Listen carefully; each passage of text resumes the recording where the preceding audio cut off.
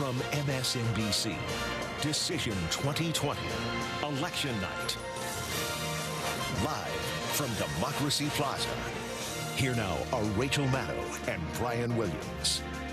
Here we go, 6 p.m. in the East, and we're underway. Americans have been voting for days, setting records, in fact, and they are still voting at this hour in what is a titanic struggle for the future of our country.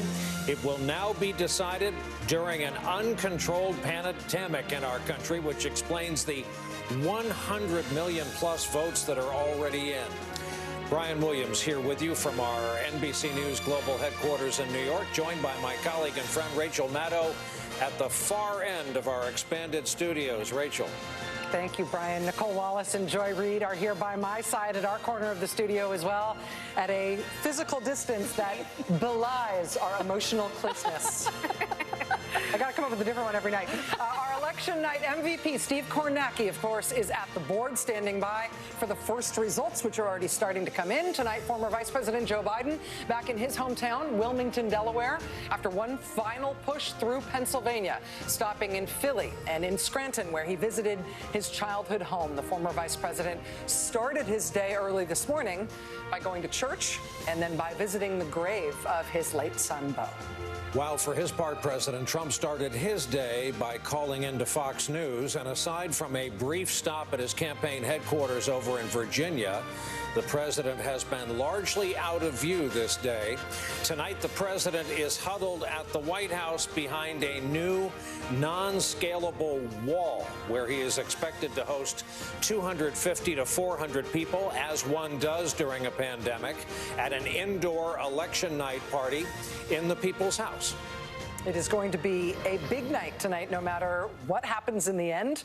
We are in for the long haul. We recognize that the long haul might not mean this evening in terms of getting results, but we will be here with you for it throughout. Let's get started now with the closest thing that we've got to a roadmap for the journey ahead.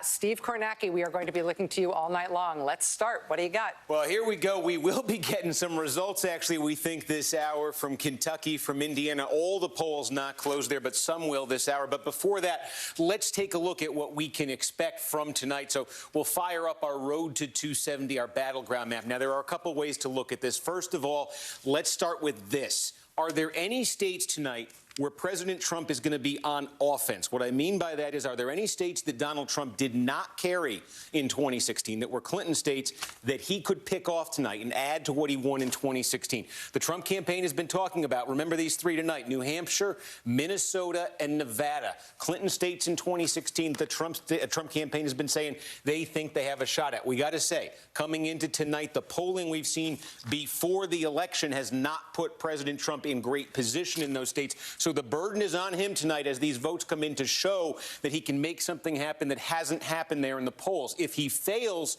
to pick off a New Hampshire, a Minnesota, or Nevada, then Biden's starting point tonight is where Hillary Clinton finished in 2016, 232 electoral votes. And then the question shifts, and it becomes, where is Joe Biden on offense? And the answer to that we already know. You are looking at the battleground here. You are looking at states that Donald Trump won in 2016, that he's trying to defend, and that the polls coming into today, to varying degrees, show him in trouble in. Can Donald Trump hang on to at least 270 electoral votes worth of these states? The most immediate problems on this map for Donald Trump, we've been saying this for a while: Wisconsin, Michigan, Pennsylvania, three states that he won by the skin of his teeth in 2016. Less than 1 point his margin in each one of these states. If Donald Trump does not add any states from the Hillary Clinton column in 2016, if he doesn't pick off any tonight, and he loses these three states, he loses the election. And he's in particularly tough shape, according to the polls, in Wisconsin and Michigan.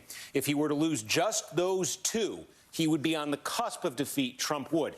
That sets up the drama that we're going to see in the first few hours tonight, because this is the interesting thing about the pandemic election. As important as Wisconsin, Michigan, and Pennsylvania are to this election, it's going to take a while to get the results there because of the mail-in ballot situation. In Pennsylvania, if it's very close, it could even potentially take a couple days. What we think we are going to get a good look at, though, starting at 7 o'clock Eastern tonight, just about all of Florida except the Panhandle, we're going to start seeing a lot of votes out of Florida. We're going to get a really good look in the first couple hours in Florida about who is winning, who is losing there. North Carolina in the early hours we should get a lot from. Ohio, Georgia potentially, even Texas a little bit later, 9, 10, 11 o'clock. We might get a good look at Texas. Every single one of these states, a big electoral college battleground, was won by Donald Trump in 2016 and really becomes, given what we just outlined here, the challenge he faces in the Great Lakes states, a must-win state for the president. If he does not pull off a Hail Mary pass and win Wisconsin, win Michigan, or flip any of those Hillary Clinton states, then he's got to go 5 for 5 in these states. He doesn't need one, he doesn't need some, he needs every single one of them. And then we get out west, you'd probably include Arizona in that category as well. So look at it this way. The president early on tonight in a bunch of big states is facing what may very well amount to elimination contests. He's got to win one after the other after the other. If he does pull them all off, if he runs the table in the Southeast, gets in Ohio, gets in Arizona, then the drama will shift to those Great Lakes states. Those two states there, Wisconsin and Michigan, where the polls have really put Trump in dire shape, and then to Pennsylvania, the one that even his campaign talks about as a must-win state. If Trump can sweep everything before that, that would then put Pennsylvania potentially in position to settle the election. But if Trump trips up, if he loses Florida, if he loses Georgia, Carolina, Ohio, Texas, any of these states, that effectively could be it for him. Steve Kornacki, let me ask you, following on something that we discussed this weekend when we had sort of our first election night show. And you said, when I asked you about it on Sunday night, that if the president and his campaign had a sort of sleeper target, the one that they thought they could really potentially pull off from the Democrats, it might be Nevada. What's the equivalent for Joe Biden, leaving aside Wisconsin and Pennsylvania and Michigan, leaving aside those three states that we've paid so much attention to, those other states on your map, where is Biden most confident, or where do the polls show him most likely to pick off an important Trump state? Here's the interesting thing. If you look at, if you want to compare, we talk about Nevada. The most recent poll we got out of Nevada put Joe Biden ahead by 6 points right there. And so when I said I think Trump, of those three, Nevada, Minnesota, New Hampshire, that Nevada was probably his best shot at getting a Clinton state, it's because 6 is the closest that he is in those three states. That's a different position than Joe Biden finds himself in basically every state we just talked about. If you look at Arizona, if you look at Texas, Florida, Georgia, North Carolina, Pennsylvania, Michigan, Ohio, Wisconsin, the only possible exception here where you see polls of Joe Biden trailing by that kind of a margin in any of these states would be Iowa, where there was one poll over the weekend, the Des Moines Register poll, that put Joe Biden down by 7 points in what previously had thought to be a bit of a toss-up state. So Biden's position in these battleground states is markedly different, at least in the polls coming into today, than Trump's is in the blue states that he's trying to pick off. That's why you don't see them in the battleground right now, and that's why I say the burden's on Trump tonight. We saw this 4 years ago. We saw states suddenly become competitive on election night that the polling running up to the election wasn't showing. The burden's on Trump to show us in New Hampshire, when you get a poll closed there relatively early tonight, to show us in Minnesota, to show us in Nevada that something's been happening there that the polling's not been picking up on, because those states look very different right now in the polling than all those other Trump-won battleground states. Steve Kornacki, thank you, my friend. It goes without saying we will be checking in with you insistently and repeatedly and unexpectedly frequently throughout the night. Thanks. Oh, we sure will. We want to go down to Miami Lakes, Florida, where Alicia Menendez is outside a polling location there. Alicia, that's one of the big prizes of the night. What have you seen there during the long day's journey into night? Well, Brian, this is a state that every 4 years is incredibly close, and this year promises to be no exception. Here is what we know for sure. 9 million Floridians as of yesterday had already cast their ballots, whether those were early votes or votes by mail. Democrats came in today with about 100,000 vote advantage. The advantage for Republicans was that they had about 150 more high-propensity voters. The question, did those voters come out? Did they stay with Republicans? The other target that everyone has been talking about, these NPA voters, no party affiliation. Did they turn out, and did they break for Joe Biden as polling was indicating that they likely would? Democrats also a little concerned about Miami-Dade County, which has historically been a Democratic county, a question of whether or not Republicans have increased their margins there in part due to President Trump's overture to Hispanics in the community. I spoke with one Democratic strategist in the state. If you were looking for early indicators tonight, they said as the votes are tabulated, as you look at early vote, as you look at mail-in voting, if Joe Biden is ahead by 420,000 votes, Democrats are going to feel like they are in a good place. If that number is below 370, Democrats are going to be very worried. And anything in between those two numbers, well, everyone's holding their breath. Brian? All right, it's going to be a night of a lot of math. Alicia Menendez adding to it from Miami Lakes, Florida. Let's go over to Chris Jansing, who is in Joe Biden's hometown of Scranton, PA tonight. Hey, Chris. Hey there, Brian. Robust turnout here all across the state of Pennsylvania. Not Obama numbers, but big numbers. Here in Lackawanna County, this is a small county. They've had lines as long as an hour. I'm told that's not something they normally see. And we've also seen places like in Bucks County in suburban Philadelphia. I think we have some pictures we can show you where the lines were stretched on for 3 to 4 hours, although that was unusual. And there are very few reports of any problems. Some glitches with machines, the usual stuff, but nothing that would lead you to believe what we're seeing, which is there are legions of lawyers spread out all across this state. Let me tell you about what's just happening here in Lackawanna. And to put it in perspective, only about 103,000 people voted here, but scores of lawyers have been in and out of the county election offices. Of course, today they weren't very busy, but what they were going to be watching tonight is the vote count. Of course, many of those early mail-in ballots are being processed. We've watched them being processed in Philly. I was just told, I was on the phone with the elections officials here. They say that they are going to be able to finish that processing and maybe actually get a number, figure out who's the winner in Lackawanna County here by midnight tonight. But there's something else that people are noticing, and that is the seeds of doubt that the president has sown without proof about the validity of mail-in balloting seems to be taking hold, because they're seeing a lot here and elsewhere across the state of what's called ballot spoiling. That's people who got a mail-in ballot but have decided that they're too worried that their vote's not going to be counted, that there will be questions about it, that it will be litigated. And so they're bringing them here and voting. I've actually talked to people who have done that. So finally, I would say, as a big Trump supporter is going by, Joe Biden was here. 4 stops this morning in his hometown, and he wrote on the wall, from this house to the White House, with the grace of God. Pennsylvania will have a big say, Brian, in whether that happens. Chris Jansing, Scranton, Pennsylvania, on a cold election night. Chris, thanks. Rachel, over to you.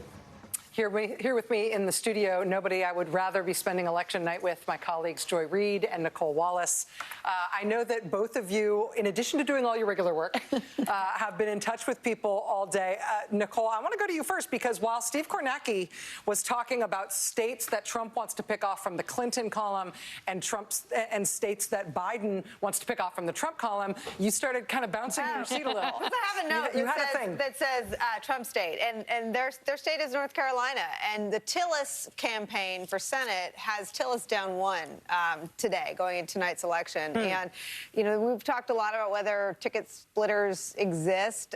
The Trump campaign would push back and say Trump's about 1 ahead, but that would have you believe that there are ticket splitters, people, people that vote for different people on the Senate ticket than on the presidential ticket. So I think North Carolina is one that both campaigns are watching. I would say this, having listened to Kornacki and having talked to people all day from both campaigns, and Republicans and Democrats working on the Senate races and around the country, it's amazing how similarly both sides view the race. Both sides view Florida, Iowa, and Texas as very strong for the president. However, Donald Trump's own campaign internals do not have him ahead in any of those 3 states. He is way behind in Wisconsin. He is pretty far behind in Michigan, and he is behind enough in Pennsylvania that their only path to victory there would be to declare some sort of red mirage kind of victory and then litigate it out. And I'm not sure that that message has reached the president. I'm told that he, in phone calls, is feeling confident. But what you just described is the view of his campaign? That is the view of his campaign advisors and people that have done this before. There are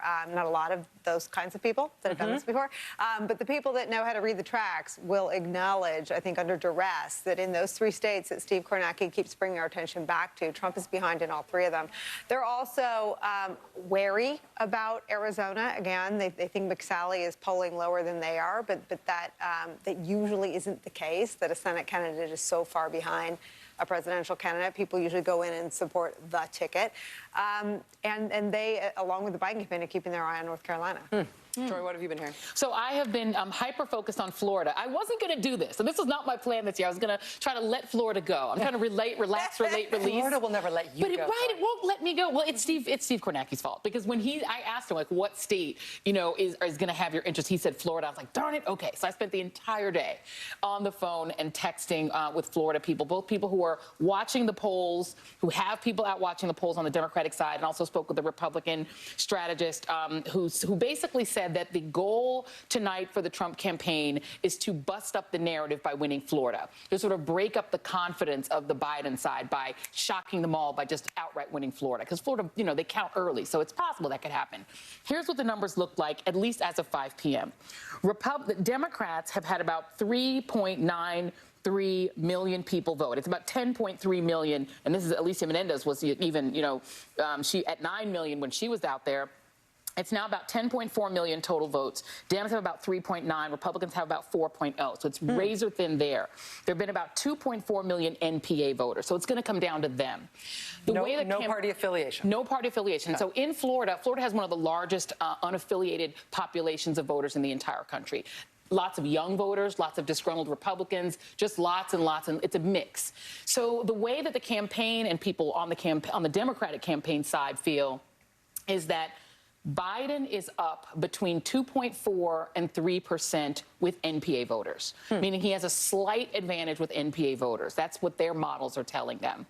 The other little X factor, though, is that there is a certain percentage of Republicans who, in their models, they believe are voting for Biden. And this is what the Lincoln Project was doing. The Lincoln Project had a goal of flipping a certain percentage of Republican voters. Florida was a big target for that because Florida has a lot of seniors and a lot of people in places like the Villages, which is a senior retirement, like legendary retirement, where it's normally very, very Republican, but COVID has changed the way that seniors vote in Florida. It's shifted them slightly back toward Biden. And you have to remember that Obama-Biden won Florida. They won it by a razor-thin margin, even losing places like Duval County. At this point, it looks like Biden is tying in places where even Obama, barely lost. Wow. And more simply, they had to make some choices. The Biden campaign chose to send President Obama to Florida. That was a choice made. That was an informed choice. Yes, 100%. They're obviously seeing something here in the end that may have brought Florida a little closer than we're seeing in public polls. To be clear, Florida's always a toss-up. If it wasn't a toss-up, we would have died and we'd be in another universe. We would, Florida's just a toss-up, but it's slightly a Biden-ish toss-up. Well, I would say, in terms of how I spent my day today, I have been marinating in the numbers, particularly on this issue of ticket splitting. And I think the issue of whether or not voters split their votes by party between Senate and president is going to end up to be way more interesting tonight than we think. Because one of the things we haven't focused on that much in the national media, because the top of the ticket race is so fascinating and so fraught, is how close how many of these Senate seats are. You would be shocked to know how many of them have a polling average within 2.5 points right now. Yeah. And that's true in very red states and in very blue states and in swing states. Yeah. So I am looking for Senate races to go in unexpected ways tonight and for us to learn things about the divided loyalties of partisan voters. Are you guys hearing this? Because the other thing I've heard, and I would be interested to hear, but both of you, if you're hearing the same things, that there is some real annoyance at Cindy McCain because there is concern about Arizona and just that issue, because the idea is that there's a possibility that people might vote for McSally who are that all the McSally votes are Trump, right? But that the other vote, that the Kelly vote could be one of those ticket splitting votes. Wow. And that, so they're worried now about they're worried about that. There's a worry about Arizona. Well, I didn't hear annoyance at Cindy. I just heard that there's annoyance with Donald Trump for making John McCain, even after he died, an obsessive target, because that really hurt Trump in that state. Brian, back over to you. Ready. There's a lot we're going to have to keep our eyes on. The clock in the corner of the screen is critical. That counts us up to the start of the next hour, where we have 6 states closing. We're going to have partial vote from Indiana when we come back from this break. And we're going to talk with the dean of the South Carolina congressional delegation, man many called a kingmaker after making clear Joe Biden's pass through the South. Congressman James Clyburn is with us right after this.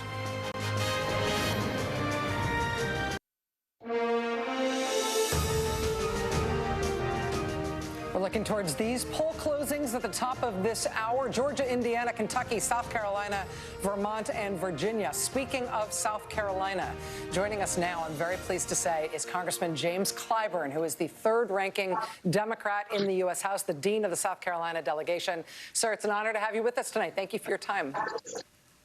Well, thank you very much for having me. So Donald Trump won in South Carolina by I think it was about 15 points in 2016. South Carolina is not seen as one of the most competitive presidential races this year, but that Senate race between Jamie Harrison, who you know so well, and incumbent Republican Senator Lindsey Graham, looks like it'll be one of the most expensive Senate races in world history.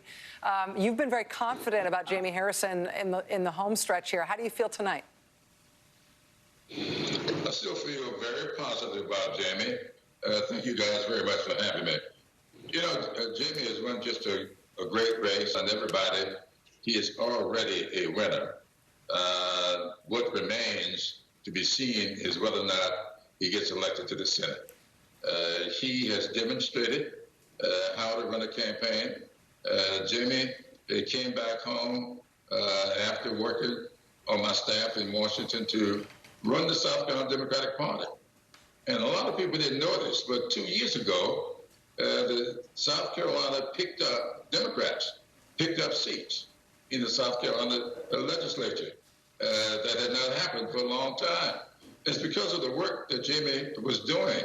And so he knew exactly what was taking place in the state, and he laid a real solid foundation for his campaign, and he went out to raise the money.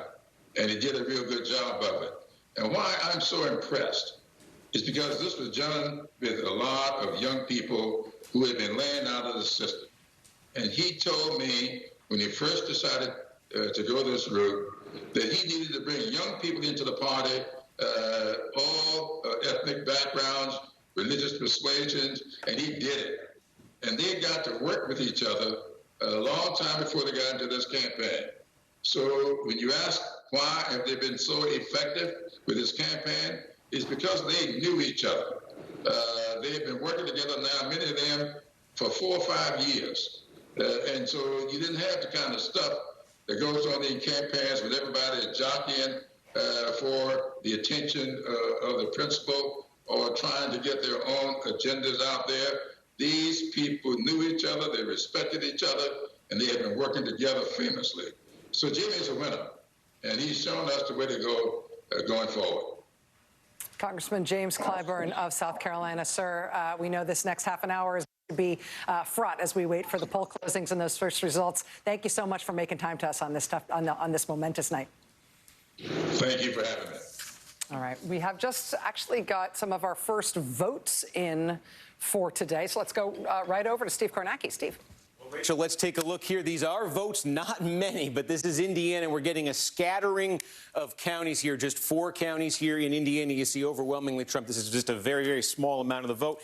Indiana, a state that the president carried by nearly 20 points 4 years ago. Obviously, Vice President Mike Pence's home state. I can tell you, as the Indiana comes in a little bit this hour, and not all of the polls in Indiana are closed, but as it comes in, one place we're looking at is right here in the Indianapolis area, because this is the area area of Indiana that has been moving dramatically. This is Marion County, where Indianapolis is, and if you go one north there, where Hamilton County is, this is an area here that sort of typifies what Democrats are hoping is going to happen nationally over the course of the night. It's densely populated, fast-growing metropolitan area where already Donald Trump lost ground in 2016 from what Republicans have typically done. There's a congressional district here with an open seat race tonight. We want to see when these votes come in early tonight if we're seeing an early trend in Indiana along the lines of what Democrats say is going to happen in metro areas just like the Indianapolis metro area around the country tonight. So we don't have anything to report there. But before we get going on all these other states, maybe we'll see something in here. Maybe we'll be able to take a look at that. But again, just a scattering of counties in deeply red Indiana right now, as well in Kentucky, another state that Trump won overwhelmingly in 2016. We are starting to get a scattering of counties. Nothing surprising here in these initial reports out from, again, these are heavily Trump counties, too, basically, that are reporting here. But there you see the early votes. And as well, we mentioned exit polling. We do have some initial looks at the electorate and what might be informing the choice here, and we will get those to you shortly. Steve, thanks. Very interested in the suburbs of Indianapolis as well as northern Kentucky when that comes in. Tremaine Lee standing by in one of the big prize states of tonight, Greensboro, North Carolina. Hey, Tremaine. Hey, Brian, I'm in front of the old courthouse in Greensboro, which is in Guilford County, where later this evening, election officials will be counting the ballots. Now, the reporting of the actual tally will begin 45 minutes later than expected because of a few issues that a couple polling locations had in opening. Still, election officials tell us that they expect tonight to have 97% of the vote counted. Now, that's in stark contrast to some other states that are talking about starting tomorrow or later than that. But so far, they feel good about it. But again, they're experiencing, like so many other states, record levels of turnout. And in all of 2016, they had 4.7 million ballots cast. In early voting alone in North Carolina, they had 4.6 million. So they still feel confident, even given the sheer rush of ballots they expect to be counting. Lee, thank you for that. Greensboro, North Carolina. A break for us, I'm told. More coverage when we come right back.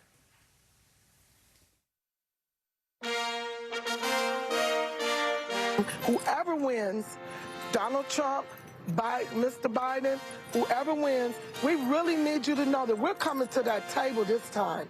We're not just going to give you our vote.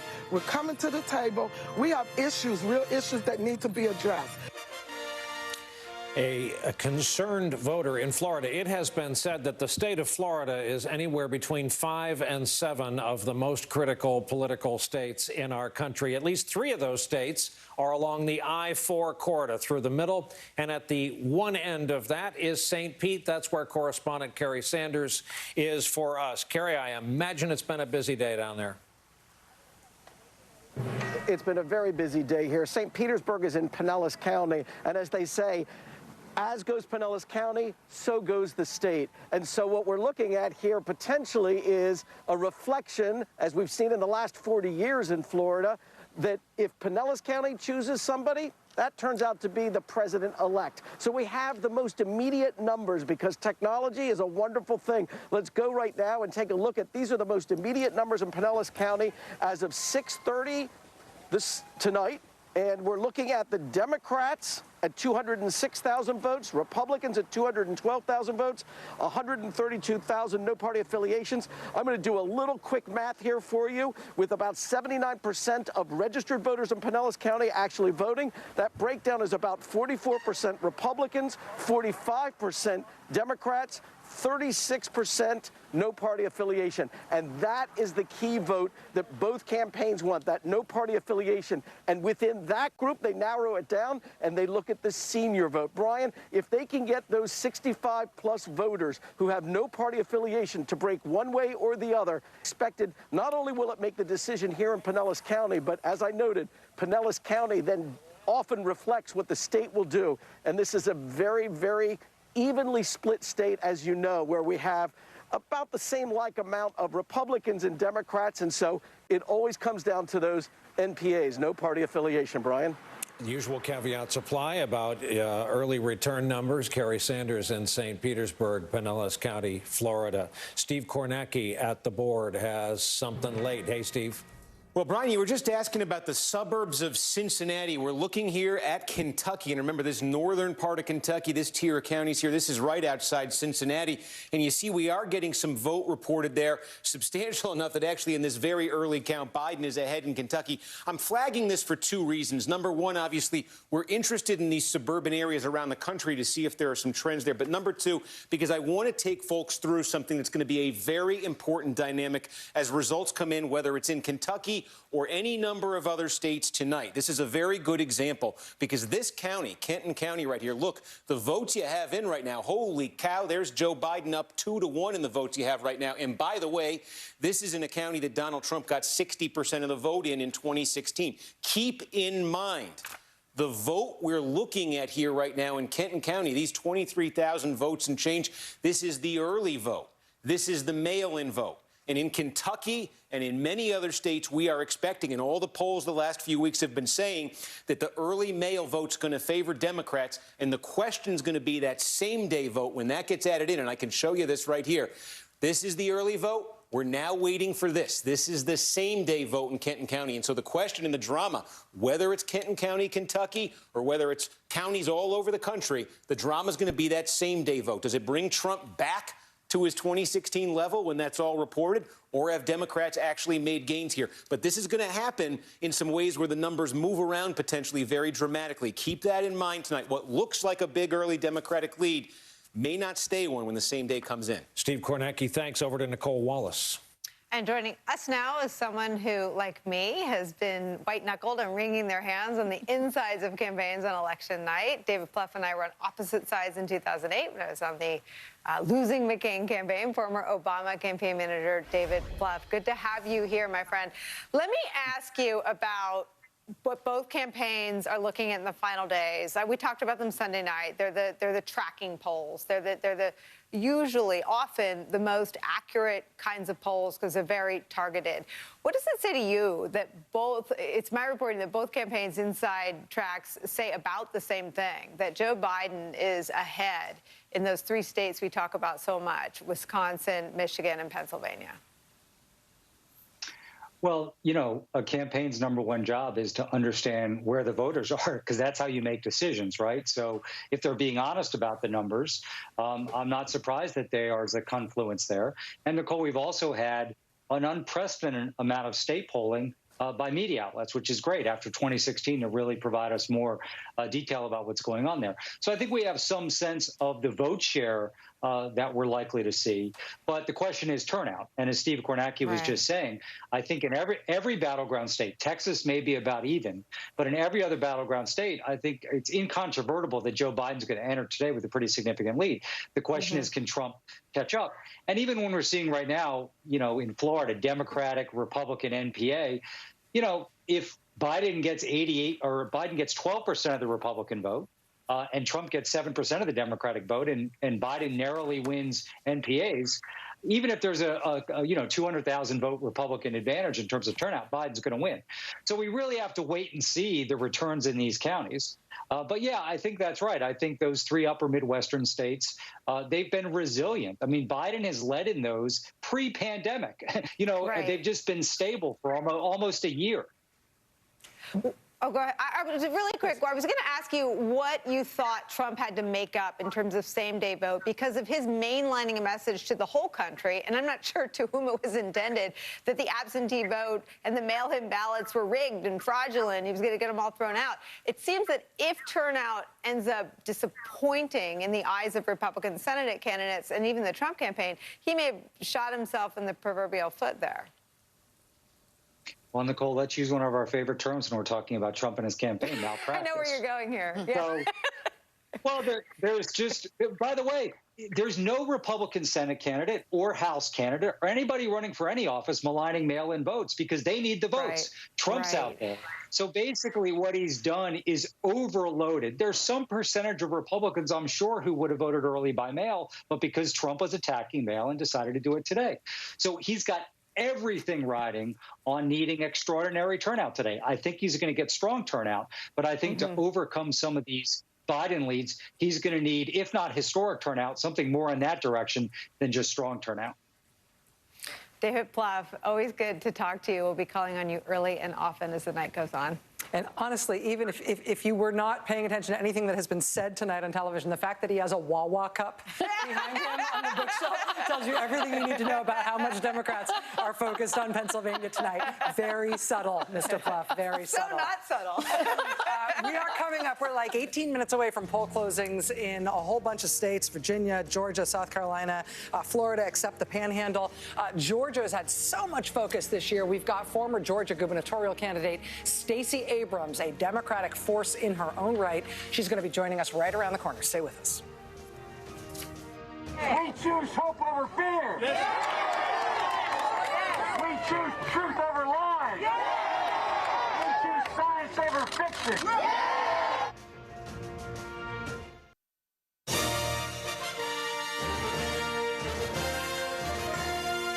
6:47 Eastern Time. Welcome back. Voter suppression is not on the ballot anywhere in our country, but it is thoroughly a part of the storyline tonight, along with legal issues. Those will be the purview of our chief legal correspondent and MSNBC host Ari Melber, who is standing by to talk with us. Hey, Ari.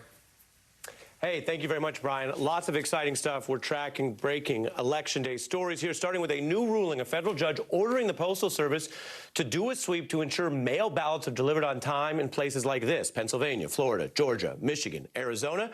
This could be crucial because the Postal Service already missed a 4:30 p.m. deadline. The sweep for ballots is now going on at over 200 facilities. We've seen places like Central PA where only 62% of mail ballots went out on time. Also, a new case of alleged meddling. There have been these suspicious robocalls, some telling voters to stay home. Other people initially thought this was some sort of pandemic warning. Others falsely telling people maybe they could vote tomorrow. Well, moments ago, I just caught up on Zoom with Michigan's Secretary of State about this. Do you have a sense of how many voters were reached or impacted by those robocalls?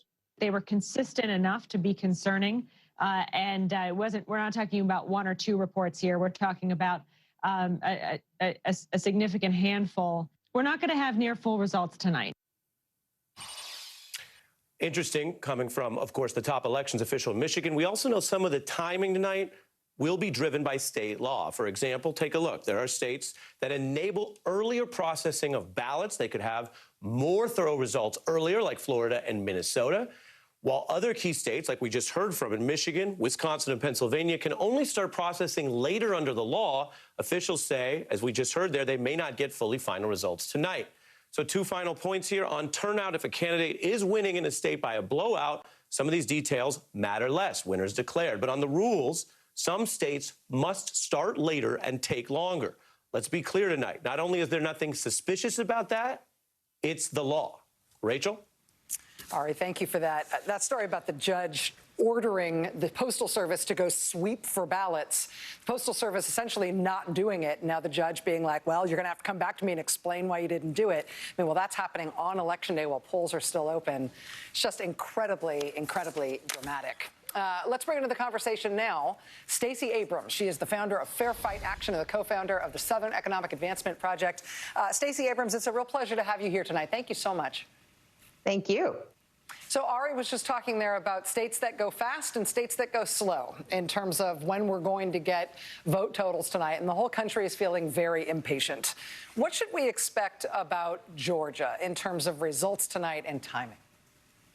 So Georgia is one of the states that allowed pre-canvassing. So they allowed processing to start earlier, October 19th. But tabulation doesn't begin until polls close. We should have some results starting to get numbers around 8 p.m., but it's going to take time. We have more than 56% of our voters, we had almost 56% turnout in early voting, so a little under 4 million voters. That's a lot of early voting and absentee balloting that has to be counted. But what I would say for Georgia voters and for voters across the country is that we want slow and accurate, not fast and wrong. And we know that Georgia is one of the states that's going to come in probably earlier than some states. But because Georgia allows you to cure absentee ballots, fix mistakes that may have been made with signatures and other issues, then we need to remember that there might be ballots that aren't immediately clear as to how they were voting. Stacey, while we're talking to you, we're seeing some images here about long lines to vote. These images happen to be from Atlanta earlier today. We have seen in recent election cycles, including the one where you were running for governor, just absolutely atrocious voting system dysfunction and people being forced to wait in unacceptably heroic lines in order to get their votes cast. How have things been along that score today and during the early voting period in Georgia? Things have been much better today. We only have a handful of precincts in a few counties that are being requested to stay open later because of slow starts today. We were able to, through Fair Fight and other organizations, to get out good information when we knew there were problems. But I will say that a lot of the changes that we see in 2020 came about because of the litigation that we filed in 2018, because of the work we've been doing through Fair Fight and others to expand access to polling locations, to make certain that counties were given the poll books they needed, to ensure that we had early voting locations expanded and we had drop boxes. That's a lot of the work that Fair Fight's been focused on for the last 2 years, and we are seeing some of the results tonight. Let me just ask you, Stacey, I know that what you're talking about is voting rights and voter enfranchisement and making sure that people can participate in the democratic process the way the Constitution envisions. I also just want to ask you about what you are expecting tonight in terms of outcomes. You guys have in Georgia those two incredibly crucial and interesting and complex Senate races, in addition to a hard-fought presidential campaign. After all you've seen and all your experience, what do you think is going to happen at the end of the night in Georgia? Look, I don't do predictions. If I did, I'd spend my time in Las Vegas, not in politics. But I will say this. We had extraordinary turnout during early voting. We had a strong set of numbers heading into tonight. And look, I'd rather be Democrats than Republicans in Georgia tonight. I hear you. Stacey Abrams, the founder of Fair Fight Action, co-founder of the Southern Economic Advancement Project. Ms. Abrams, it is always great to have you here. Thank you so much for making time. Thank you.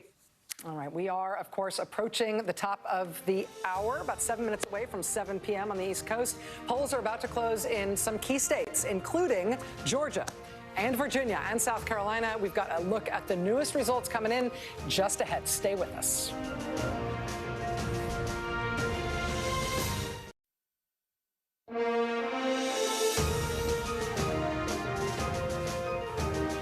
We are sneaking up on 7 p.m. here on the East Coast. We're about to get our first full state poll closings in Georgia, South Carolina, Virginia, Kentucky, Indiana, Vermont. We just have a couple minutes here. What are you guys watching for? I'm still obsessing at Florida. I'm just getting texts from both phones, and everyone feels exactly the same way. Toss-up. I can't get anyone to even take a guess what's going to happen. Full, pure toss-up. So you're talking to Stacey Abrams. First of all, nationally, she gets so much credit for what 100%. She's done in that state. And as you guys were talking, I kind of looked at you and I said, I heard something about Georgia from one campaign. Which one was it? Oh, it was the Biden campaign. They're feeling good about where things stand in Georgia yesterday and today. So they're keeping an eye on Georgia, too. So between Georgia and Florida, it sounds like what we are hearing anecdotally is that both campaigns think that Florida is a toss-up. Yes. That the Biden campaign may be more optimistic about Georgia than they are letting on. I reported Sunday night, that the Biden campaign was feeling more optimistic about North Carolina and Georgia than Florida. Now, I think Florida may have tightened a little bit. As I said, they sent Obama there yesterday. But I think there is a lot of fluidity in where things landed these final 48 hours. There's some weird stuff. I was just hearing also that there are a lot of new voters, lots of new American citizen voters. The Caribbean American community is breaking more Democratic and actually registered more as Democrats and NPAs than as Republicans, and the turnout among Democratic Caribbean American voters seems to be higher than the turnout among Republican Caribbean American. So there's like this, but that's a tiny pocket, right? It's so hard to model in the first place. Very hard. It's so complex, and then this year with early voting changing and the overall voter turnout numbers being so magnificent, it's going to be really hard to extrapolate from any previous experience. Can I just say, and you talked to Stacey, even if Democrats don't carry Georgia and North Carolina and Texas, the investments that they have made are long-term harbingers of doom for Republicans because they are activating voters who will remain as Democrats, and they're younger, they're of color, and they ain't going back. And Republicans would have to completely alter their entire carbon makeup to make them ever come to them. Well, and to that end, the fact that we're not talking about Virginia with a lot of suspense tonight is the product of Democrats having made that kind of investment in Virginia over the past decade. And now we are where we are with Virginia. Sounded, Rachel, like you're looking for suspense tonight. That's exactly what we have to deliver people as we come up to the top of our first hour of returns. That would be 7 o'clock Eastern time, the first list. And here we go. Here's what we have for you at 7 p.m. These are all NBC News projections. Georgia, too early to call. Indiana, as expected, we are projecting Donald Trump as the projected winner there. Virginia, too early to call, though Biden is leading. In Kentucky, too early to call at this hour. South Carolina, too early to call at this hour. Vermont, up in New England, too early to call. Here is the long and arduous road to 270 electoral votes. Again, one state awarded. As expected, it went to the incumbent president. To the Senate races we're watching, and the battlegrounds especially. Georgia Senate, too early to call. That's the special election. In the Ossoff-Perdue race, Georgia Senate number 2, we'll call it, too early to call between Ossoff and Perdue. South Carolina, Lindsey Graham's bid to stay alive, too early to call. Virginia, Warner leading the race, but officially we have it as too early. Kentucky, Mitch McConnell's bid for re-election, too early. Senate at this hour, and we're going to return to this all night long, of course, with the hurdle the Democrats have to regain control of the chamber. Steve Kornacki, what have we learned thus far? Well, Brian, I'm literally just eyeing this screen because I want to tell you what's about to happen, what we're expecting about to happen in Florida. Now, the polls are not closed in Florida. The Panhandle is in the central time zone. They're going to stay open for the next hour, but the rest of Florida is closing right now. And what Florida does is here we go. Let's take a look. We got our first one. Lee County, you just got about 80% of the vote in Lee County, Florida. Donald Trump with 57%, Biden with 42%. What are we looking at? We are looking at the early vote and the vote by mail. That gets reported in all of these counties very quickly after polls close. You can expect a bunch of these to start coming in. And in fact, I want to move north because this was a county in 2016 that told us early what was happening nationally. Pasco County, Florida. This is the early and mail-in vote. Donald Trump is leading it with 56%. Joe Biden's at 43%. This county just north of Tampa, Trump won it by 22 points in 2016. This represented a massive surge to Donald Trump. It was one of the early signs along the Gulf Coast in 2016 that Trump was having a much better night than expected. Now, this is critical. You see, with the early mail-in vote, Trump is not doing as well as he did in 2016 overall. Remember, we expect the early mail-in vote in Florida and many other states to be much better for Joe Biden than the same-day vote. You are not seeing the same-day vote being reported out here. You're seeing the early and the mail-in vote. So there will be more early and mail-in vote than there is same-day vote. But we expect that the vote that is yet to come in Pasco will favor Trump. The question, and that vote we expect will also be reported out in relatively short order. The question is, with that same-day vote in Pasco County and all these other counties, is Trump getting back to his 2016 level? Is he exceeding it? Is he falling short? As these counties come into focus, that's the story we're going to be telling.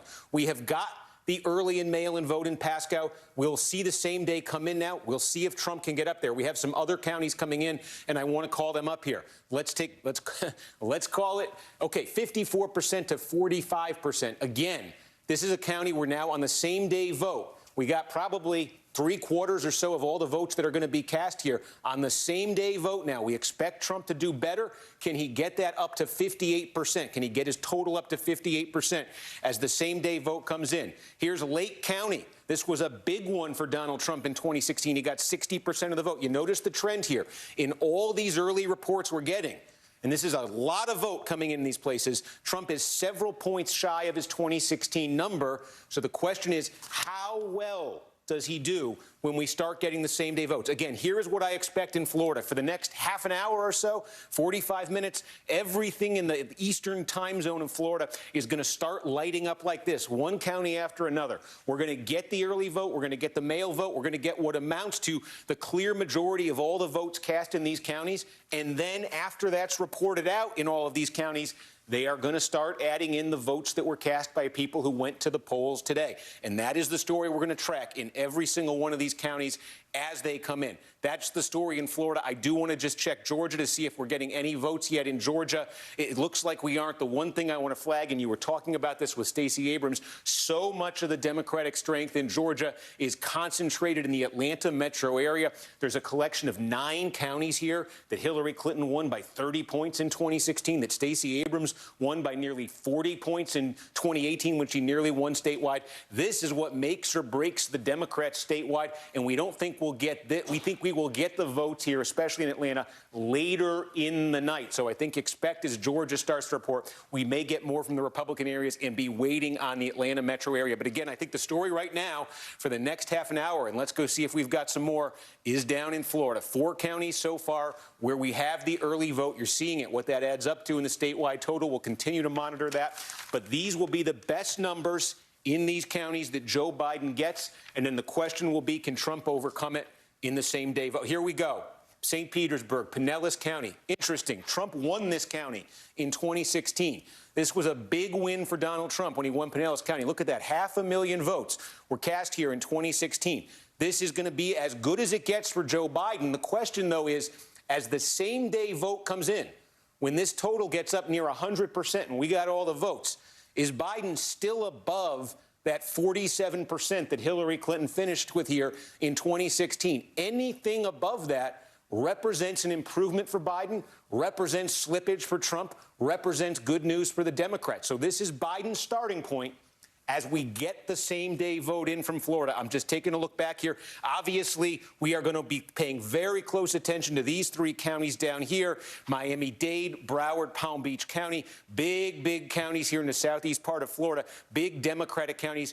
We're expecting, again, to get vote just like this there shortly. We want to see in Miami-Dade. This is where the Trump campaign has talked about making inroads with Cuban-American votes, really denting what had been a big Democratic margin in 2016. We want to see if there are any signs of that when that starts to come in. Broward, that's just a core Democratic county where Fort Lauderdale is.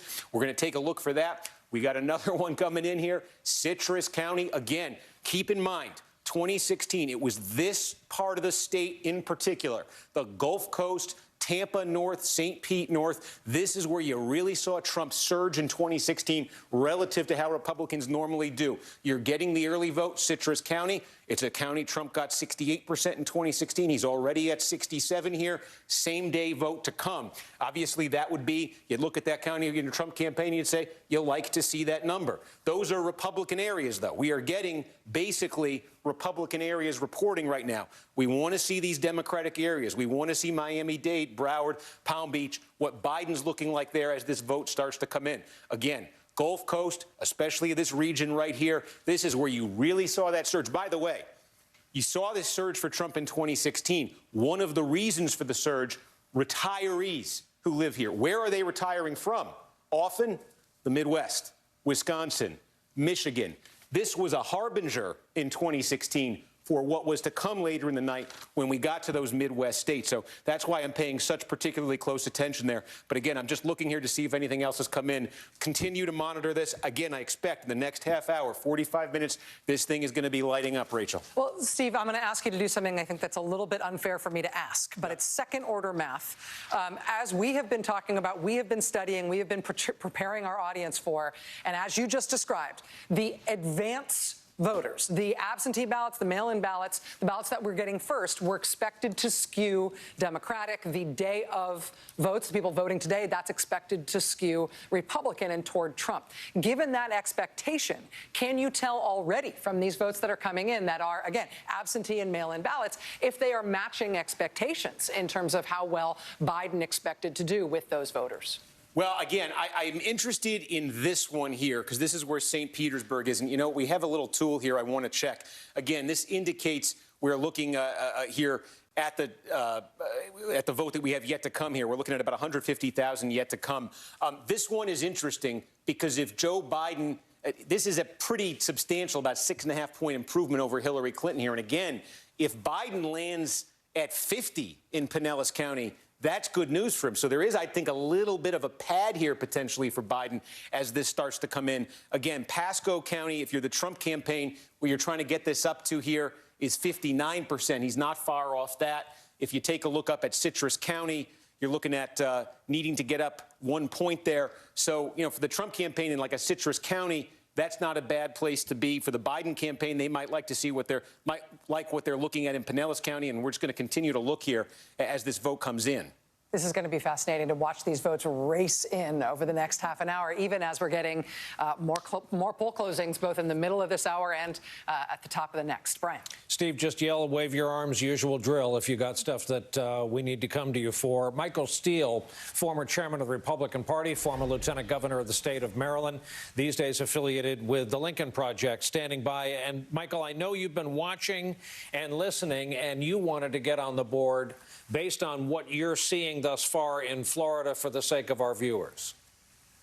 The important thing that I think to note that Steve pointed out is the level of underperformance by Donald Trump relative to 2016.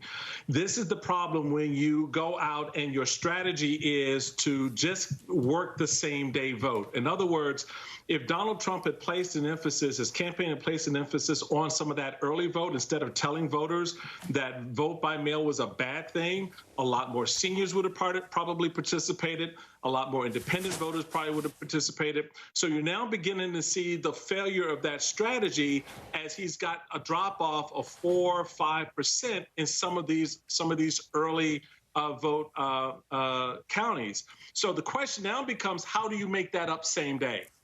And typically across a statewide race, you're looking at maybe, I think Donna Brazile can tell you from 2000, you know, they were lucky if they got a 3% makeup in terms of closing the gap between where their opponent was and where their campaign was.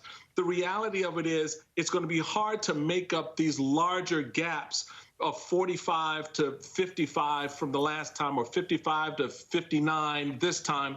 It's just a problem because you didn't do the full stretch of the campaign, and you're now seeing it play out in the numbers. Michael, we appreciate you being an engaged viewer from home. Keep us honest with what you're seeing throughout the night. Steve Kornacki, who clearly needs more electronics on his belt. Steve, I notice a couple more counties have lit up. Yeah, we are looking at Hillsborough County here. Again, this is Tampa. This is right next door to Pinellas. And again, you're looking at Biden here jumping out. This is a 12-point edge. Again, let's take a look. This is a Democratic county from 2016. This is obviously Democratic overperformance for the time being relative to 2016. This is an 11.5-point advantage for Biden. Clinton won this one by 7. So again, the question here, as this, we say about 80% of the vote here, about 135,000 votes remaining to come in from this county, 600,000 basically reported out so far. Does that 55 continue to stay above the 52 that Clinton finished at? Any county where Biden is finishing over what Clinton finished at is progress for Democrats. Any county where Trump finishes under what he got in 2016, that would be falling back a little bit for him. So we're just tracking this county after county, and I see, as I say this, we just got some. This looks like just like one precinct from Orange County. This is where Orlando is, but it looks like that's just one precinct. You can see that's about 312 votes right there. So I'm just Broward. Oh. Here you go. Look at this. We've got. Wow. Well, now, this looks like 163,000 votes reported out here with about 860,000 to go. I believe what we are looking at here, and I want to check this, and if my producer can say this in my ear, is this same-day vote in Broward? Unclear is the answer I'm getting. I say that because this is very small, what you're seeing here. We're also getting a different color out here. Let me get some clarification on this. Broward, it's a biggie. As you can see, we're expecting about 1 million votes out of Broward. This is big for Democrats. Fort Lauderdale. Let me see if we can get an answer on that and come back to it. Let's take a look at Palm Beach County. We continue to only have a scattering. We have a couple precincts in these places. I'm just looking to see where we have not yet checked Let's see, did we look at Lee County earlier? Again, I think we did. The question here is, can Trump get up to 59%? All right, I'll continue to monitor these and let you know if we got a little bit more, Rachel. Steve, let me follow on with that. And Joy, let me ask you as well. It's been so focused on Florida. Is there any reason to expect something special about Broward in terms of why they would report their proportions so different compared to other counties? Well, Broward, unfortunately, my former county where I used to live, they tend to report a bit slowly versus the rest of the state. And Broward is one of those true blue counties that is a bellwether for Democrats. They call it the sixth borough because there's so many New Yorkers who live there. Okay. You rarely hear a Southern accent in Broward. You hear a lot of New York accents. Broward underperformed a lot in 2016. It came in toward the bottom in terms of turnout. And that was a big problem for Hillary Clinton. It was also a problem in 2018 for Andrew Gillum. That when Broward underperforms, Democrats underperform. When it overperforms, and what I was hearing today is that Broward is potentially going to hit 80% turnout. That's their projection. Miami-Dade was hoping for the same thing. And That's that Broward mammoth, isn't it? It's really high. Yeah. And Broward tends to sometimes, I mean, they can do, when Obama ran, the 08 and 12, Broward was one of the best performing counties. But it tends to be better performing for Barack Obama personally than it has been for other Democrats. Miami-Dade was also hoping for a big turnout. It was actually quite light.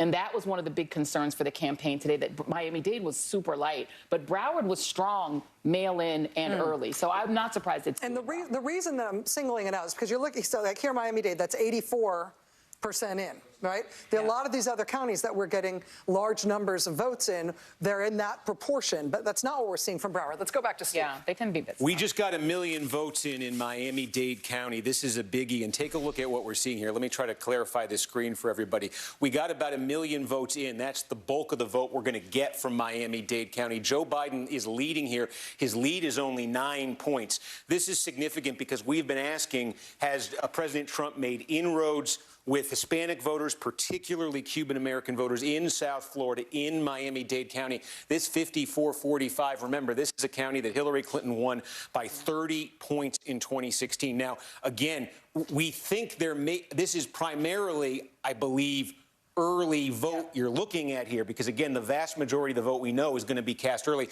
There may be a scattering of some same-day precincts that are part of this as well.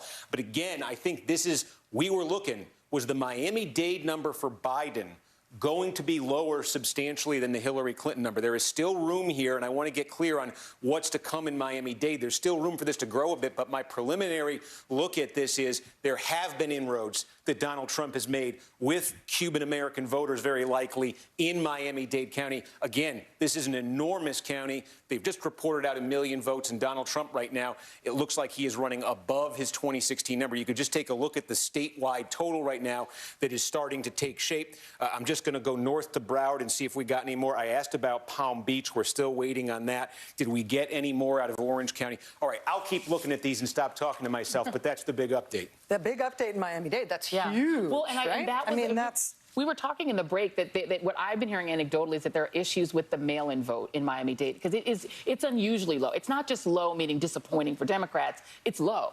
So, and even the numbers that Steve was just showing there, Miami-Dade is a massive county. The bulk of the Democratic strategy is Miami-Dade, Broward, Palm Beach, particularly West Palm Beach, and Hillsborough County, whereas Tampa, St. Pete. That is normally where they win elections. The rest of it looks all red when you go back and look at Florida. But if you're getting such low, that's what people found unusual today. Let's go to Brian. Forgive me, as I will ask every time we hear that sound, which means we have a call, and here it is. His first inroad into New England, as expected. Joe Biden has been awarded, by our projection, the state of Vermont. We'll go to the national map. There we are, the road to 270. One each at this hour, coming up on 7:19 Eastern. Back to the east end of our studio and the ongoing conversation already in progress. Rachel? Indiana and Vermont. So if you had those on your bingo card in terms of drama, surprise, those are now settled. Nicole, let me ask you to weigh in terms of what we've seen from Florida so far. Those Miami-Dade numbers for the Democrats look daunting in terms of what they're hoping to do statewide. Yeah, look, I said Sunday night, Biden campaign felt better about North Carolina and Georgia than they did about Florida. Yeah. I think there was a sense that that's how that county might come in. Now, Florida is sort of a graveyard, right, for both parties, but it has been trending more Republican. And I think Florida, the story of Florida is reddening as quickly as Texas is turning more purple. So I think the demographics in Florida, it might be one of those states that we're not talking about 4 years from now. But I think that for many, many days, Florida has felt really good for Trump. Yeah. Florida and Nevada are sort of the flip side states. I always said, like, the sort of angry grandparents all moved to Florida that hate taxes, and all the fun grannies moved to Vegas. So it's like the one is bluing and one is reddening in the same. All right, it is. So I was going to say 7:19 on the East Coast right now, which means we are in the middle of a whole bunch of exciting things happening in terms of poll closings and new data. Let's go back to Steve. So, Rachel, we got some numbers actually from Georgia. Here's my first wrong prediction. I said it was going to take a long time in the Atlanta metro area. We at least have what looks to be early vote from Cobb County. This is a huge suburb, a suburban county right outside Atlanta. You go back a decade, 2 decades, just a few years even. This was a core Republican county. What you're looking at here is Joe Biden. And again, I can show you this. You see the coloration here. This represents early vote. This represents mail vote. Joe Biden, though, we say this is going to be his best number. So he's going to come down from this, presumably, as we get more vote in. But this is one, it was a big deal 4 years ago when when Hillary Clinton eked out a win in Cobb County. That was kind of a sea change just for a Democrat to have more votes than a Republican in Cobb County. Again, this number will come down. Here's the question. Does it come down back to Clinton land in 2016, or do we find out that Democrats have made big gains potentially in metro Atlanta, in a suburban area they are relying on statewide? Georgia is a state, Steve, remind us, where we are expecting early votes to reflect potentially an artificially inflated Biden number, an artificially inflated Trump number. In terms of the order by which they count, which candidate might expect to look good in the early numbers? Yeah, I believe we might have a mix here, and that's what I'm looking here to see if I can show you. So I think in most of these, we are going to get the absentee vote first.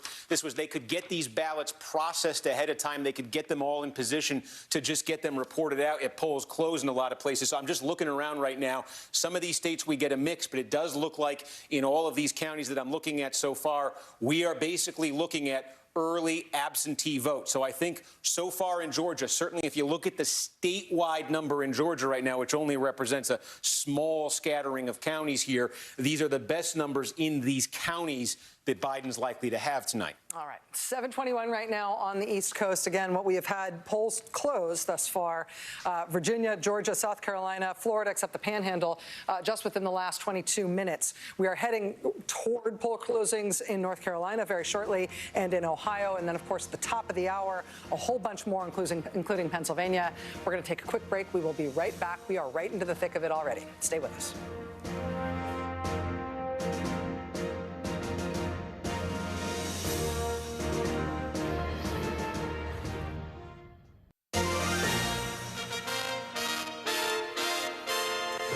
Closing 7:30 Eastern time, expected in North Carolina and in Ohio and in West Virginia. As we await those poll closing just moments away, we are watching the Florida map light up like a slot machine as Steve Kornacki pings from county to county, watching that vote come in fast. Steve, what are we learning? Yeah, Rachel, I mean, first of all, we keep going county to county. Let's zoom out here and take a look at the big picture here. Probably about half the vote in Florida.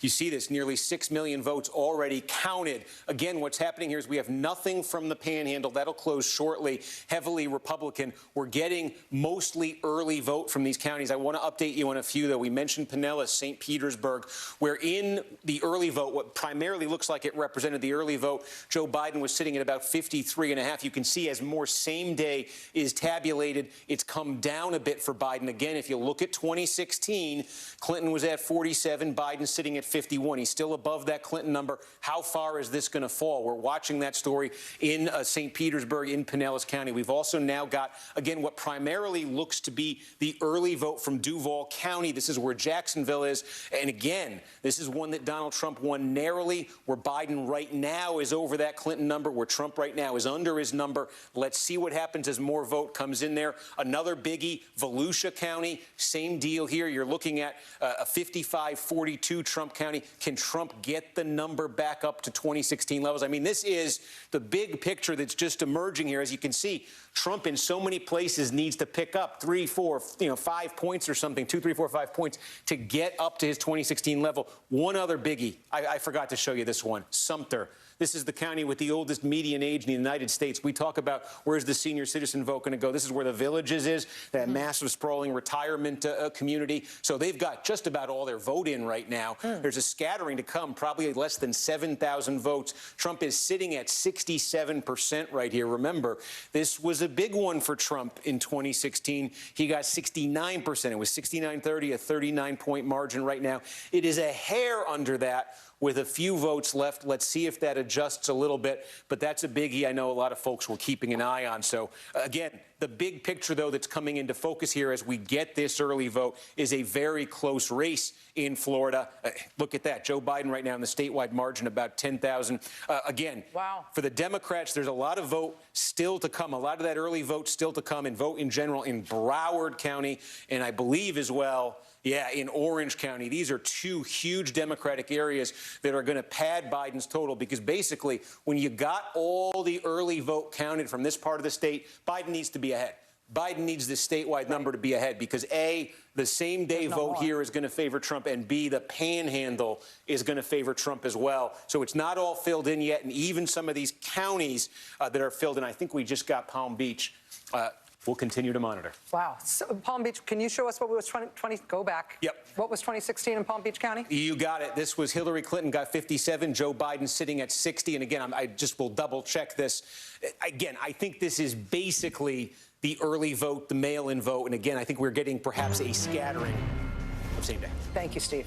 And that sound means we are approaching another set of states. The 7:30 poll closings, North Carolina, Ohio, and West Virginia. And the time has arrived, 7:30 exactly here in the East. And here's what we have from our NBC News projections. The president... You can't claim that as a dependent because it's inanimate. People ask me what sort of a person should become a celebrity accountant, and I tell West Virginia, too early to call, though, as expected, Donald Trump in the lead there. Here is the bar graph of where we stand, early yet, very early yet, in the road to 270, one each awarded. You see how the electoral votes have been awarded as well. Big one we're watching tonight is Georgia. It's a battleground. We have it as too early to call. You see the breakout there in early vote. The map of the road to 270 looks like this at this hour, right about now. It's going to be a complex one by the time this is over with tonight. 11-3. Senate races we're following. North Carolina, too early to call. The Tillis-Cunningham race. West Virginia, too early, though the incumbent Capito is leading. Here is the Senate makeup at this hour. We can't show this often enough because of the percentages needed, the seats needed if the Democrats want to end this night back in the majority, back in the U.S. Senate. When we last left our friend Steve Kornacki, he was looking at some new vote in from Florida. Hey, Steve. Hey, Brian, yeah, we continue. Again, there you could just see the time zone as you get to the top of the hour. You can see the time zone cutoff. So not a huge population area, but the panhandle of Florida, we're about to start. Everything that just happened here for the last hour is about to happen here. Again, what we're looking at here, though, this is a good moment to kind of freeze and take in the whole picture, again, before you start getting the panhandle, because it's not complete, but we're getting close to a complete look at roughly what that early vote, mail vote looks like in the eastern time zone portion of Florida. All the stories you've seen for the last month about record-shattering turnout, is it favoring Democrats, is it favoring Republicans? You're primarily seeing those ballots opened and counted and processed right now and reported out. And again, when all of these are complete with the early, if you're Joe Biden, you need to be ahead. And I believe if we froze things and just tallied up all the early and mail-in vote, he would be, because there's a ton of vote to come in early from Broward, where he's going to get a huge number. There's a ton from Orange. Obviously, I think we have like one precinct reporting. This is where Orlando is. Also the same in Tallahassee. So you've got some big, gigantic Democratic areas that have not spit out these. And there it is. Biden just took the lead.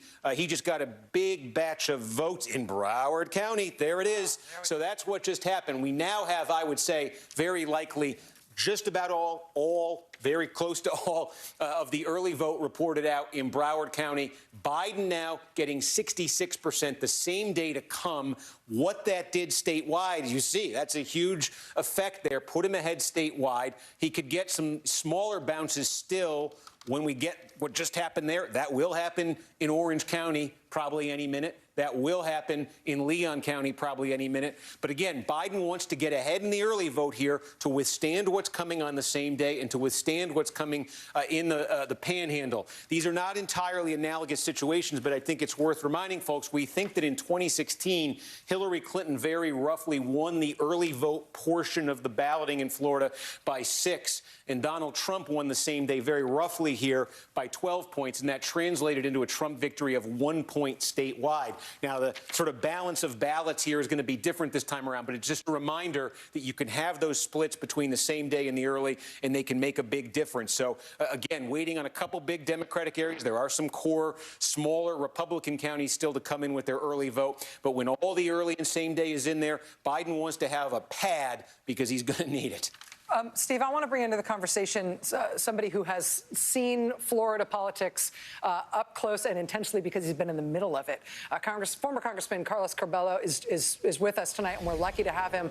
Sir, let me just ask for your take on this. You're watching these Florida numbers come in. We're all doing complex math in our heads in terms of how we extrapolate from previous races in the middle of a pandemic with different voting patterns, with different projections in terms of overall turnout. What do you see when you look at these numbers tonight out of Florida? Rachel, what we're observing here tonight in Florida is what Steve Kornacki, Chuck Todd, and others have been following.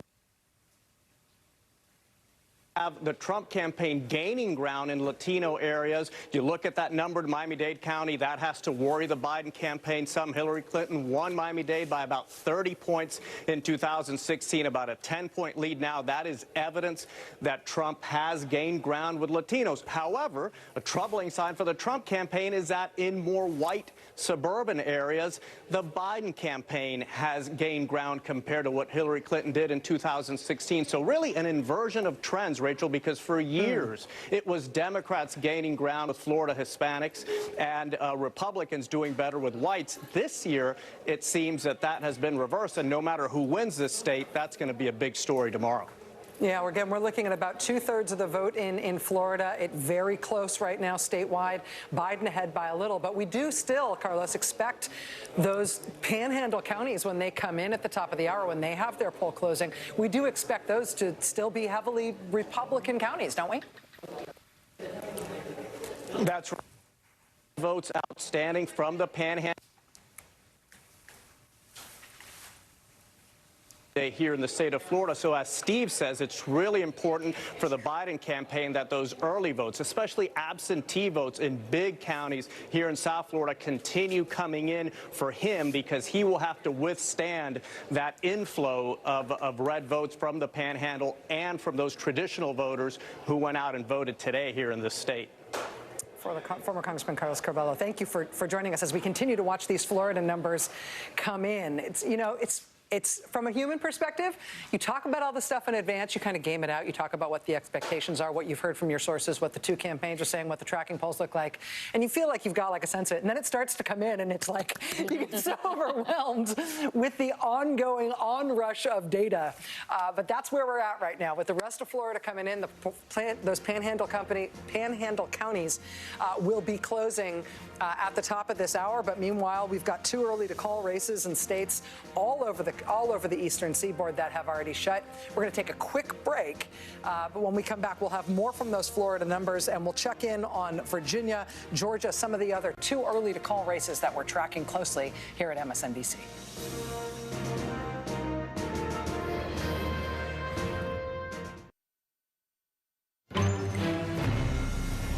Welcome back. 7:41 Eastern Time as we look at the view from our backyard. I am told that in the last couple of minutes, because a commercial break rolled, depending on where you live in the country, not the fault of any human, though humans may be harmed as a result, that you missed 2 calls that we made at 7:30. Not so much calls as estimates. They still remain the same.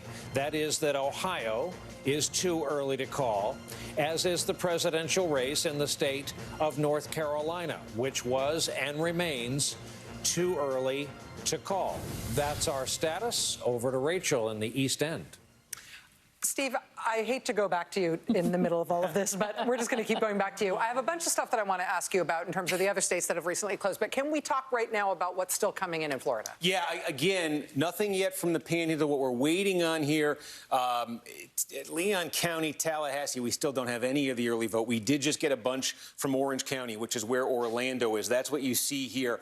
I'll take this off. We've got too many numbers on the screen. Biden getting 64% in the early vote, the absentee vote in Orange County. Again, compare this to 2016. Hillary Clinton won here with 60%. Biden right now over that number. Let's see if that can hold up as the remaining vote comes in.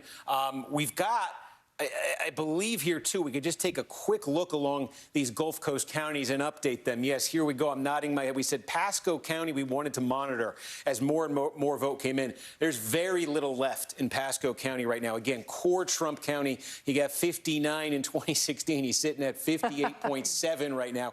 Biden, remember, no third-party candidates, so it's, don't make too much of this, but Biden a little bit there ahead of the Hillary Clinton number. But work our way north along the Gulf Coast here. Still vote to come in. Same-day vote that we expect to favor Trump here, 63%. He's trying to build that up 2 points. You could see he's coming close to these numbers. Citrus County, there is not much left. He's over it by a point. But you see what's look at this, 70.6 to 71% is what he got in 2016. Just a few votes left here. So you just see this pattern here.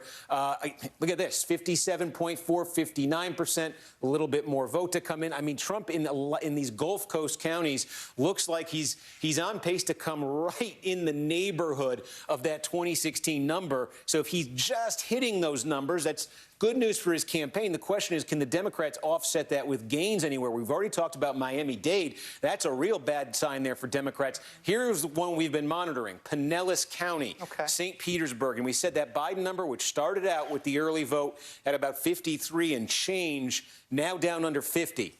Now it's 49.7. The Clinton number here in 2016 was 47%. Let's see how many votes remain here. There are still about 60,000 votes to come in. Clearly, the trend here, the trajectory of the same-day vote is favoring Trump, so look for that 49.7 to come down further. This may not be the kind of gain Democrats were hoping it might be. Let's look next door in Hillsborough County, where Tampa is. Again, Biden, the Clinton number was 52. Biden sitting at 53.5. There's 75,000 or so votes left to be counted here. Clearly, again, the same-day trend in Hillsborough County is favoring Trump. It's that election day vote. So look for this vote to come down a little bit. It might end up a little bit north of 52 if you work out the decimal points. But again, we are just looking here at stuff that looks very, very similar to 2016, with the biggest change that we're seeing on this map right now in Florida is in Miami-Dade County. And I'm just looking to see if we've got anything more. There's still 200,000 votes to come, likely a lot of same day, already underperformance from Joe Biden. That's a worrying sign for Democrats. They've got to make up for it somewhere. We'll keep looking at these and see if something appears on this map. But take a look at the statewide vote here.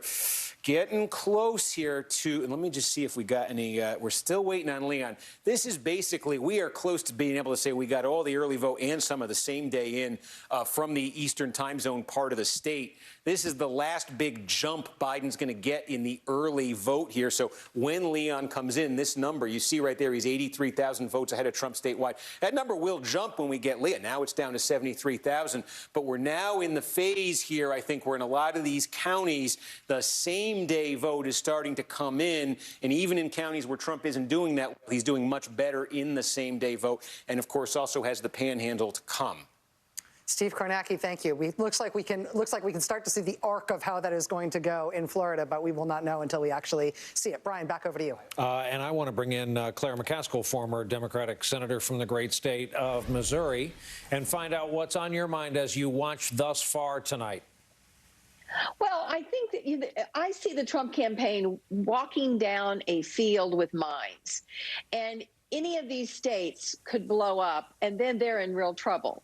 Now, they may get past the first one, which is Florida.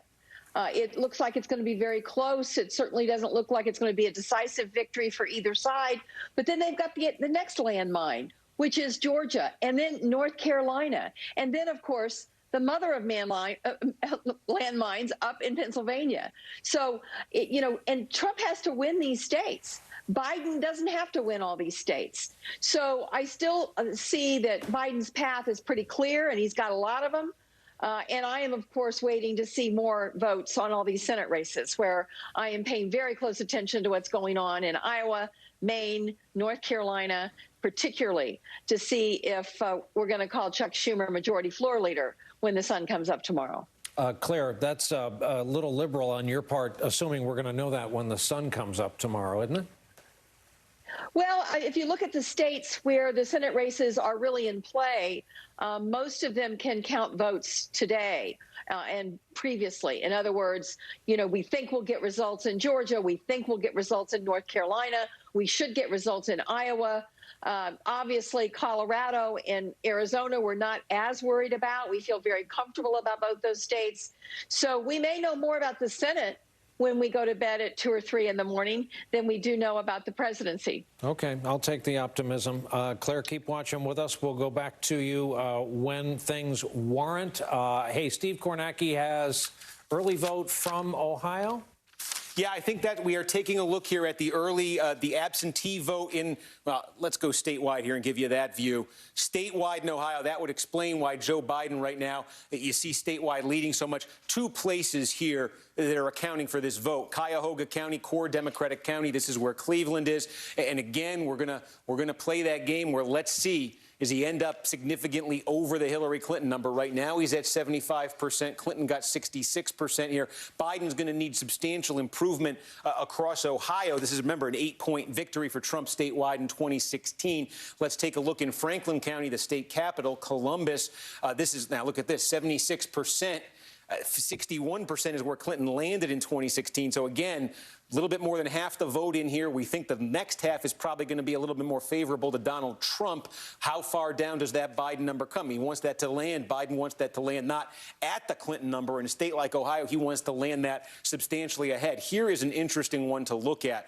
Outside of Columbus, this is a traditionally Republican sort of bedroom community suburban area here. This is the early vote here in Delaware County. This is a big one. Biden leading it 54-45 in the early vote. Again, Trump won this by 17 points in 2016. That was bad for a Republican. This is one of those areas, traditionally deeply Republican, suburban, exurban area where Democrats think they can make gains, think they have made gains in the Trump era. So this will be an interesting one to watch as the same day comes in. Biden right now significantly over that Clinton number. We again expect Trump to make up ground here as the rest of the vote comes in. But does this number land substantially above 2016 right there? I'm just seeing Zanesville. We might, okay, no, we're only getting a couple votes right there. I just want to, is this Mahoning? We got, okay, here we go.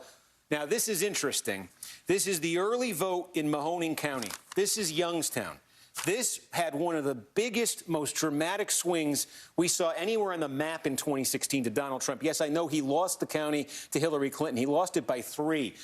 4 years earlier, Barack Obama had won this same county by nearly 30 points. This typified when we talked about that blue-collar Midwest surge to Donald Trump in 2016. This is the capital of it, Mahoning County, getting within 3 points there for Donald Trump. Joe Biden is sitting at 62% in the early vote here. So let's see. Does that come down? Does that finish above Clinton? Is Biden able to reassert himself in some way, reassert that traditional Democratic advantage? He's certainly not going to get to where Barack Obama was in 2012, but could he finish substantially north of Clinton did in Mahoning County? That would be a big signal because Mahoning County is the kind of county where Trump was really just making leaps and bounds in 2016, past what we've seen from Republicans before. So, again, that's the statewide picture, a scattering heavily slanted to those Democratic areas. areas in terms of the vote that's been reported so far. So don't read anything into that statewide number. And I'm just going to check back in Florida here one more time. Look at that. You see that advantage Biden had all but depleted right now. I don't think we still don't have Leon County in, still don't have the Panhandle. But again, and I'm just going to look to see if we've got any more Miami-Dade, a little more Miami-Dade. And you can see as we inch our way up to 100% of the vote in Miami-Dade, the Biden share, which was 54.5% the last time we checked, is down to 53.9%. That is where that's the political gravity in the eastern time zone of Florida right now. It favors Trump at this moment just because it's the same day vote primarily we're talking about. Broward 66, Palm Beach, Biden sitting at 58%. And again, statewide in Florida, a little south of 7,000 votes is the edge at the moment for Joe Biden. If you think we are juggling a lot of data and a lot of information right now, wait till 8 minutes from now when 17 states have poll closings. We're going to take a quick break and get organized before that happens. We'll be right back. Stay with us.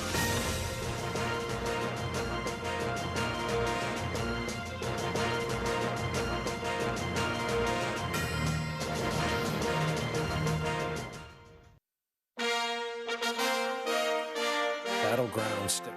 We are closing in on 8 p.m. Eastern, whereupon we will have poll closings in Alabama, Connecticut, Delaware, D.C., Florida, the Western Panhandle counties, Illinois, Maine, Maryland, Massachusetts, Mississippi, Missouri, New Hampshire, New Jersey, Oklahoma, Pennsylvania, Rhode Island, Tennessee. Busy night. Right now, we are still watching vote come in Florida. Steve Kornacki, can I also ask you for an update on Georgia? Georgia has been closed for a little while. We expect a bit of a slow count in Georgia, but what do we have there? Yeah, I mean, it's not going to be like Florida where we're suddenly getting, oh, here we go.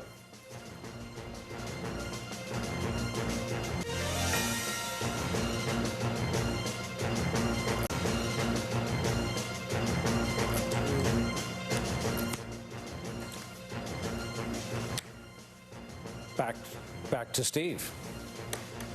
We missed the, let me cut in there. We missed the audio from Brian there. We've got issues with Brian's mic. NBC News is now projecting a winner in the Kentucky presidential race. President Donald Trump projected to be the winner in Kentucky. That will be 8 electoral votes for the president. Sorry about that. Technical difficulties. Steve? Yeah, so let's take a quick look here at Georgia again as we come up toward the top of the hour in the next set of poll closings.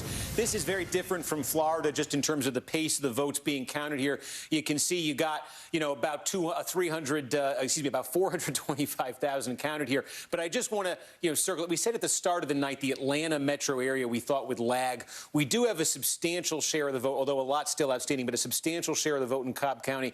You see some vote in these other counties here. It's not a ton. The counties here, there's about a 9-county area here. 9 counties right in the Atlanta metro area. I just put some stats here so you keep these in mind as the night goes on. If they can get this pen selected. Here you go. There are 9 counties that Hillary Clinton won in the Atlanta metro area, including Fulton County, Atlanta itself. They account for a little bit more than 40% of the entire vote statewide. And Hillary Clinton won these counties by 29 points in 2016. So that's why I keep saying we really want to see what is happening here. She won these counties by 29, and she lost collectively everything else in the state by 29 points. And that added up statewide in 16 to a 5-point win for Trump. Now, why these are even more interesting is in 2018, when Stacey Abrams came within an inch of winning the governorship, she didn't win these 9 counties by 29 points. She won them by 36, and she drove up turnout. So you have 2 ingredients there: higher turnout relative to the rest of the state, bigger margin. And, oh, by the way, a third ingredient, this is one of the fastest growing metro areas in the country. So for Democrats, they think they can get a bigger margin. They think they can account for a bigger share of the statewide vote there tonight. And we want to see if that's happening. And at this point, we've got a lot of the early vote in Cobb County and really not much else here. And I think especially in Fulton, it's going to take a while. So Georgia, I do think tonight we'll get a lot, but it'll take a while. Okay, 10 seconds to go to bring us to the top of the hour. A slew of poll closings at 8 o'clock Eastern, in addition to updates on the states that have already closed. The 8 o'clock hour is now upon us, and here we go. In the state of Florida, if you've been watching our coverage, you know the state of conversation there. We are saying the race is too close to call, separated by just under 10,000. In the Commonwealth of Pennsylvania, big race, big electoral vote fight tonight, too early to call. In the state of New Hampshire, too early to call. In my home state of New Jersey, Joe Biden, the projected winner of 14 electoral votes. In the Commonwealth of Massachusetts, Joe Biden, the projected winner tonight. In the state of Maryland, Joe Biden, the predicted winner tonight. In Oklahoma, Donald Trump holds on to Oklahoma. In Delaware, native son Joe Biden is the projected winner. In D.C., where you can vote without representation in Congress, Joe Biden, the projected winner of the District of Columbia. In Illinois, too early to call is our call. In Tennessee, too early to call, though a lead by Donald Trump. In Missouri, too early to call. In Alabama, too early to call. Nutmeg state of Connecticut, too early to call, though we note a lead on the part of Joe Biden. Mississippi, too early to call. Maine, too early to call. Rhode Island, too early to call, though again we note a lead at this hour on the part of Joe Biden. Ohio, of the battlegrounds, remains too early. Georgia remains too early for us to call. North Carolina remains too early to call. Here is the long and winding road to 270. The colored-in states are the states we have projected, the states we have awarded. Let's check in on some Senate races. First for us this hour. In Alabama, Jones-Tuberville race, too early to call. In Maine, a widely watched race, complicated by the state system and some third-party candidates. It is for us too early to call. Here's the number the Democrats need to gain control of the Senate. Steve Kornacki, we were talking to you. Well, we got Ohio. Let's take a look here at Ohio. We got a lot more of the vote coming in now in Ohio. Again, this is going to be more Democratic favorable vote here, although a couple places we want to look at. Remember, Biden needs to make up not just ground from 2016, because this is a state that Hillary Clinton lost by 8. He needs to make up substantial ground. We mentioned earlier Delaware County. You know, this is just outside Columbus, traditionally core Republican territory. We're now at a point where there's a little over 30,000 votes left to be counted here. The bulk of the votes are now counted in Delaware County, and Joe Biden continues to lead here. It's 54 to 45. It's at the point here where even if Trump is truly cleaning up in these final votes, there's going to be significant improvement here for Joe Biden in this county from Hillary Clinton in 2016. And again, you go back a little further in time, a 23-point margin there. So 23 for the Republicans in 2012. 17 was Trump's number here in 2016. And again, Biden is sitting almost 10 points ahead with only 30,000 or so votes to come here. That is the type of area I think we've been talking about for 4 years, where you talk about a lot of college degrees, white-collar professionals, suburban, bedroom community, whatever you want to say. That's the kind of area, and you're looking at, I think, now enough vote to say there's been some progress there for Democrats. Let's also take a look at Lucas County, where Toledo is. This is one of these, again, this is a core Democratic county in Ohio, city of Toledo, that area. The question here was how much is the margin going to be for Biden? Again, in 2016, there was the Clinton margin. It was solid. It was 18 points. But here was the 2012 margin. It was 32 points. And this was the kind of slippage all across Ohio, all across the Midwest. Clinton got in 16. Obama won Lucas County by 32. Clinton won it, but it was almost cut in half. Now, again, you see Biden sitting here nearly 50 points ahead right now. I think we're looking at early Democratic favorable vote. Let's see how much that comes down. But this is sort of the metric. Is Biden only falling to the Obama 2012 level? That's a level that won Obama the state of Ohio. Or is Biden going to fall closer to the Clinton 2016 level, or, you know, close to 60% or so? That would be disappointing for him there. So we'll watch those as they come in. Again, you can't really see much statewide because you don't have enough Republican. You have too much Democratic area there relative to the rest of the state. And I just want to take a look here. And you do see Trump has pulled ahead in the tally in Florida as the panhandle, we've reached 8 o'clock, begins to come in. Steve, before you get away from Florida there, in terms of the Democratic counties in Florida, are we now seeing them get close to their vote total? Yeah, let's go through the biggies here. Miami-Dade, we've been monitoring. Biden sitting again. This is, you know, Hispanic vote, Cuban American vote. This is where the Dems are running 10 points under where Clinton got in 2016. Let's go north to Brow. Oh boy, yeah. 99. Here we go. We're almost all in. That's good for the Democrats, but keep in mind this was a 36-point margin for Hillary Clinton. You're seeing 33 here for Joe Biden. Let's go one north to Palm Beach. Biden actually running here for now. A little bit over Clinton, but you got more vote here same day. Expect that to be a little more favorable to Trump. Let's take a look in Orlando. You're getting close there to all the vote, or close to all the vote. There's Biden sitting only a point above the Clinton number. Let's go over to the Gulf Coast and see Hillsborough. Yeah, I mean, you know, there's a little bit of vote to come here. Let's see if we get the exact number. There's about 30,000 votes to come here. Room for Biden to fall down to that Clinton level is kind of what it looks like. Pinellas, Biden sitting at 49.6. How many votes are we looking at left there? About 50 grand in Pinellas. But that Biden number, again, remember it was 53.5 when we first saw what looked like the early vote there. And I'm just going to look at Leon County here. Let's see if that comes down. And they say Duval, right, in Jacksonville. And there's Biden. He is a little bit ahead of Clinton there. This might be an improvement here. This might actually be a county that flips narrowly to Trump, to Biden. But Biden, you might look at this map as a Democrat and wish you were seeing a little bit more of that tonight. I hear you. Nicole, you were talking about Florida and expectations on the Democratic side. Yeah, the Biden campaign has been very clear-eyed about Florida. I don't think Biden's been in the state since Thursday. They sent President Obama there over the weekend. It was not a state that Joe Biden barnstormed through in the final weekend. He hasn't stepped foot there since Thursday night. It is Donald Trump's hometown. He, with Trumpian flourish, left New York behind, became a resident of the state of Florida, and it is a state that has been increasingly difficult for Democrats to win in statewide. So I think the Biden, I mean, you can feel the hopes and the dreams of our viewers falling down, and you can hear liquor cabinets opening all across this great land. But Florida wasn't a state that the Biden campaign was counting on. Florida was not a state essential to a Biden win. But the Biden campaign, and it's not flashy, and it's not dramatic, and it's not the stuff of Aaron Sorkin scripts, but the Biden campaign has been talking about the same three states that our own Steve Kornacki has been talking about day after day after day. They've been talking about Wisconsin, where they are ahead. They've been talking about Michigan, where they are ahead. They've been talking about Pennsylvania, where they are ahead. And I've said this over and over again since Sunday night. The Trump campaign has Joe Biden ahead in those three states, too. Remind people that in 2018, remember, people were all dejected and depressed after the Florida gubernatorial race, and then a blue wave happened. Florida is not representative. It's such a unique state that it isn't bellwether in any way. I'm not even 100% sure it's that much of a purple state. It's just becoming a red state. And Miami-Dade is definitely not a bellwether county. There isn't a place like Miami-Dade County anywhere in America.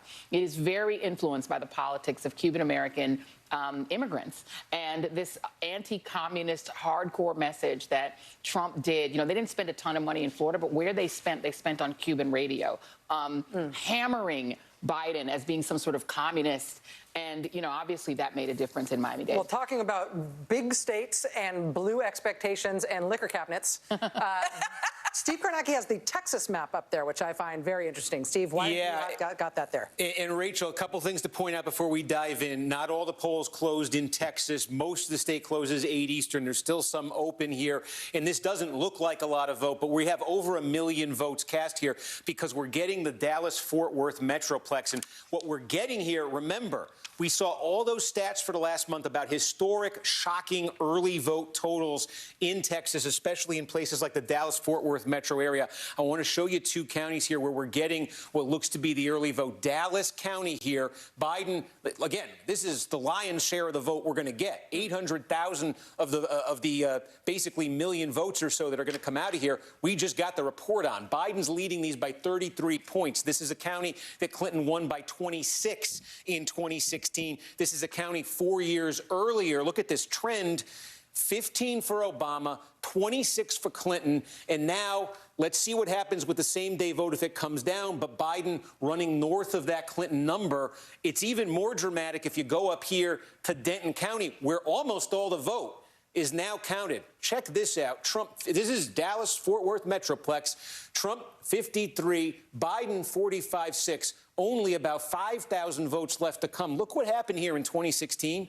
Donald Trump won this county by 21 points in 2016. Look at the longer-term trend. Mitt Romney won this county by 32 points in 2012. When Democrats said they think coming into tonight they have a shot to take Texas, they are talking about the area we are living in right now, living in on this show at least, the Dallas-Fort Worth area. They're talking about the Houston area. They're talking about the Austin area, the San Antonio area. They're talking about metro areas where those kinds of shifts, 2012, 2016, even to the 2018 Senate race when Beto O'Rourke came within 3 points of winning statewide. There have been massive shifts to Democrats, and the Democrats say those shifts have gotten bigger since Donald Trump became president. And looking at Denton County right there, you know, that's a very interesting sign. Denton County, I'm just looking, in the Senate race, where Beto O'Rourke lost 3 points statewide a couple years ago, the margin here was 8.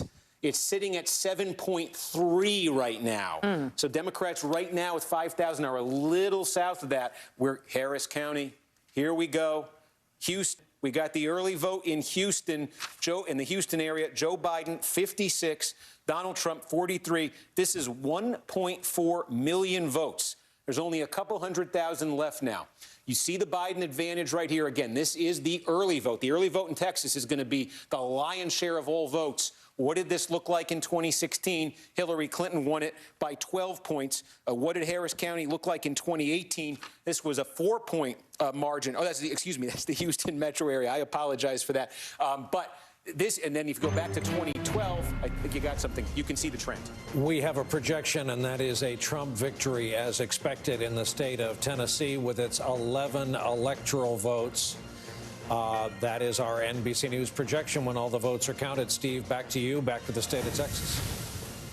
Yeah, so, I mean, again, what we're seeing here in Texas, and this is going to start to light up, this is a lot like Florida in that we're going to get the early vote here. I think the early vote in a lot of these counties is going to be 80-85% of all the vote that comes in. We're not going to get all the state this hour because there is some mountain time zone here. But the question is going to become, and I think the answer to this might be a little less clear in Texas than it was in Florida. The question is going to become, how much does this erode as the same day comes in Texas? So again, we're talking about Harris County here, Houston. You know, it's a little bit more than a 13-point advantage for Biden in the early vote. That's a little bit north of where Hillary Clinton landed in 2016. Now we're getting Williamson County. I want to take a look at this. We just got almost all of Williamson County. Wow. Here you go. This is the suburbs of Austin. Wow. And there you go. Hillary Clinton got 42% here in 2016 with only a scattering of votes left. Biden is good. Looks like he's going to win this county, and that's about a 10-point improvement. This is exactly between Denton, what I showed you a minute ago, Williamson. I don't know yet about Harris, but this, and I think Dallas too, this is what Democrats are talking about. They got very close here in 2018 in that Senate race because of counties like this. So anywhere they need a little improvement there, anywhere they're getting improvement puts them closer. Of course, the question is going to be in Texas, not just how the rest of these metro areas fill in. Just there are a lot of rural, small counties here that add up for Republicans. And there's going to be a question there, you know, is Trump driving up the turnout there? Is Trump driving up even more support there? So we're going to monitor this in 2 phases. The Democrats hit levels they haven't hit before in these metro areas. Then do they withstand the sort of rural onslaught from the Trump vote in this state? But early, just off the bat here in Texas, a lot of those, certainly in Williamson, that's a number Democrats wanted to see. Let's get some professional advice on looking at those Texas numbers. I'd like, if we could, to bring into the conversation Michael Steele, former RNC chairman, and David Plouffe, former Obama campaign manager. Looking at those Texas numbers, obviously Texas has been a blue dream for Democrats, emphasis on the dream part of it, meaning when they wake up, they never win there. But there has been so much hope that Democrats have invested there, especially looking at the high turnout numbers. David, let me ask you to go first. What do you see when you're looking at these early numbers out of Texas? Well, I think, Rachel, the question will be in the Metroplex area, in Harris County, in some of the suburban areas, in the south and west part of the state. You know, Biden's going to do quite well when the early vote gets reported. The question is, in some of those Democratic-leaning counties, at least they are tonight, you know, does that lead hold? Does he add to it? Does it erode, number one?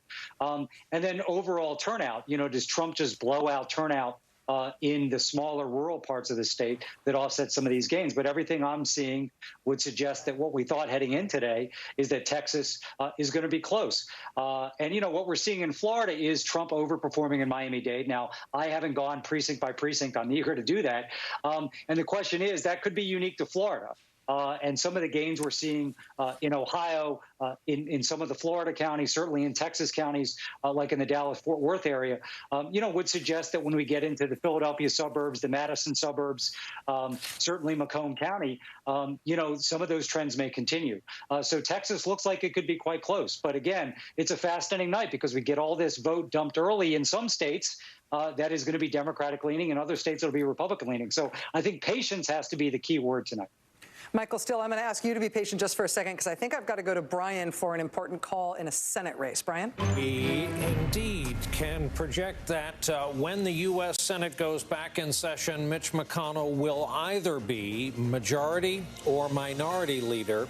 In any event, the voters in the state of Kentucky have awarded him a 7th term in office. At age 78, Mitch McConnell has pushed back the challenge from Amy McGrath. Right now, a pretty healthy lead. He is our projected winner in the state of Kentucky, already awarded to Donald Trump. Rachel, forgive me, back to your conversation. No, very good. It's good to know. That Senate race has been interesting because Democrats, I think, motivated both by enthusiasm for Amy McGrath, but a lot by a lack of enthusiasm for Mitch McConnell and a desire to try to give him a hard time at home. Democrats poured a ton of money into that race in a way that was never really reflected. There was no parallel in the poll numbers to reflect the amount of money that was spent trying to get Amy McGrath competitive there. But Mitch McConnell will be back in the Senate leading the Republicans, excuse me, in either, as Brian said, the majority or the minority. Now, back to Michael Steele. Michael Steele, looking at these Texas numbers that we have been reviewing as they start to come in, what are you seeing? Well, what I'm seeing is something that I think is very interesting to note from the Biden campaign over the last 10 days or so in the campaign, how they systematically emphasized a play in Texas. The rest of the political world kind of shaking their head going, why? But the Biden campaign knew something and paid attention to something from 2018, and that was the transformation of the vote. The other thing to understand here, Rachel, is that this is, in one sense, not a new phenomenon in that the Democrats have been, and I've been saying this now for 20 years in my various roles inside the Republican Party watching Texas, Democrats have done a very good job building base vote there, getting voters used to voting for Democrats. And that's now played itself out in 2018. And I think it's going to play itself out in a very interesting way, to David's point, close, but it's still a very interesting setup for what will come in the future. I don't think, and I will be very surprised if Biden pulls off a win in Texas, and that would be a hoopla. But the reality of it is he's shown a pathway for Democrats to turn Texas from red to a very good purple. And I think you're seeing the beginnings of that tonight. All right, we are watching those Texas results as they come in. Gentlemen, thank you. We will be coming back to you. I'll tell you that we've been getting new numbers in from Texas as we have been talking. We're going to take a very quick break, come back with those new Texas numbers. We're also going to be going live to Harris County. Again, we are still watching the final votes come in the all-important state of Florida as well. We've got eyes on Georgia, on North Carolina, on Virginia, on Ohio, on a number of other states. We're in the middle of it. We'll be right back.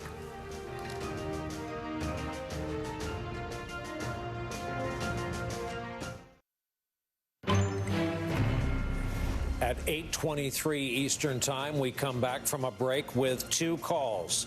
The state of West Virginia, as expected, has been awarded to Donald Trump with its 5 electoral votes. And then the land of steady habits, as they call it, the nutmeg state of Connecticut, 7 electoral votes in the Joe Biden column. We'll show you where that leads us as the states color in on the road to 270 with awarded electoral votes thus far. While we were in that last commercial break, the colors started exploding off the map of North Carolina, which leads us back to Steve Kornacki. Steve? All right, let's take a look here at North Carolina. Let me call it up here. And again, this is very similar. There was a delay in North Carolina. The polls are supposed to close 7:30 Eastern. Some polls around the state were left open. That means under North Carolina law, they are all delayed. So we're just starting to get results. But boy, they had a bunch teed up. We've got about 3.5 million votes here that have now been reported out very rapidly. Very important to talk about the sequence of these votes. This is a lot like Florida. We're getting the early vote. We're getting the mail-in vote. Then we're getting the same-day vote. So it's probably going to be high water marks for Biden, and then a question of can he withstand the same-day vote for Trump. With that in mind, let's take a look at some of the places where we're getting that vote. This is early vote, mail vote, Wake County. This is the biggie. Raleigh, this is the state capital. You see there, 2/3 of the vote going to Biden. How does that compare to Clinton in 2016? Let's see if it holds with the same day coming in. But this is an area where Democrats wanted to drive up turnout and squeeze more votes out. Keep an eye on this as the rest of North Carolina comes in. Another biggie for Democrats, Mecklenburg County, where Charlotte is. Biden right now running 6 points over that Clinton number. Again, some votes to come here. How many? About 100,000 to come. Can he stay over that 63% mark? This was a state, remember, where the margin overall for Trump statewide in 2016 in Carolina was 3.5 points. But basically, that's it for the Democrats. Raleigh, Greensboro, Winston-Salem, Asheville, Charlotte, Fayetteville here. Let's take a look, compare this 60% with the early vote. How was this in 2016? It's a little bit north of there. So these are the core Democratic areas. There are still some Republican areas to fill in. Also, up here, these are a lot of heavily black rural counties here. This was an area in 2016 where Democrats didn't get the turnout level they were hoping for. We're not seeing a lot early here. Let's watch these counties fill in and see what happens. But I think the key for Democrats here is, can they drive up more sort of in the triangle here in these other core Democratic cities? Can they get more black turnout? And I'm just going to check next door. Okay, this is a core Republican county. This reminds me a lot of, if you remember when I was looking at Delaware County in Ohio, this reminds me a bit of it, but we don't have much to show right there right now. So again, the name of the game for Democrats right now for Biden is to drive up his statewide lead as much as he can. I expect as more of this early vote comes in, you see it's in from so many of these cities. It's not in from a lot of these more rural Republican places. So that might be, Trump will cut into that a bit, and then the same day's coming. And it's like Florida. Can Biden withstand it? He is right now farther ahead than he got in Florida in the early vote, at least at this moment. Steve, will you show us again before you get out of North Carolina there? Yep, sorry. going back in. Will you show us how much we've got in Charlotte? Yeah. Here we go. So give you the raw numbers here. 84% in. You got about 500,000 votes that are counted so far. Okay. And you got a little bit less than 100,000 to come. So, it's the question, Biden getting nearly 70% of the early vote. We expect that'll be lower. Question is how much lower? If he's fighting Trump to a draw, then he's going to win this county by about 200,000 votes. He'll get about a 200,000 vote plurality. If he actually wins, by a substantial margin on Election Day, he can add to that statewide. So let's see. Let's see what the trend is as it develops in Carolina. Okay, Joy and Nicole, before all of this before all the numbers started washing over us. Oh, look, this is Mecklenburg County, what we were just talking about in North Carolina. This is ballots being delivered. These are live shots of what is happening here in terms of the mechanics of this election as we are starting to see that vote come in North Carolina. Before we started to see these numbers coming in, we were talking about the Biden campaign and the Trump campaign and their expectations, both of them seeing Florida as a toss-up, the Biden campaign being less confident about it, but them being more confident in North Carolina and in Georgia. We are now seeing strong numbers for Biden in North Carolina. Well, and let's not forget, North Carolina has acted like a swing state before.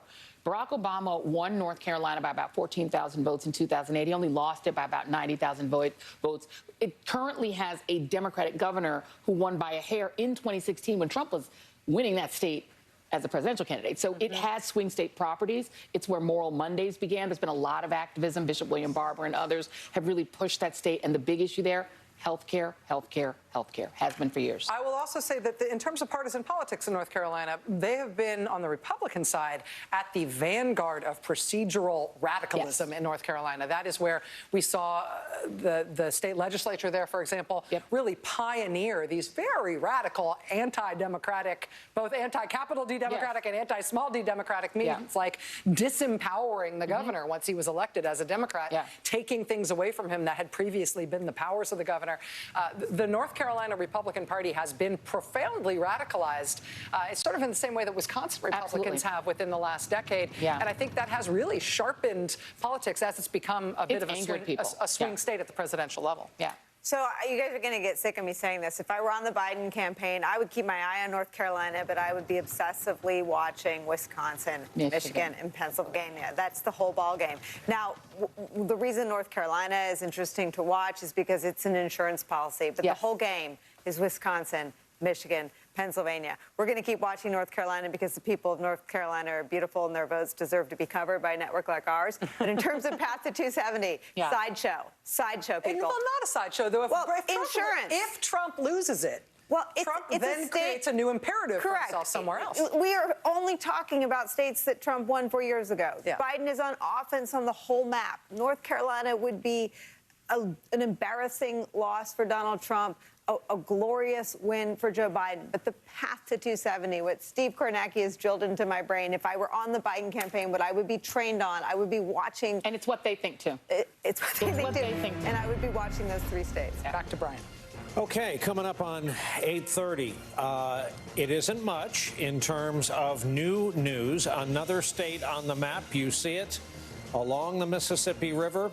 But here we are. We've just passed the 8:30 mark, and in Arkansas, here is all we have to tell you. Our projection is that as of now, it is too early to call between Biden and Trump in Arkansas. Back to the East End and our conversation ongoing.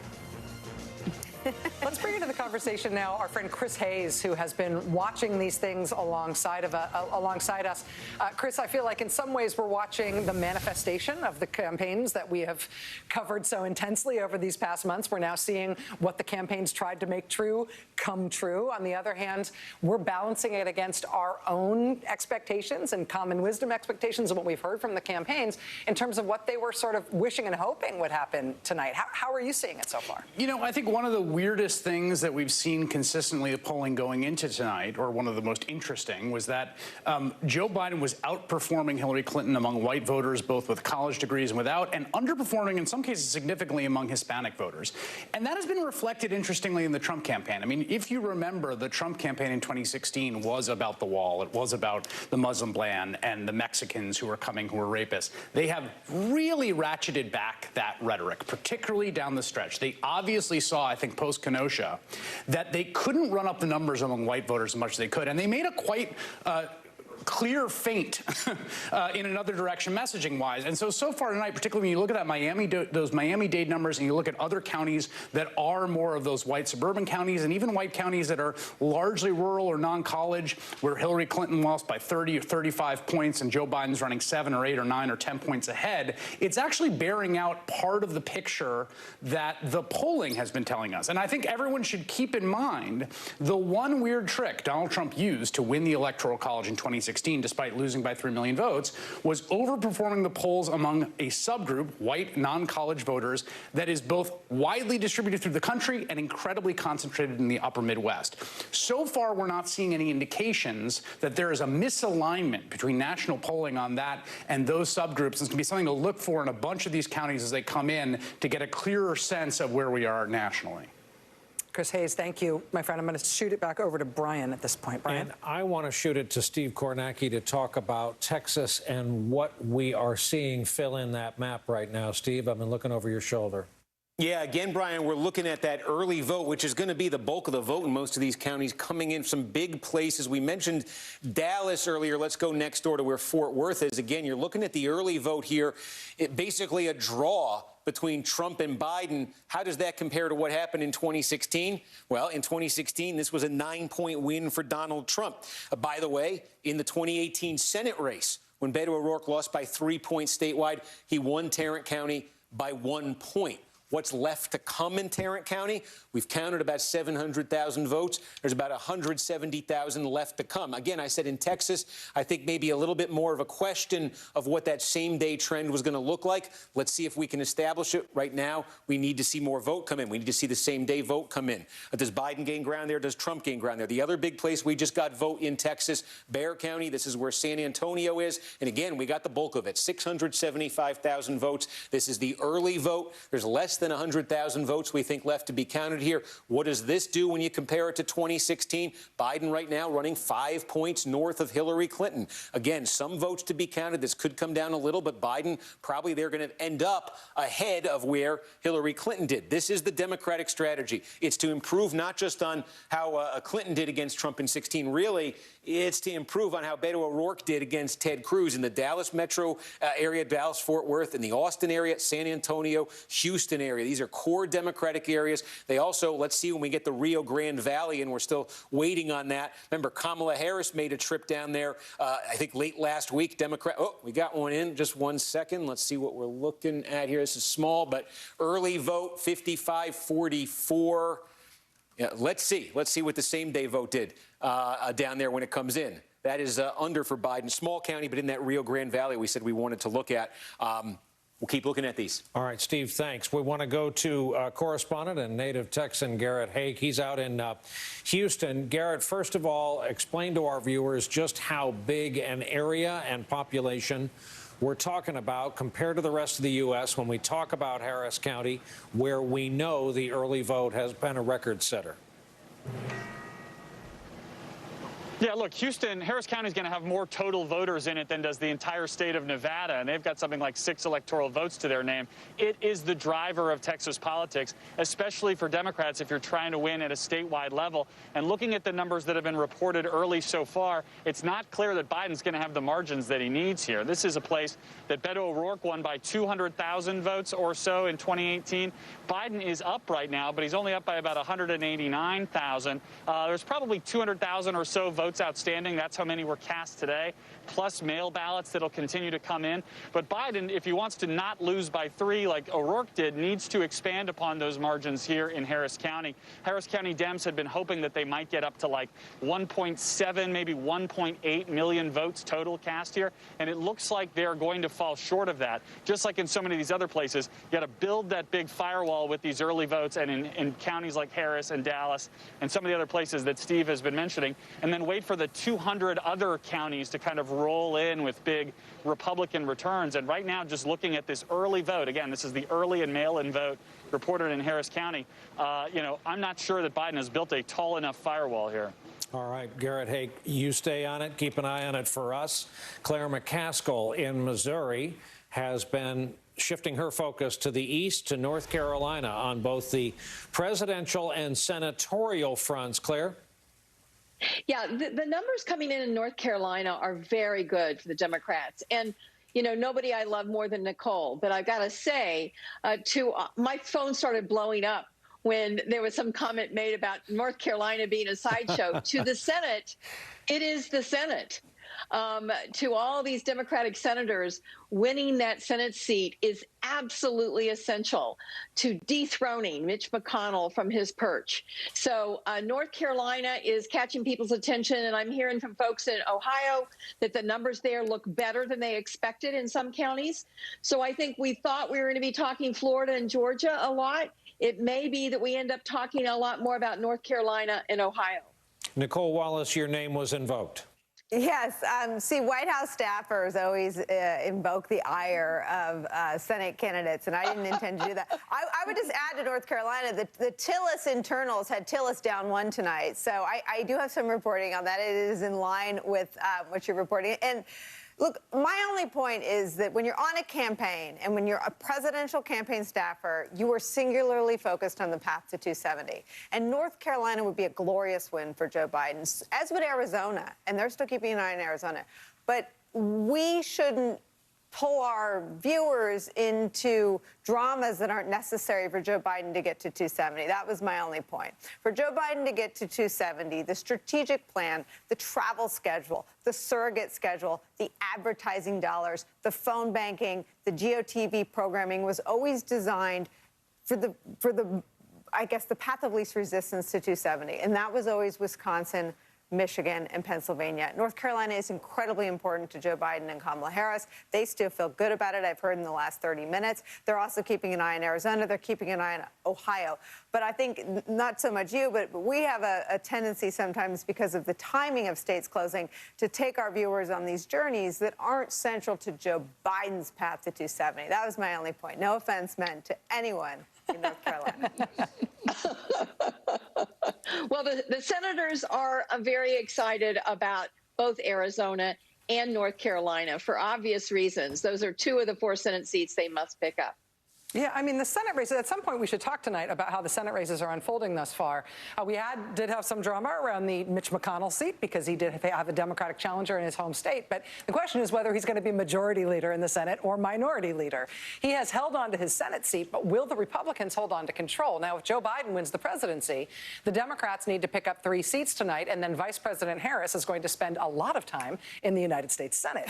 But if Donald Trump wins tonight, the Democrats are going to have to pick up 4. And the last time they picked up 4 in a single night was in 2008, which was a big blue Obama wave. And so getting to 4 for the Democrats is going to be a lot harder than getting to 3. And so the fates of the presidency and the Senate are absolutely intertwined. Right, but you just said 2008, the year that Obama-Biden won North Carolina, right? And let's keep in mind again, Tom Tillis has done himself a lot. Tom Tillis kind of stayed under the radar and sort of stayed away, and he wasn't really as Trumpy as a lot of them. And then he decided to wade on out and act like he couldn't pronounce Kamala Harris's name. And he had to go out there and go big and racist, and he put a big spotlight on himself.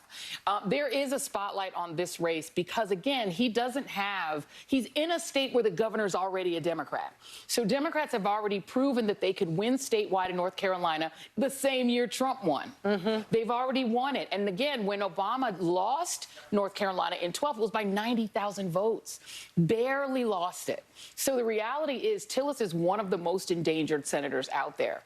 And I'm not so sure that North Carolina isn't more in play than Florida in a lot of fundamental ways. But again, it will be interesting to see whether or not Cal Cunningham, the Democrat running against Tom Tillis, whether his fate is inextricably tied to Joe Biden and Kamala Harris's fate in North Carolina, or whether there may be some divergence between those 2 seats. That dynamic in these states, some of them are swing states, some of them not, where the Senate races do appear to be unhitched from the presidential race, I think is going to make for some real drama and some really interesting end-of-the-night discussions in terms of where the fate of the Senate is. But before we get too far down that path, it looks like something else is happening in Florida. Steve Kornacki, do you want to walk us through what you've just received in Florida? Because statewide, they're at 91% now. Yeah, we are looking at, you can see here in Florida right now, Trump's margin is sitting at 232,000 votes. There have been a lot of developments here since the last time we checked in. What's left to come here? Miami-Dade still has about 130,000 votes left. Interestingly, it looks like in the same day vote that we've been looking at, Biden actually holding his own, I would say, in the same day. Remember, he had dipped under 54% overall. He's now hit 54. It may not, that suggests maybe as more same day comes in, he may not fall farther than that, but he's already fallen far from where Hillary Clinton was. There's more vote to come in Tampa. Looks like about 30,000 left in the Tampa area. I'm just looking to see here. The same day trend there is favoring Trump. More vote. Here we go. We got about 50,000 still in Pinellas. Biden under 50%. Duval still has about 45,000 left. Biden, that will be a bright spot on this map for him. That is better than Hillary Clinton did in 2016. We're just looking at Orange County, where Orlando is. Biden, take a look at this. You can see basically at where Hillary Clinton was, a little bit, a touch over where Hillary Clinton finished in 2016. If we just hit this button here, I want to take a look where the remaining vote is. We can size these. The bigger the bubbles here, the more remaining vote there is here. So you can see there is a little bit up here in the Panhandle, Republican. As I said, Tampa, we just took a look at Hillsborough and Pinellas. It doesn't look like the trend of the vote that's remaining there is going to be that favorable to Biden, nor is that the case in Duval. In fact, and in Miami-Dade, as I said, Biden might be holding his own, but it doesn't look like he's making big gains. The other big one that's left there is Palm Beach, and we could just see 66,000 to come right there. Again, Biden's margin's fallen a little bit as more same day has come in. The one question mark I'm being told in Florida is we want to make sure, and I think you'll see about 912 912,000 votes right now have been counted in Broward. Our estimate, less than 500 remaining. We are just checking to make sure all the precincts are accounted for here. There is a possibility there might be a little bit more in Broward. But otherwise, no, you look at this and that gap, I'll put it up again statewide, north of 230,000 votes. At this point, Trump's margin, that is bigger than Trump's margin was in Florida in 2016. He leads by 2.2 points here. Let's see if there's anything more from Broward. Otherwise, it's what I showed you.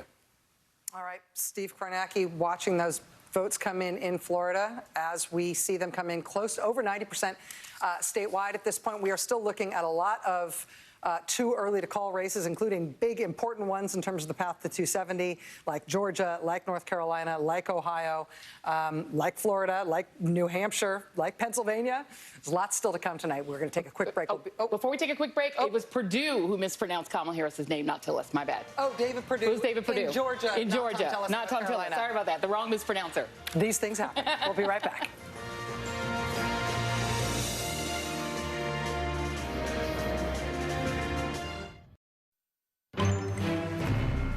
Welcome back. We are inside of 15 minutes to some major poll closings, but we want to check in on North Carolina. We still have it too early to call. We could not be watching it more closely. Also, the state of Georgia, we still have it as too early to call, as Steve Kornacki can back us up at the big board. Steve? Yep, Brian, we're taking a look here at North Carolina again. Let's take a look what's left to come in here. What you see, if you look here, the darker orange, I'm not sure what this looks like on everybody's screen. I think they call that burnt orange. I'm not sure. But that represents the early and the mail-in vote. And you see that's 3.9 million, a little bit more of the early and the absentee vote. And as we've been saying, we expect that to favor Biden in most places tonight, at least to be better for Biden than the same day. The small bit of yellow or gold or whatever that looks like on your screen, I'll circle it because it's very small in case you can't see it. This represents the progress we're starting to make in the vote counting toward the same day vote.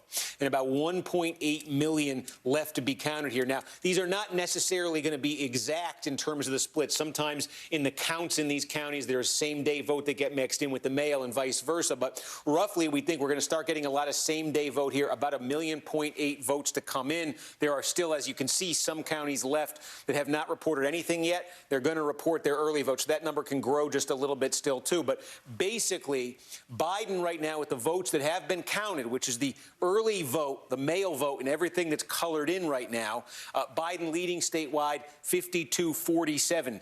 Again, what it means is all these core Democratic areas, whether it's Asheville in the west, Raleigh in the Triangle, Greensboro, Charlotte, Fayetteville, these are all places that have come in with their early vote strongly for the Democrats. There are still some, you look in western North Carolina here, there are still some counties that'll be strong for Trump, smaller, but will be strong for Trump when they come in.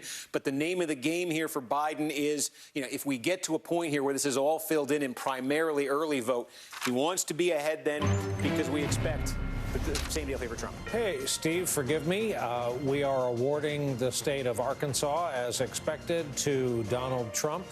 6 electoral votes. That's where the vote is coming down as of this hour. And this is what this state does now to the map. You see red filling in the center of the country. Arkansas now completes that 3-state swing. You see the blue coming up in the Northeast. We're back at it. Steve? And that was North Carolina, Brian, and I'm just looking here at Georgia, see if we can give you an update in Georgia. Again, we expected that Donald Trump would jump out into the lead here. He certainly has. This is double digits at this point with what's been counted in Georgia. We're waiting to see. I'll just give you a sense of this. The Atlanta metro area, I think we got absentee vote that's been counted here. Again, we say that'll be very favorable to Biden. This county will be very favorable to Biden. What's to come here, you're looking at about 467,000 votes still to come. And it's this entire area here that will make things, in DeKalb, there's not much that's been reported yet. Gwinnett, again, I think you're looking at early vote here. Biden up by 28. This is one of those counties, Clinton, it's been moving and moving and moving in the Democrats' direction. We're talking about this in metro areas all over the place tonight. Clinton won it by 6 in the early vote, Biden by 28. Let's see how much that snaps back. But for the Democrats, I think you're seeing a dynamic here where they're going to need something massive out of the Atlanta metro area, because if you just go to kind of rural Georgia, let's go to North Georgia here. These are small counties, but these were, you know, just numbers-wise, at the percentage of the vote, Trump's best in 2016. They are there for him again in big numbers, and these add up around the state. Rural Georgia, strongly for Trump. They add up, and eventually they can overwhelm for Democrats what they get out of the metro area. So that's why it's going to be so important for Democrats to drive up the numbers there in Atlanta metro, because there's no slippage we're really seeing for Trump so far, at least, in those rural areas. I want to look both at Georgia and North Carolina in terms of the presidential race, as we have been, but let's also look at those two states in terms of the Senate races. Between those two states, unusually, there are 3 Senate races between them. Let's talk about the Georgia Senate first, if we can. This is the regular Georgia Senate race. Incumbent Republican Senator David Perdue. At this point, we've got just over a quarter of the vote in. Democratic challenger Jon Ossoff, there you see, with about 42% of the vote. This is too early to call right now in terms of NBC News projections. Then there is a second Senate race in Georgia, which is a special election. At this point, again, we've just got over a quarter of the vote in, and this is too early to call in terms of NBC's projection. But you see Democrat Raphael Warnock there with the highest number of votes right now. The incumbent Republican Senator Kelly Loeffler there in the middle, and Doug Collins, Republican congressman, also in the 20% range. So both of these Senate races in Georgia, somebody's got to get 50%, or they each could go to a runoff on January 5th. Now let's look at North Carolina. We've been talking about this North Carolina Senate race. A lot of Democratic hopes resting with Cal Cunningham, Democratic challenger to incumbent Republican Senator Tom Tillis, right now with over 70% of the vote in North Carolina. Still perceived as too early to call in terms of the NBC News projection here, but Cunningham up by just under 4 points. Over Tom Tillis at this point. Tom Tillis, along with Cory Gardner in Colorado, thought of as being probably the most endangered incumbent Republican senator in this cycle. Let's bring into the conversation now our friend, the Reverend Al Sharpton, founder of the National Action Network and the host of Politics Nation here on MSNBC.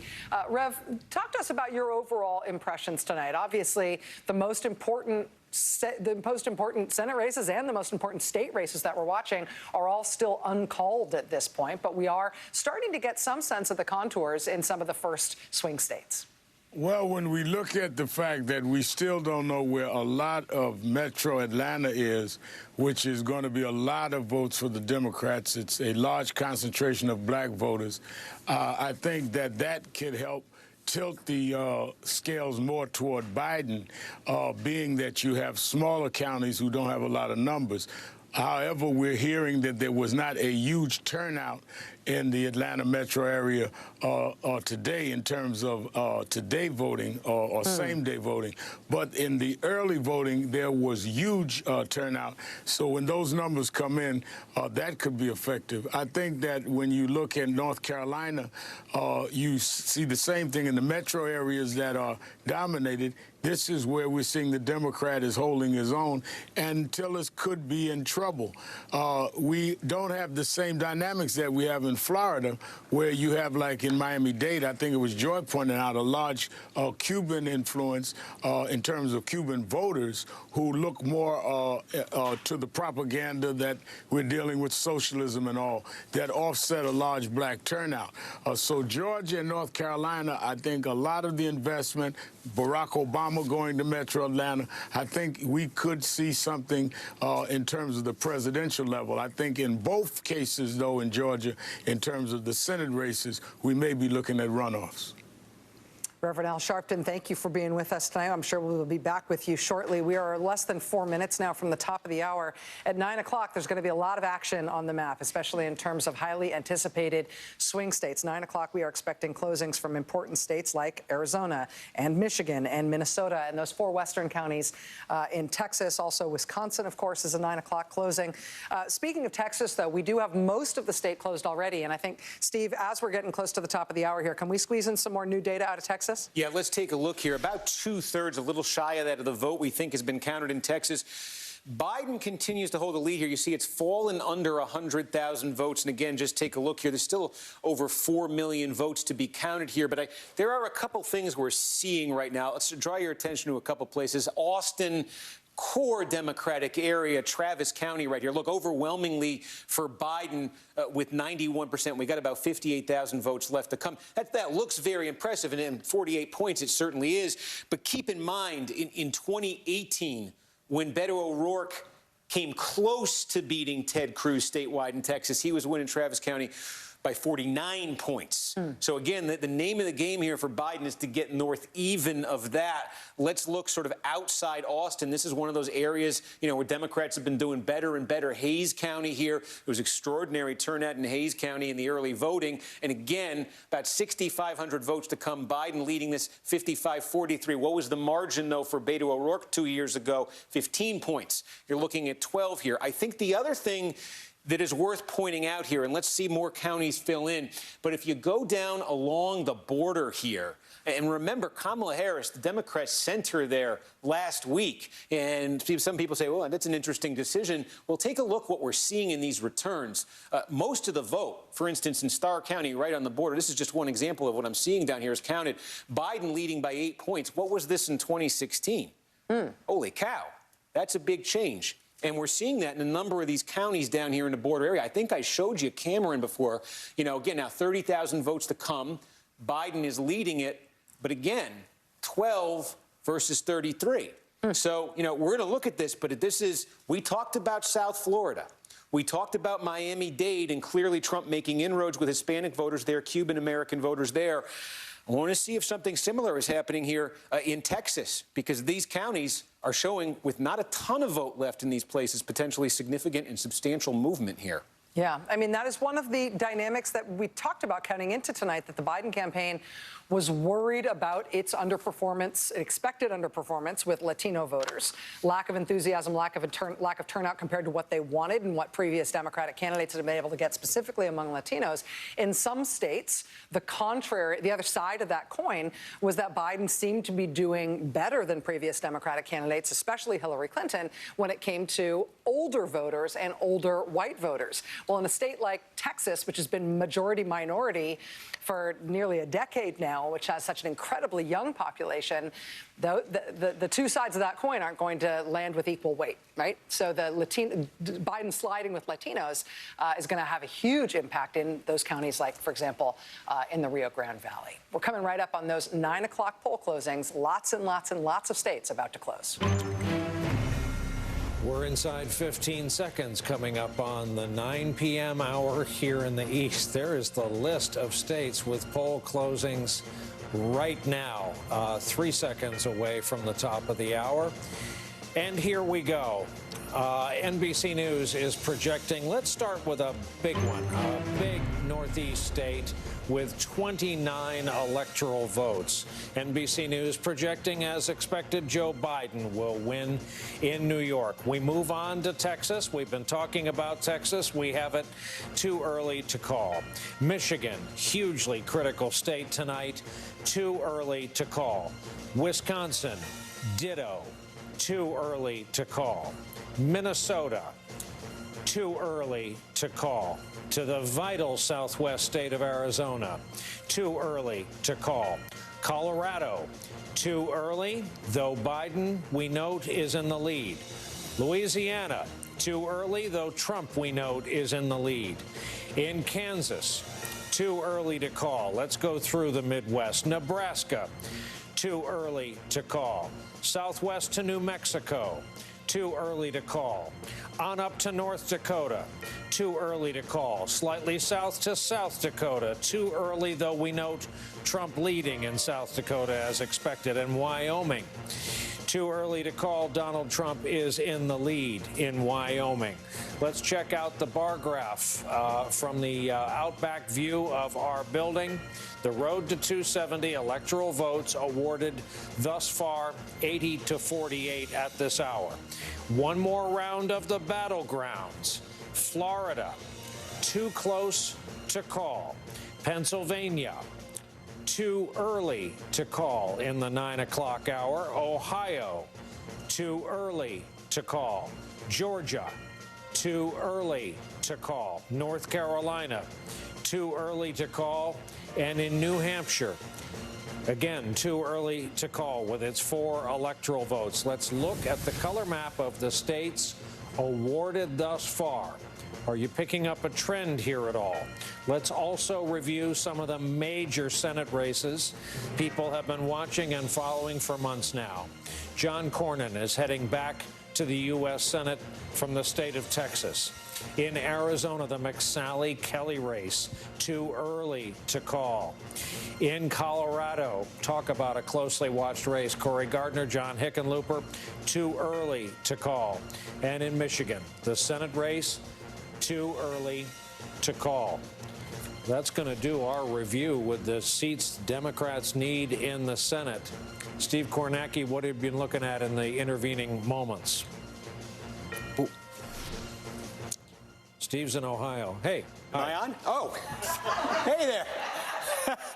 I was just trying to get an update there. Let's take a look here at Ohio. Again, it looks like about half the vote here in. We're expecting still a remaining vote here, a little under 3 million left in the state. Again, Biden with this advantage that we see right now, at least most of the early vote in here. Now, take a look, for instance, Cuyahoga County. Still a ton to come, core Democratic area. Biden running, this is above, this would be substantially above, as we say, the Hillary Clinton level in 2016. Hillary Clinton, the margin she lost this state by in 2016 was 8 points. So when you go across this map, Biden needs to be improving on that margin, wherever it is, you know, give or take, by about 8 points here. So let's just take a look here, a couple sampling of different counties. We've been mentioning this one, Delaware County, sort of suburban, exurban, outside of Columbus. I don't think they've counted many more since the last time we checked in here, but just a reminder, this looking like substantial progress for Joe Biden. A 17-point loss for Hillary Clinton. Here's Joe Biden leading it by nearly 9. That could come down as more votes are counted, but not, it's not going to come down to a 17-point Trump victory here. Take a look here in Franklin County, the state capital, Columbus. Again, a little bit more than half the vote in. This was 27 points. That was the margin for Hillary Clinton in 2016. 27 points. Right now, 52 is the margin here. Again, with vote to come in that could knock this down some, but he wants to be, Biden does, if it was 27 for Clinton, 8 points statewide, 35 or more, and probably in a county like this, close to 40. He's at 52 right now. Let's take a look up again in Lucas County, where Toledo is, still with 150,000 votes to come there. Again, 18 points was the Clinton margin. It's close to 50 now. Let's see what happens where that comes down. We're looking over again in the Mahoning Valley. We've got a little bit of that same day coming in right here. Clinton had won this by just 3. Biden still way up here. Again, let's see how that changes with the same day vote. But again, you're looking for places on this map. We could even go through a bunch of very small counties here where Donald Trump, I'm looking through these for the first time along with you at home, and I'm comparing Donald Trump's showing right now with Donald Trump's showing in 2016, because a lot of the counties that I'm going through in Ohio, this is sort of the Appalachian region in Ohio, these are places where he really surged in 2016 in terms of his level of support. And I'm just seeing, is he hitting that level? And it's a little bit lower there, but again, that could change with the same day, a little bit lower. I'm just seeing if there is a trend right there. So look, Trump in these are very small counties here, holding his own relative to 16. I'm not immediately seeing big slippage there. Here's another big county, though, Cincinnati.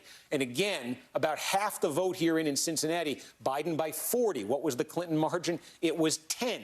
So as this comes down, does it come down and level off in the 20s somewhere? That would be substantial improvement again in a state where that Hillary Clinton lost by 8 points. Let's keep an eye on Cincinnati. Let's go right outside Cincinnati. Butler County, less than 100,000 votes to come. Trump had won this by 28 in 2016. He's leading it by 7.5 points. He's leading it by 8.5 points right now. Again, let's see where that lands here. 28. Can Biden shave 8 to 10 points off that right there? So you are seeing, at least right now, and this is, we have to caveat this by saying we want to see as this vote comes in, is there a late trend to Trump here? But we are seeing in a lot of these places a substantial Biden improvement from 2016. I think it's clear he's going to do better in this state than Hillary Clinton did in 2016. The question right now is these votes come in, and again, let's just refresh here and look at statewide. Will he do 8 points better statewide, enough to carry it? Well, I was going to say, this is what the Biden campaign will tell you is they added a trip to Ohio. Oh, yeah. They yesterday. went, they made a last-minute change to their schedule to go campaign there. And what they would say, I think, is that to be doing well with these voters have a lot in common with the kinds of suburban voters that they were targeting with their closing messages about the soul of the country, their speeches that they billed as big speeches. This is the kind of state where I think they would look to expand their appeal to the same kinds of voters they're counting on in states like Wisconsin and Michigan and Pennsylvania. So this is a state that I think they were cautiously optimistic of, and a state that seemed to move in their direction in something they saw in their internal polls, so much so that they added a stop to the state, I think near Cleveland, for Joe Biden himself. So this is a state that I think our friend Tim Alberta from Politico is reporting on the kinds of voters that would make up these gaps that Steve is talking about in the last 30, 40 minutes. Would be of great interest, and there would be sort of a through line between the issues that would have turned them toward Biden in these closing days. Well, you know, it's funny that this is the reason that a lot, particularly of older black voters, wanted Biden to be the nominee. He is the kind of candidate who could do the best with white working class voters that a Democrat could possibly do, which is not that great, but better, obviously, than Hillary Clinton. And, you know, Obama was able to win there. So, I mean, he's got a white working class sensibility, but he's also appealing to what we're calling the wine moms. And it is interesting that if the story... We're calling them the wine moms? They're called the wine moms. I missed this. Have you missed this? These are the moms who, these are college-educated white women who voted in huge numbers in 2018, who flipped the House back to the Democrats, and who are still mad. Like, they haven't expended all of their energy and anger. They're also the women that Trump is calling out to when he's bellowing about suburban women, like me, want me. They're the same voters in Ohio. Put those with black voters, and those are the states that have lots of African Americans and lots of those wine moms, he can do well. Forgive the interruption, another state call, and that is, as expected, Donald Trump, the winner in South Dakota. And while it hasn't come up a lot tonight, there is that stretch of coronavirus that is raging through the Dakotas right now, just part of the backdrop of the vote in 2020 during an uncontrolled pandemic. But that's our projection that when it's all said and done, looks to be about a 70-30 split in South Dakota. Here is another red state on the national map. Sorry, back to the conversation. Looking at the map, it's actually helpful to have that at this point. Nothing has changed from 2016 in terms of what we have seen here. Trump has won states that Trump previously won, and Biden has won states that Clinton previously won. And any effort to encroach on one another's territory has thus far been rebuffed or at least delayed. And so while it's been fascinating to watch all this stuff come in, I mean, the way that you calibrate your expectations in terms of what's possible for the next election is by looking at the last election, particularly when it's an incumbent running for a second term. But this is, I mean, where we stand right now is nobody's gained ground anywhere. Steve, in terms of what you're looking at right now, we've been talking about Ohio. We've been talking over here a lot about Pennsylvania. We haven't heard a lot from you in terms of what's in Pennsylvania thus far. Is there anything in Pennsylvania that is worth talking about yet? Yeah, not much, but I just want to give you a sense of how confusing Pennsylvania is going to be. I mean, you see red in Pittsburgh right now. What you're seeing here, this is same-day vote, basically, in Pittsburgh. And that's why Donald Trump, you know, remember, he was going to win the same-day vote big. There's a little bit of mail vote that's mixed in there. But this is basically one of those places where the mail is expected to come in. You know, this is Pittsburgh. I mean, this is what a normal sort of Democratic margin would look like in Pittsburgh. So, you know, you see Trump at 69. You got to remember there is a ton of mail in a place like Pittsburgh. You take a look at Philadelphia, where, again, it looks like what they've actually released here early in Philadelphia. There are some places in Pennsylvania that are going to do this. You know, there are some places they're going to release some mail vote tonight in Pennsylvania, and I believe they've released a little bit of it early here in Pennsylvania. Again, they're expecting north of 800,000 votes here. You got a quick dump of this shortly after the polls close in Philadelphia here. Joe Biden over 90%. Again, this is just obviously core Democratic territory here. But I think we are going to see some mail-in voting here. I am going to encourage people to to disregard this, and I'm going to look into this because that doesn't make sense. With what 95%, what I'm seeing there in Lehigh County, I think there might be an error. Sometimes there are numbers moving around in the system, and the wrong thing pops up at the wrong time. But basically, in Pennsylvania tonight, there are going to be some counties, in Philadelphia as an example, Allegheny is an example, where they are going to end up reporting out some of their mail-in vote, I think, by the time we get to midnight, later on in the night. There are other counties, too, smaller ones. They will report out some of it. And then over the next couple days, you'll get the rest of it. There are some counties as well in Pennsylvania where you're not going to get, folks in Beaver County, they haven't reported any votes here yet. The folks in Beaver County say they're going to report their same-day vote tonight. That's expected to favor Trump. He's supposed to do well in the same-day vote here in Pennsylvania. And then tomorrow, they're going to begin processing and reporting out their mail-in vote. And that's something that a number of counties in Pennsylvania have also said. So there are going to be some very, very jarring movements here, depending on the method that the county is using in Pennsylvania. So the overall picture, when you're looking at Pennsylvania numbers right now, is not much is in. Some counties are only going to report the votes that were cast today, which could be a small fraction of all the votes that end up getting cast in that county. Some counties are going to report the votes that were cast today, plus some of the mail that was cast today. So there's going to be a range of possibilities here. And in Pennsylvania, more than in other states, we are looking at just dramatic shifts between those two buckets of votes, where Democrats look like they are going to absolutely clean up in the mail vote in Pennsylvania, and Republicans are going to really clean up in the same-day vote. There's going to be huge disparities. So it's all dependent. When you're getting results coming in, whatever county you're looking at in Pennsylvania, it all depends what bucket the vote is coming from.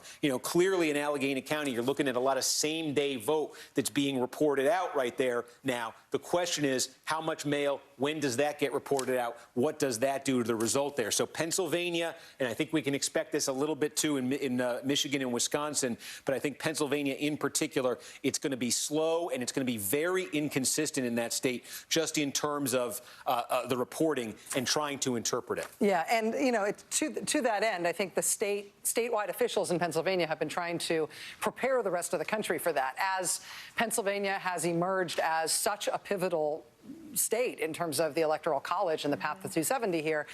For example, the governor of Pennsylvania, Tom Wolf, did a TV ad earlier this week in which he literally said, it's going to take a few days to have our results, and imploring Pennsylvanians to be patient. But of course, it's the rest of us outside of Pennsylvania who are just as impatient for those results. But the Secretary of State as well has been totally unequivocal, saying no way will Pennsylvania be announcing any winner on election night, given that multiple counties are choosing multiple methods that will produce very different results in terms of their partisan lines. Some counties not counting any early vote until tomorrow, no matter how many votes they got day of. So, and you had the two most important interviews last night on your show on this point. You had the person in charge of all legal challenges in every state or in any county, and that's Mr. Bauer of the Biden campaign. Yep. And you had the Attorney General for the state saying that everything, or the Secretary of State, the Attorney General, that every vote will be counted. And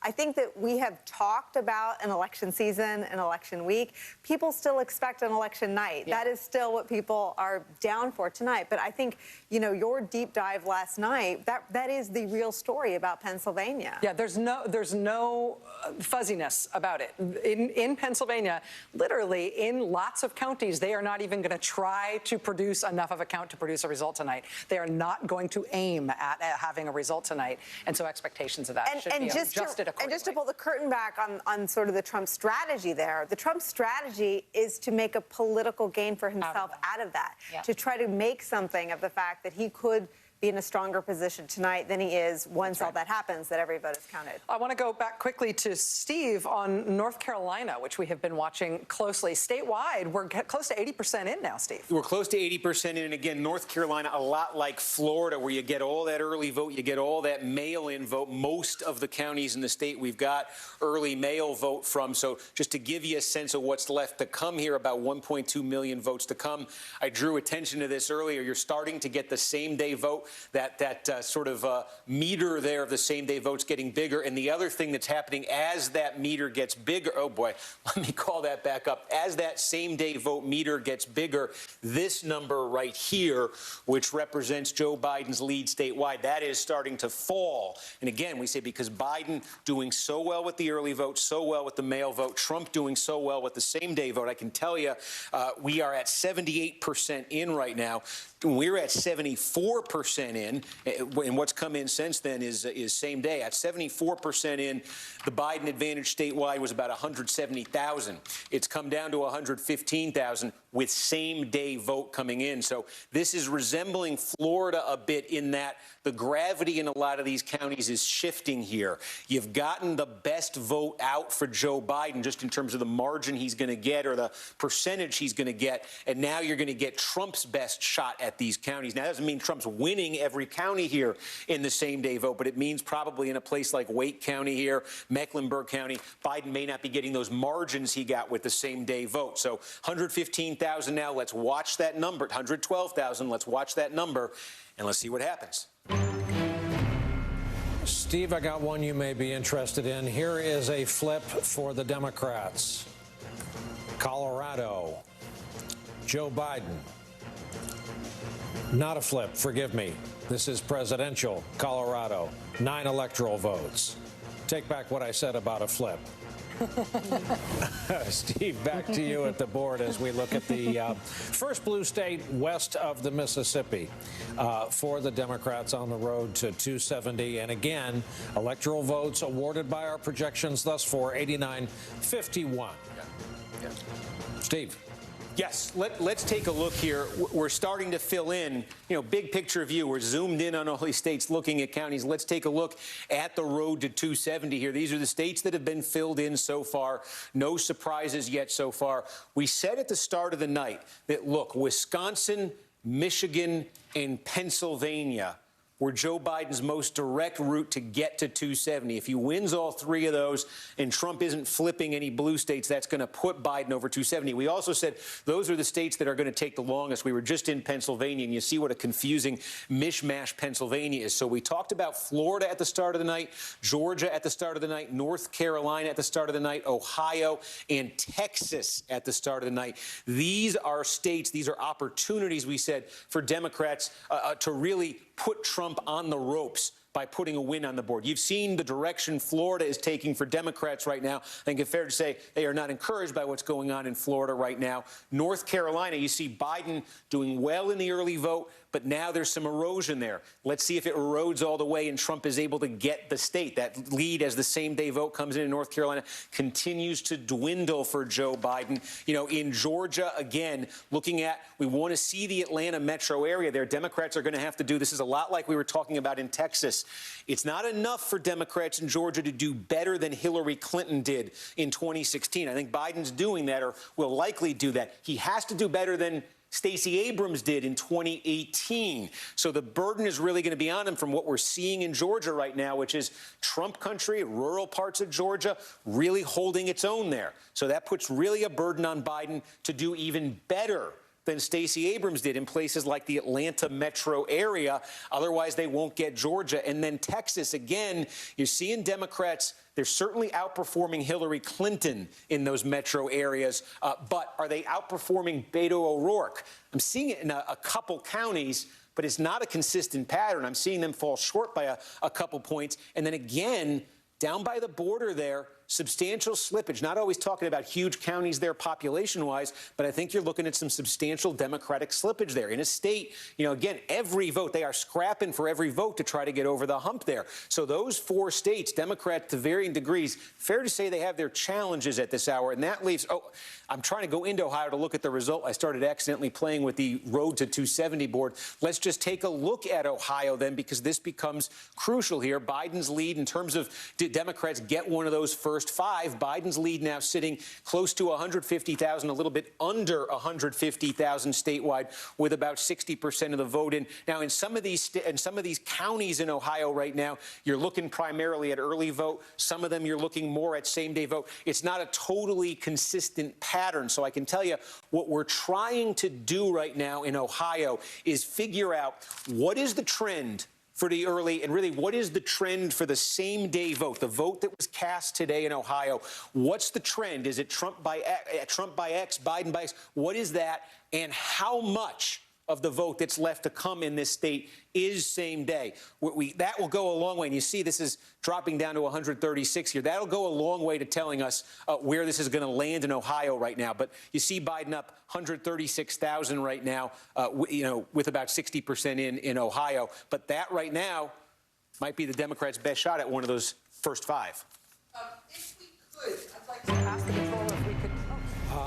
Here we go again. A matching Dakota has been projected for Donald Trump. Again, as expected, North Dakota to go along with South Dakota. Sharp-eyed viewers saw that we had quietly added that bit of red in the northern plains. That's our projection with its 3 electoral votes. That's how the map fills in. Rachel, back over to you.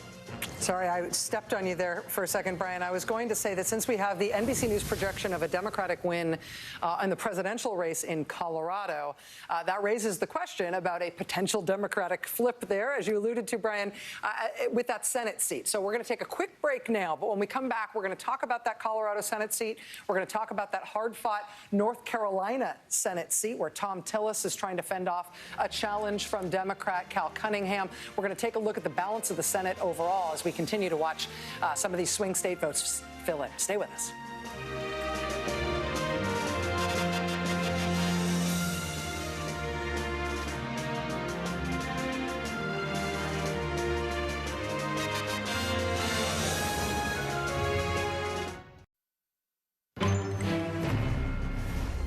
My friend Rachel alluded to this before the break. This is the Alabama call. Donald Trump has, that's all unchanged, Republican status. But let's go to Senate Colorado. Sorry, here is the map of electoral votes and states awarded thus far. A lot of this is loaded into our computer, so try as we might, we can't avoid it. This was the race we were alluding to. I knew we were on the cusp of a call. That, indeed, is a flip for the Democrats in the Senate. John Hickenlooper over Cory Gardner. For the Republicans, John Cornyn is returning to the Senate from Texas. In Alabama, this widely watched Senate race too early to call. In Arizona, the Mark Kelly-Martha McSally race too early to call. Kansas Senate, additionally, too early to call. Let's go up to the state of Maine. Talk about widely watched, too early to call. Let's go out to Michigan. Too early to call between James and Peters. Arkansas, Tom Cotton's going back to the U.S. Senate. In fact, we have a list of incumbents that are going right back to the U.S. Senate, starting with Chris Coons, Democratic side, Delaware. Ed Mackey up in Massachusetts. Turns out his biggest challenge was a Democrat named Kennedy. New Hampshire, Shaheen's going back to the Senate. New Jersey, Cory Booker's going back to the Senate. Oklahoma, Senator Inhofe going back to the Senate. Mike Rounds is going back from South Dakota. And Tennessee Senate seat will remain in Republican hands with Bill Hagerty, the projected winner tonight. At this hour, U.S. Senate makeup, this is a lot. 40 Dems, 37 Republicans. Net gain of 1 for the Democrats. That's the Hickenlooper victory in Colorado. Cory Gardner was about as heavily targeted as any Republican incumbent going into this cycle. Rachel and colleagues, over to you. Thank you, Brian. While we're talking about the Senate, I actually want to go to our friends Lawrence O'Donnell and former U.S. Senator Claire McCaskill, who have been paying particular attention to the Senate races tonight. Lawrence, let me start with you. I know that you've been watching Senate races in preparation for tonight, in the weeks leading up to this. What have you been watching for tonight most closely? And let me also get your reflection on that first Democratic flip that was just called. John Hickenlooper taking Republican Cory Gardner's seat out in Colorado.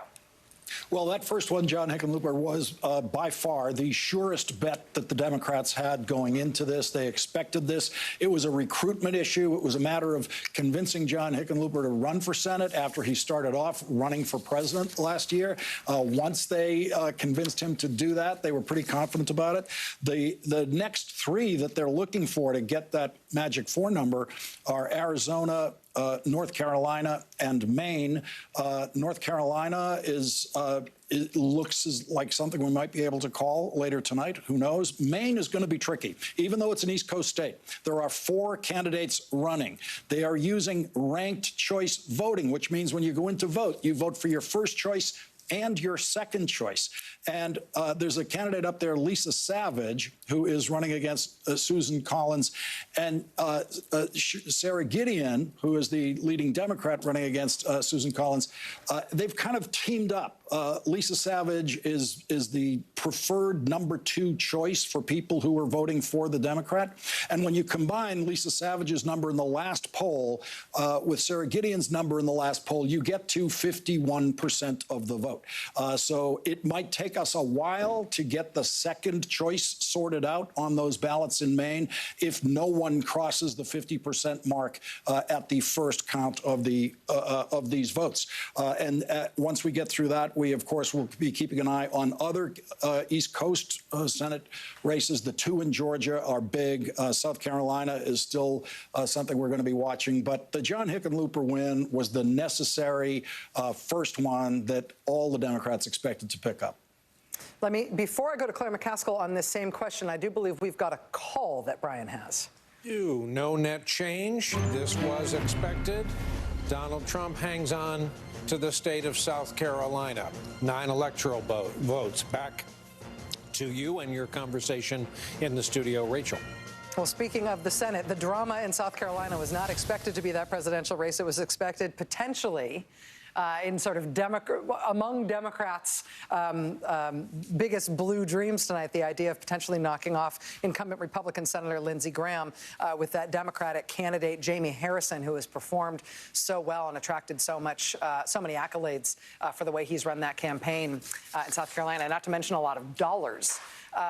Claire, this Harrison-Graham race we're obviously keeping an eye on. Graham has been ahead in the polls there, and it is red state South Carolina. And NBC News has just called South Carolina for Donald Trump in terms of the presidential race. But what are you watching in terms of these Senate races, in terms of a potential flip for the Democrats, and where Democrats have their best hopes now? Well, I've been talking to people, and it looks like that North Carolina is going to be a real nail-biter. It's going to be very tough as these numbers come in from same-day voting. Cal Cunningham's lead seems to be shrinking, as Steve Kornacki has pointed out. You start out with a big lead with the early vote, and then the same-day voting makes it a little tougher. I do think we're going to start looking towards Iowa to see. There has been polling all over the place in that race. One candidate up 4, the next day the other candidate up 4, all with high-quality polls. So Iowa may end up being that, and a potential runoff in Georgia may actually be the races that will tell the tale about control of the Senate. Wow. It is, I mean, I will point out that there is a little bit of media bias in favor of there being Georgia runoffs being potentially determinative, just because everybody's looking forward to spending Christmas and New Year's in Georgia in our respective recreational vehicles, as we were previously discussing. We will all have them. We will all move to Georgia, and we will all become weird, very close friends. If that has to happen. In Georgia, the presidential race is still playing out tonight. Steve is keeping an eye on the Georgia presidential numbers as they are coming in. How much of the statewide vote do we have right now in Georgia? Yeah, you see about 40% here. Donald Trump's advantage here, 15 points in the statewide tally. That adds up to 325,000 votes. Again, though, we've been talking about these are the counties here. These are the counties that Democrats depend on. They kind of make or break them. You have some vote being reported out here, but here's a way of looking at Georgia right now. Where is the remaining vote? The bigger the bubble, you see bubble after bubble after bubble. This is... For Democrats right now, as I said, they have to drive up numbers here as these bubbles get filled in with votes. They have to drive up numbers in these counties north of where Stacey Abrams got in 2016. Again, these counties right here collectively, when you added all the vote in them together, in 2016, when Hillary Clinton lost the state, she won these counties by 29. When Stacey Abrams lost by a whisker in 2018, she won these counties by 36. And I think just what you're seeing in the rest of Georgia tonight, and again, I could take you through just so many small counties here, small rural counties. You just see the ocean of red here, whether it's North Georgia, anywhere here. I could take you through them individually, but you'd see Trump is holding his own relative to 2016, improving in some places as well. So it means that as we get the vote here, and there's disproportionately the missing vote is coming from the Atlanta metro area, Biden's going to need something higher, maybe substantially higher than Stacey Abrams got out of these counties. We just don't have a ton of vote in them right now, so we can't tell you at this point. But that's the challenge that he faces in Georgia right now. It comes down to those Atlanta metro counties. And again, let's just call up the results board here. The other thing I want to check in on while we're here is just North Carolina, see where that margin stands. 84,000. One thing that's not accounted for in North Carolina, Biden leading by 84,000. There's a big county here just to the east of Charlotte, and we can call that up, Union County here. We're not reporting, we're not seeing really any vote from Union County. Just give you a sense of what the importance of this one to Republicans in 2016. Trump won this by 30,000 votes. So anything on that order right away, when you get the vote from Union, could substantially cut into that. And again, the other thing that Biden's up against here is that even in the blue counties now, in a lot of cases, as the same-day vote is coming in, it's either not as Biden, as pro-Biden, as that early vote was, or in some cases, Trump perhaps winning the same-day vote even as he loses the county. So the votes that come in, and there you go down to 84,000 here. So again, the votes continue. The margin there continues to shrink. There are some opportunities here for Biden to still add some votes, certainly Raleigh, Durham, that area. So let's see. It's a close one in North Carolina, but Biden's going to need to get a lot of votes out of those remaining Democratic areas. Steve, this is a little bit of me going out on a limb, but would you mind looking at Wisconsin presidential to see if we've got any Wisconsin vote in yet? Let's take a look up in Wisconsin. We do. We have a little bit here, and I'm just seeing, the state capital, this is the capital of Wisconsin. This is the capital of Democratic politics in Wisconsin. You see Biden with what's been reported here so far, not surprisingly ahead. Again, this is what you would expect, 71-23 Hillary Clinton. This is a key one here, Brown County, Green Bay. Again, just a few votes in here. You can't really tell anything from this, but this was a place that Donald Trump did very well in 2016. Mitt Romney, it was basically almost a tie between Romney and Obama. This is one of those counties where Green Bay is, where Donald Trump surged, got a double-digit margin in 2016. Again, very, very few votes in there right now. And we're just seeing Milwaukee. I'm just going to see if we have Milwaukee County, if we have much. Again, very little. We'll go out to Waukesha out here. Again, Waukesha is a lot like, and again, 35%. Let's see what's left here. 200,000 votes still to come. Waukesha is one of those, when you get to these suburban counties outside Milwaukee, they have continued to be very, very strongly Republican counties. Trump didn't do quite as well in them in 2016 as Romney had done in 2012, as Republicans traditionally do. But you still haven't seen the kind of movement in place like Waukesha away from the Trump Republican Party that you see in those metro areas in some other states. So that's a thing to keep an eye on tonight. But in Wisconsin, too, the vote is going to be mixed here, by the way. The vote method, Remember, we say in Pennsylvania there's going to be these wide disparities, mail and same day. We expect in Wisconsin a lot of cities and towns reporting their votes in. They're going to mix them together. So it's going to be a little, probably a little bit smoother here and a little harder to tell if we're looking at same day or early vote. Steve, to that point, we got a bit of a problem in the Milwaukee area. We want to bring in correspondent Cal Perry. And Cal, this year, you know, depending on where we're concentrating, there's straight up shenanigans going on. There's U.S. mail slowdowns going on. There's voter suppression going on. And what you have to report on is a slow count, apparently, tonight, correct? Yes, and election officials want to make it clear that does not mean that anything is wrong here. They had planned for this. Here in Milwaukee County, they separate out the early voting. They separate out those votes and they count them on their own. And we're now told by election officials we should not expect complete results until 5 a.m. local time here. That is 6 a.m. Eastern. Another thing to keep in mind here, there was a tremendously bad primary here in April that the Democratic Party is telling us that they learned from. They went from 5 polling locations in Milwaukee to over 170, which is why they tell us no news is good news. That is the reason that there were no lines. The state party telling us they put together a campaign for 2020 based on a pandemic. They told us on the phone that the Trump campaign is still running a ground operation like the one that Obama ran. So they think they have a major advantage here. Also, just want to throw in, I think the other thing that we saw here in Milwaukee that played out smoothly is because of the thousands of election volunteers who came out in a pandemic, made sure that people were socially distanced and that they got in and out of these polling centers quickly. It was very impressive out here, guys. Yeah, here. Good to hear that, because you can go several minutes of our coverage and manage to forget that we're carrying off this election in the middle of an uncontrolled pandemic. After all, that would account for the record-breaking early vote. We have so many important battleground states still outstanding. We have yet another list of closings coming up within 20 minutes. We're going to take a break. Our live Decision 2020 coverage continues right after this.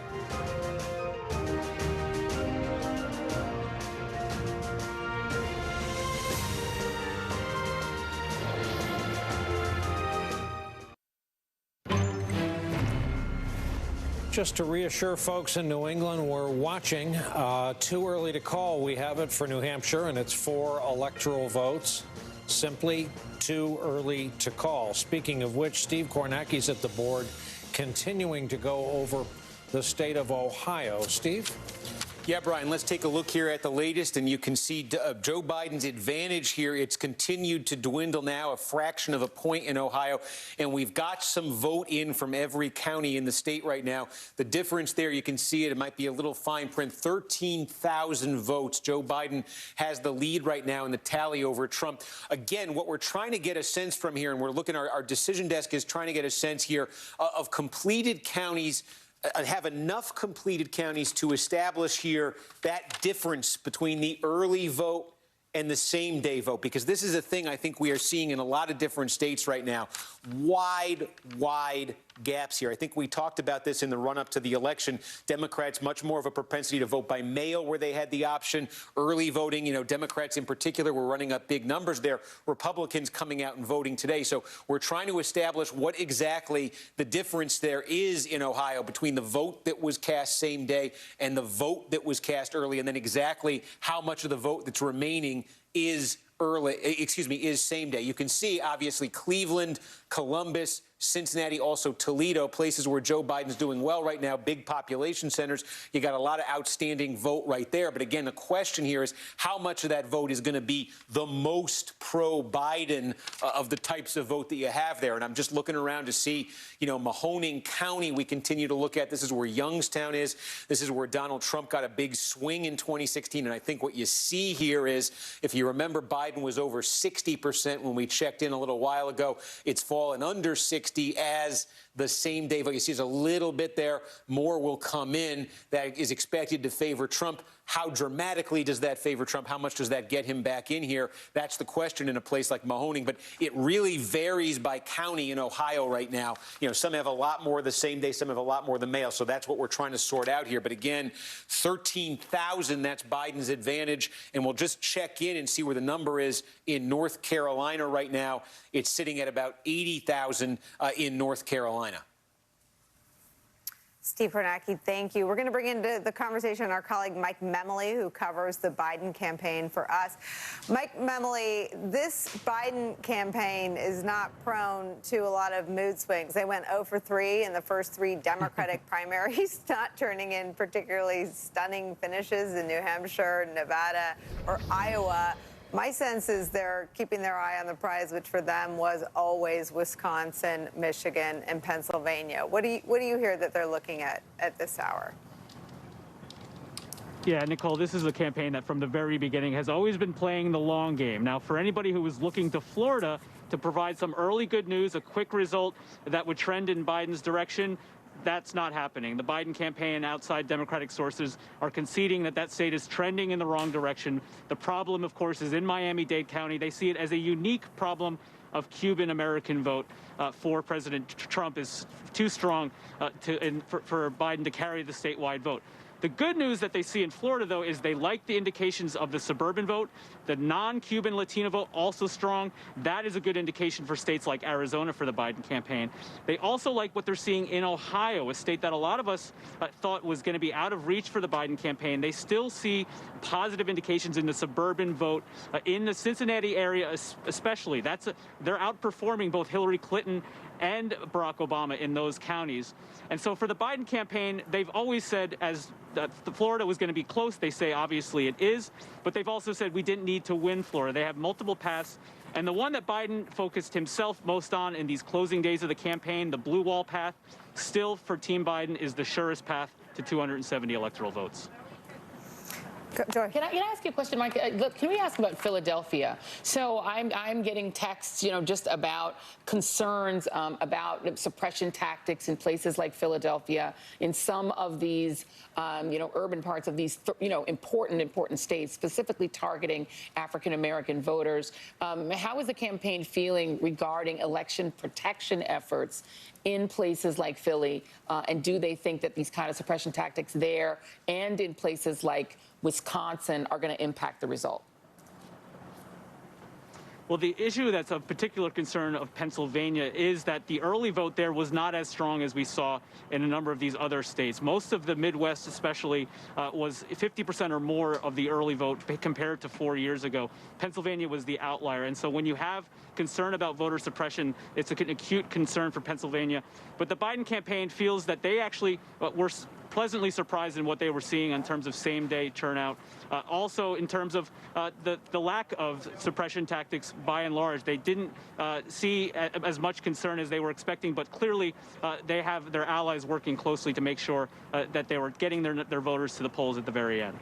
Okay. Mike Memoli, thank you for being with us. We will be back with you as we continue to watch the results roll in from swing states around the country. At this point, again, what we have seen thus far is no change from 2016. Democrats haven't taken any states that Republicans took. Republicans haven't taken any states that Democrats took. The only change would be one flip in the United States Senate, where a Republican Senate seat held now by Cory Gardner will go to Democrat John Hickenlooper instead. That Senate flip is the one change we have seen since 2016. Other than that, we're looking at static results from the last 4 years, which just feels remarkable given what has happened over the last 4 years. Let's bring into the conversation now Robert Gibbs, Obama administration and Obama campaign veteran. Robert, what are you seeing tonight? What do you think is important? Well, look, I think some of the numbers that you're seeing out of Ohio are a bit of a surprise. And I think if you're the Biden campaign, you like how that bodes for a lot of those upper Midwestern states. Suburban strength there could mean good news in places in Pennsylvania as well as Michigan. And if you think about it, the Clinton campaign lost Ohio by 8 points, but only lost Michigan and Pennsylvania by much, much, much smaller margins. So if this campaign in those states are moving 6, 7, and 8 points, even if Biden doesn't win a place like Ohio, it may bode really well for those other upper Midwestern states. And I think, across this Sun Belt, it's going to be really interesting to look at Arizona. That could be the first place we see something switch. And it's all going to be focused on Maricopa County, the county that Phoenix is in. Democrats haven't won that for a really long time. But if you win that county, you're almost certain to win the statewide race there. So I think that's going to be a big thing for people to watch. Yeah, Arizona is interesting because Arizona has had some weird stuff, right? Trump won in 2016 by about 3 points. In 2018, we had some weird stuff in Arizona where it took like 6 days to find out the winner of that Senate race. We are expecting to get a big dump of ballots in Arizona an hour after their polls close. But then after that, we don't know much about how that vote is going to go. So those Sunbelt states, I mean, New Mexico, Nevada, Arizona, the dynamics there are sort of unlike anywhere else in the country. If Biden is able to get close but not pull something out in Texas, do we still think about Texas as being its own country electorally, that it can't be compared to anything? Or do we start seeing it as contiguous to those other southwestern states? Well, that's a good question. I mean, I think Arizona might be something that sits in a little different place because we know there's a contested Senate race where the Democrats run a really strong campaign, and even Republicans talk about McSally trailing Trump. So it may be that a lot of attention got paid to a place like Georgia, which I still think is very early. A lot of attention got paid to that early vote in Texas. It may be that just the spotlight that would normally have been on an Arizona is actually going to matriculate back there as we get closer to watching those polls close. I still think North Carolina is going to be within a point either way. I think it's early yet in Georgia. But I think Arizona could be the first place that changes a little bit on what we saw in 2016.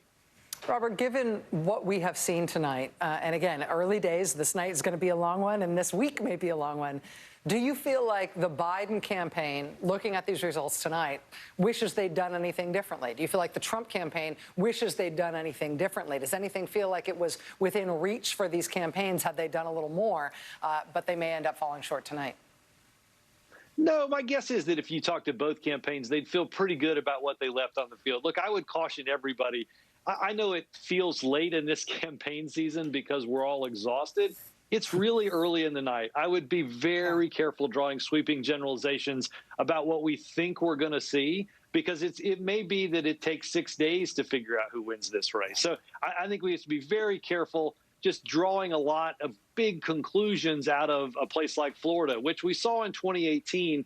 You know, Democrats felt great about 2018. Still lost the governor's race and still lost the U.S. Senate race in Florida. Florida's a tough place. But that doesn't necessarily mean that that's indicative of either the rest of the Sun Belt or certainly the rest of the country.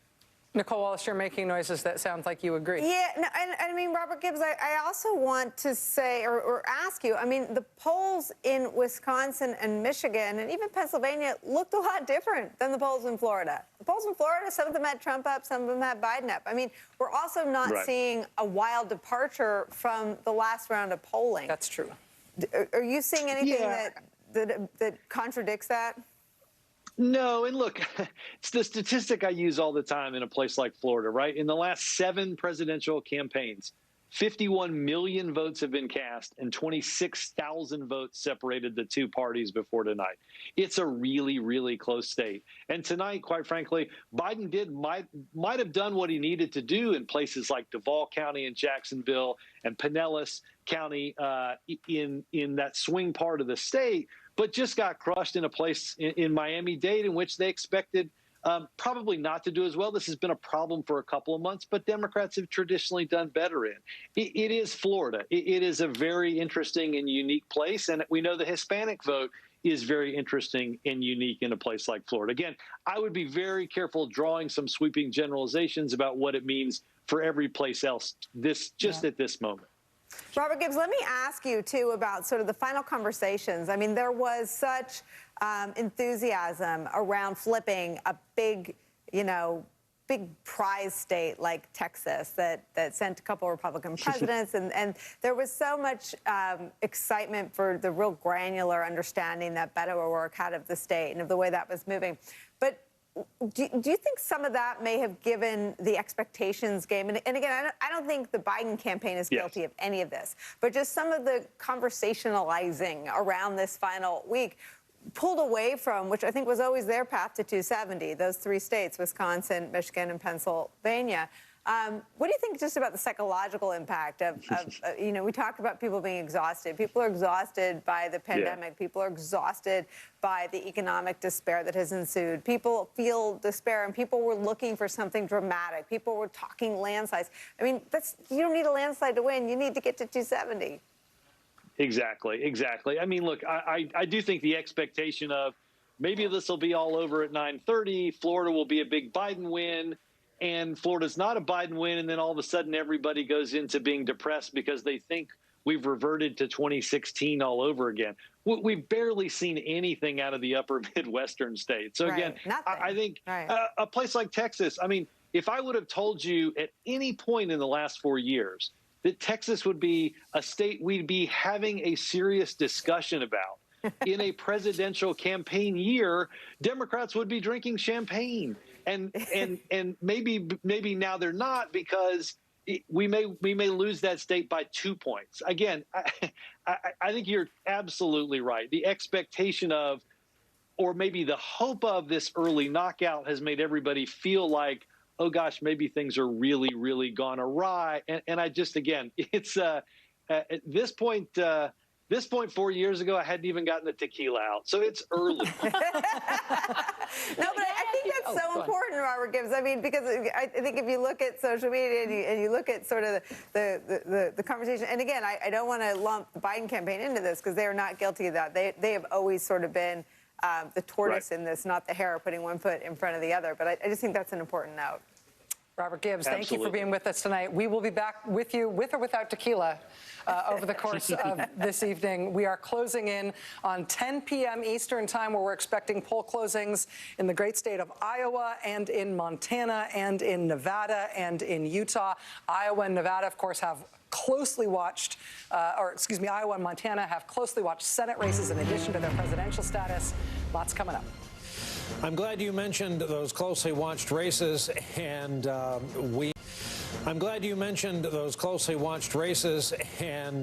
we may not have a whole lot of developing news here at the top of this next hour, exactly to Robert Gibbs' point. It's early at 10 p.m. in the East, but those are the states closing at this hour, and so in we go. In Iowa, too early to call. In Nevada, too early to call. In Utah, too early to call. In Montana, too early to call. Let's go back through some battlegrounds. In Florida, too close to call. We have it as a slight Trump lead. In Texas, too early to call. Pennsylvania, too early to call. Let's get comfortable here. In Ohio, while we're at it, too early to call. Michigan, too early to call. Georgia, too early to call. North Carolina, too early to call. Arizona, too early to call. Wisconsin, you figuring out a trend here? Too early to call. Minnesota, too early to call. New Hampshire, too early, but a Biden lead as our decision guest desk sees it. Here's the map to 270. This is how the colors lay out across the country. You see the outlier, Colorado. On the Senate side, of course, that was a flip on the Democrats. Let's talk about Senate races. Having just closed, this is a big one. You see how much whopping vote is in there. Obviously, too early to call. The Greenfield-Ernst race. And in Montana, Bullock-Daines, too early to call. The Democrats need 3 seats to gain control. Steve Kornacki, do you have any numbers on turnout tonight? Well, we're looking at numbers across the board significantly higher than 2016. We're also just trying to look at, I'm looking as you come to me here at North Carolina, and I think you can see, let me get this off the screen so there's a little more clarity here. We've been watching this Joe Biden lead in North Carolina, and I think if you've been keeping a close eye, it's been dwindling, and it continues to dwindle. It's now under 6,000 votes in North Carolina. We think about 85% of the vote is counted. What is to come here? You see about 863,000 votes statewide. Again, there are a lot of votes in, and I'm just seeing if that falls anymore, at 5,900. There are a lot of votes here still to come in places like Raleigh, Greensboro, Charlotte, but they are the same day votes, and we're seeing big differences there. I'm also just checking to see if we still don't have votes in here from Union County, which is a big suburban area expected to favor Donald Trump. So you see Biden's lead dwindling there in North Carolina. You see Biden obviously fall behind in Florida earlier and in Texas. In Georgia, again, Biden is going to need, we got more than half in here, continuing to be a 13-point gap, is going to need monster numbers here from the Atlanta metro area. That brings us, of those 5 states we highlighted at the beginning of the night, that brings us to Ohio, and there you go. You can now see that Donald Trump has taken the lead in Ohio, 130,000 votes. Let me just take a look here at what's left. A little under 2 million. We've got a lot of same-day vote that has come in here. I think there are a lot of places. We were just looking at this off air. You know, we are seeing again significant gaps here in these counties between the votes that were cast ahead of time and the votes that were cast today. I think there are a lot of votes that were cast today still to come in. You could see a place like Franklin County. Look, this is still overwhelmingly Biden, but the number is down even here from what we were looking at earlier a little bit because of the same-day vote. Here you go, Delaware County. This is a good example, too. They're basically all done in Delaware County. We highlighted this at the beginning of the night. This is a very good example, I think, because this is sort of suburban, exurban. Democrats talked about making big gains in a place like this. Democrats have made gains here with only about 700 votes left. Trump got 56 tonight. Looks like a little south of 52%. Do Democrats need a little bit more of a gain than this? Perhaps. That's a question you might ask. You could take a look. Lucas County, still a lot to come in here. I believe they've been stuck there since we started looking. Statewide, Trump's lead now sitting at about 130,000. If you look where the remaining vote is, I think we will see Cleveland, Columbus, a little bit less Cincinnati. Let's just check in on Cuyahoga County here. Again, 300,000 votes there. There still are opportunities on this map for Joe Biden. We've still been checking in with Mahoning. That Biden advantage in Mahoning now down to 13 points as more of the same-day vote comes in Mahoning County. So you see Trump's numbers moving up in a lot of places in Ohio with same-day vote. And I just want to zoom out because I think it is a good time to check in on this. We said at the start of the night that there were 5 early opportunities here for Joe Biden in Florida, Georgia, North Carolina, Texas, and Ohio.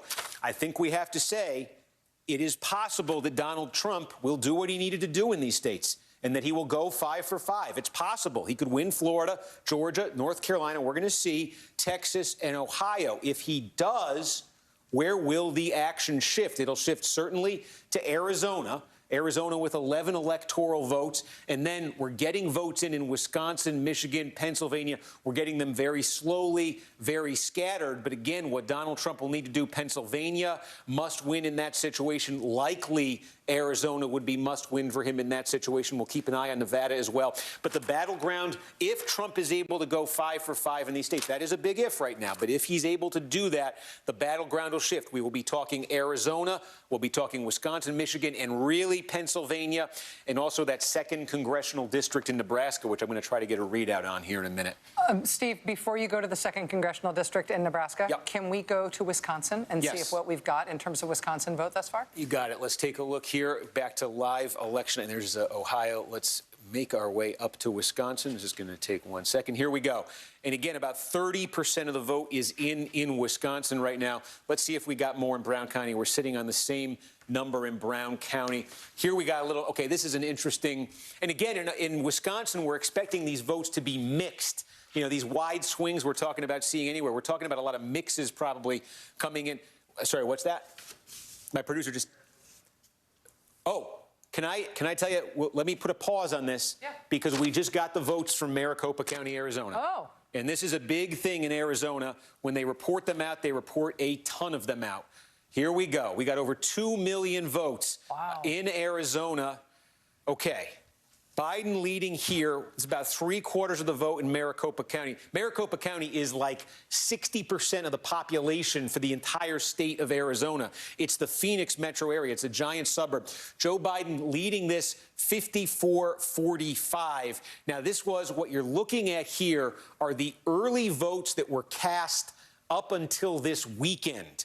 These are going to come in Arizona. We're going to come in sort of 3 buckets of votes over the next few hours and maybe into tomorrow. The first things you're going to see here, they're going to be giant batches of votes like we're looking at right here in Maricopa County, almost 1.5 million votes. These are all, they've been doing early voting for a long time, mail voting for a long time, the last couple of weeks in Arizona. Everything that was cast up until about this weekend is what you're looking at right now.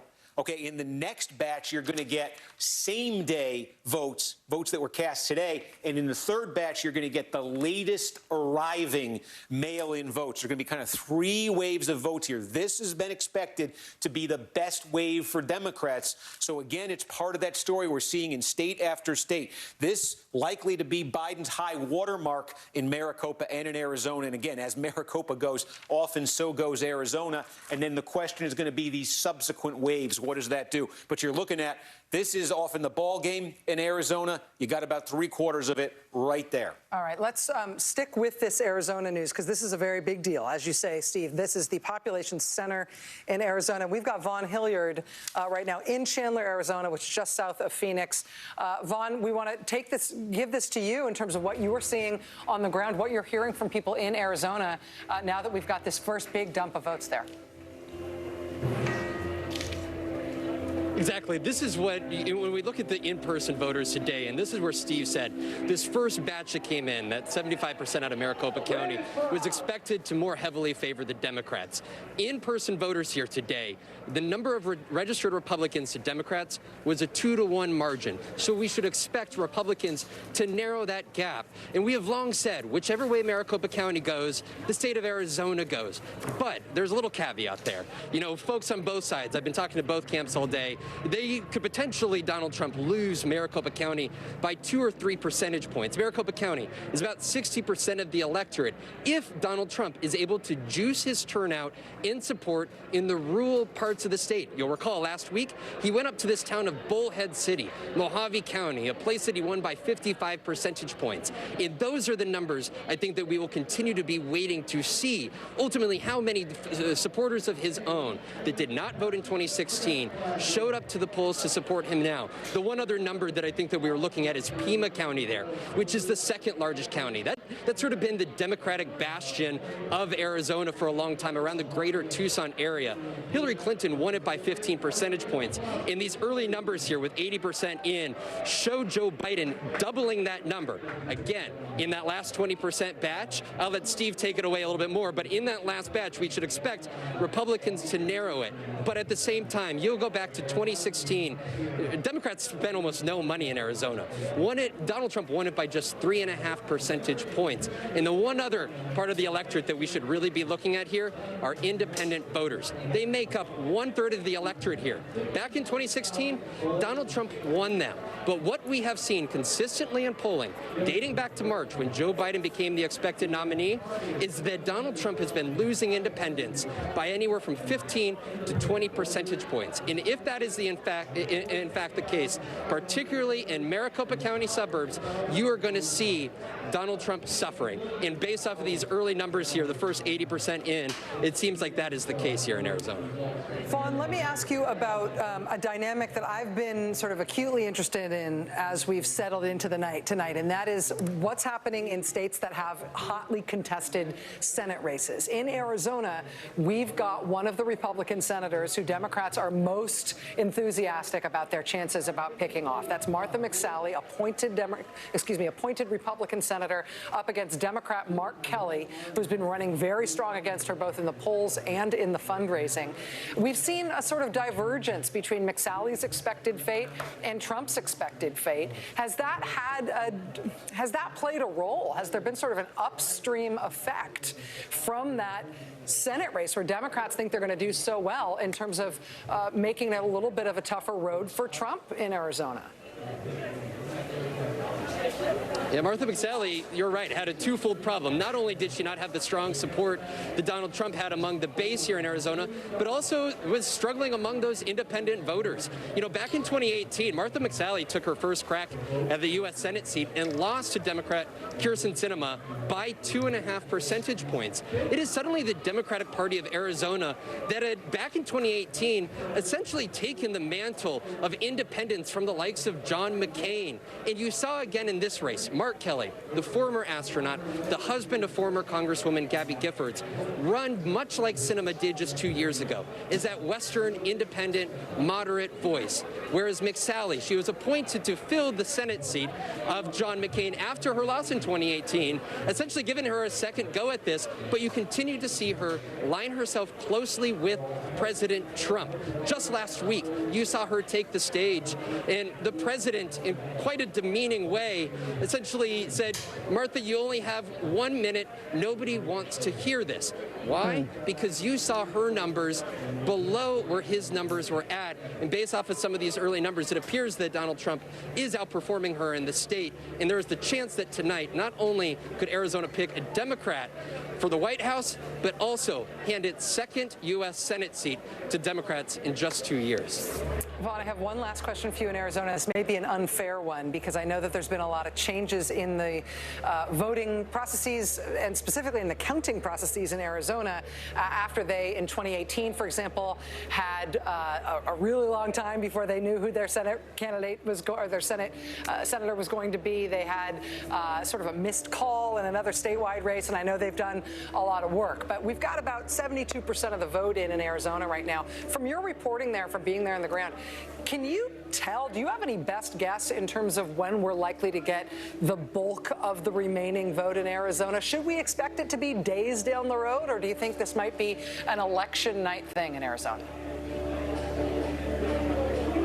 Yeah, Rachel, per conversations with elections officials, we were expecting upwards of 90% of the vote to come in tonight. Back in 2018, Kyrsten Sinema didn't actually take the lead over Martha McSally until 2 days later. And that is because county officials didn't start counting those ballots until 7 days before. Well, the state legislature, not wanting that to happen again, they moved that back to counting 2 weeks early. The only ballots that elections officials are expected to be outstanding at tonight's close are early ballots that folks didn't mail in, but they walked in and hand delivered. Again, we expect that to be under 10% of the total vote here. So in the scenario that Joe Biden has a 1 percentage point lead, the math becomes very difficult for Donald Trump in that scenario here later tonight. Vaughn Hilliard for us in Chandler, Arizona, just south of Phoenix. Looks like it's going to be a fascinating night in Arizona as we watch those crucial results come in. Vaughn, thank you. We have a call from the Southwest, and that is that Joe Biden has been awarded New Mexico and its 5 electoral votes. Thanks to Vaughn and his good reporting, we've been talking about the Southwest since this puts another blue square on the map west of the Mississippi. Nicole Wallace, where do you put states like Arizona right about now? So Arizona is one of the states that the Trump campaign was most concerned about. From their coalition, it was a state that when Bill Stepien took over from the troubled fellow, I can't remember his name right now, of Lincoln ad fame, Brad Parscale. Brad Parscale. When Bill Stepien took over and he temporarily halted all the advertising and did sort of a deep dive into the polling and looked at where Trump was in states that he'd won 4 years ago, Arizona was the state that Bill Stepien was most concerned about. The diagnosis from the new regime at the Trump campaign was that 4 years of attacking John McCain, both while he was alive and after he was dead, had really hurt Trump there. So this is a state that has felt very soft to a normally hubristic Trump team since the beginning. I'd say this is also a state that the very sort of humble and low-key and expectation-managing Biden campaign, this is the one outside of those 3 Midwestern states that they've had their sights on, probably for similar reasons, as well as the reasons that Rachel keeps talking about, that very competitive Democratic race. Martha McSally's polls have her down today 3 or 4 points, and I think Trump felt that he had sort of pulled to a dead heat there. But this is one that people are keeping an eye on, especially as states like Florida slip out of reach. Most Democrats view that as gone. I know I starting to sound like a broken record, but the focus of the Biden team, the electoral map, the resources, the travel, the campaigning, the deployment of surrogates really was in those 3 Midwestern states. So we should keep an eye on Arizona. I think Arizona is still very much in play. Those early numbers, very good, very competitive looking for Joe Biden. But in terms of must win, it is still, I'm still in the last 20 minutes hearing that the focus is on those 3 Midwestern states. Let's go back to Brian. I believe we've got a characterization change. Yeah, these are important. When we feel this way, we say so. So more than just too early to call in Arizona, we are saying too early to call, but Biden leads. On the Senate race there, we are saying ditto, too early to call, but Kelly leads. And this is North Carolina, too close to call. 15 electoral votes. That is our determination at 10:18 Eastern Time. And Steve Kornacki, I am betting you can bear this out. Too close to call in North Carolina. Is this for me? Okay, I'm sorry. I couldn't hear you there. Yes, one of the factors here in North Carolina, you can see Donald Trump is leading this by 26,000 votes right now. There is a lot of vote that is still left to come in Wake County. This is where Raleigh is, a huge county here. I can show you.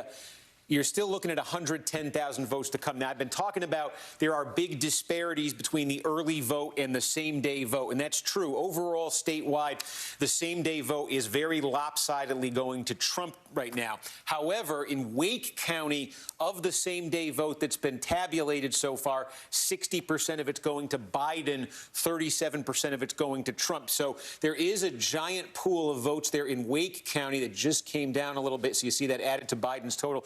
There is a giant pool of votes in Wake County, for instance, where Joe Biden does figure to actually make gains here, which he needs. But you could just see, I'll put the bubbles up again. You can see how big Wake County looms right now, how large that looms.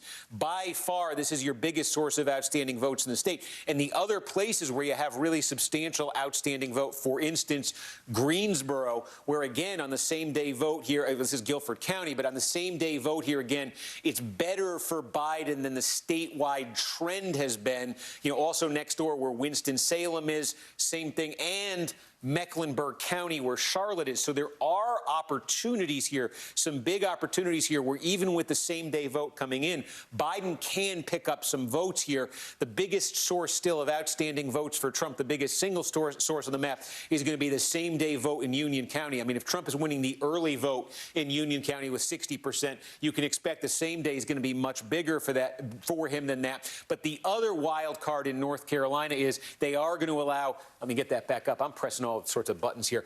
North Carolina is allowing votes that were postmarked before today, postmarked by today, to be counted if they come in within 3 days. We don't know how many that could be, but there is a bit of a wild card there with potentially ballots arriving tomorrow, for instance, in North Carolina. So again, when you get this close statewide, Trump at 30,000, when these Democratic areas come in, let's see how much that shaves off. When Union County comes in, let's see how much that adds. And let's see what we can find out about how many ballots might be coming in still to be counted in North Carolina. We got a call from the South. This is Alabama Senate. And remember how Doug Jones shook the political world when he won as a Democrat. Doug Jones has lost tonight. This is a flip to the Republicans. Tommy Tuberville is the new senator-elect. So Democrats went one up in Colorado. Republicans went one up in Alabama. I was never good at math, but it seems like we're right back to where we started tonight, unless your name is Tuberville or Hickenlooper. We're back to 4 needed to gain, Rachel, for the Democrats. Let's talk about what's going on in Arizona. Brian, you've just changed the characterization in terms of NBC News' projection in Arizona. In both of those states, NBC News is now, in that state, in both of the closely watched races in Arizona, NBC News is now projecting a lead for Joe Biden in the presidential race in Arizona and a lead for Democrat Mark Kelly in the Senate race. Can we talk a little bit about that that Senate race in Arizona. I will foreshadow, or I will cheat and tell you that after this, I would also like to talk a little bit about how that North Carolina Senate race is going, given the too close to call designation now in the North Carolina presidential. But let's start here in Arizona in terms of why the Democrats are characterized as leading in both the Senate and presidential races here. Steve?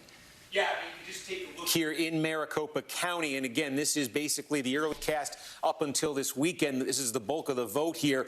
Biden's advantage, that 54 to 45, that's significantly more than Democrats got in 2016. It was a 2-point margin with this same batch of votes in 2016 for Hillary Clinton. And also, I think when you look at the partisan affiliation of the folks who are going out and voting today, it suggests that may not be enough, even if Trump is doing very well with the vote that was cast today. That may not be enough to overcome what Biden's putting in the bank here in Maricopa County. So that's significant, because just a minute ago, we were talking about a possibility that Trump actually does run the table in those 5 states that we said earlier he was really up against the ropes in. And we said at that point, the action shifts to Arizona. And if Biden is able to put a win on the board in Arizona, then that would be a gain of 11 electoral votes. Remember, Hillary Clinton had 232 electoral votes in 2016. If Biden holds those Clinton 232 and adds Arizona, that would put him at 243.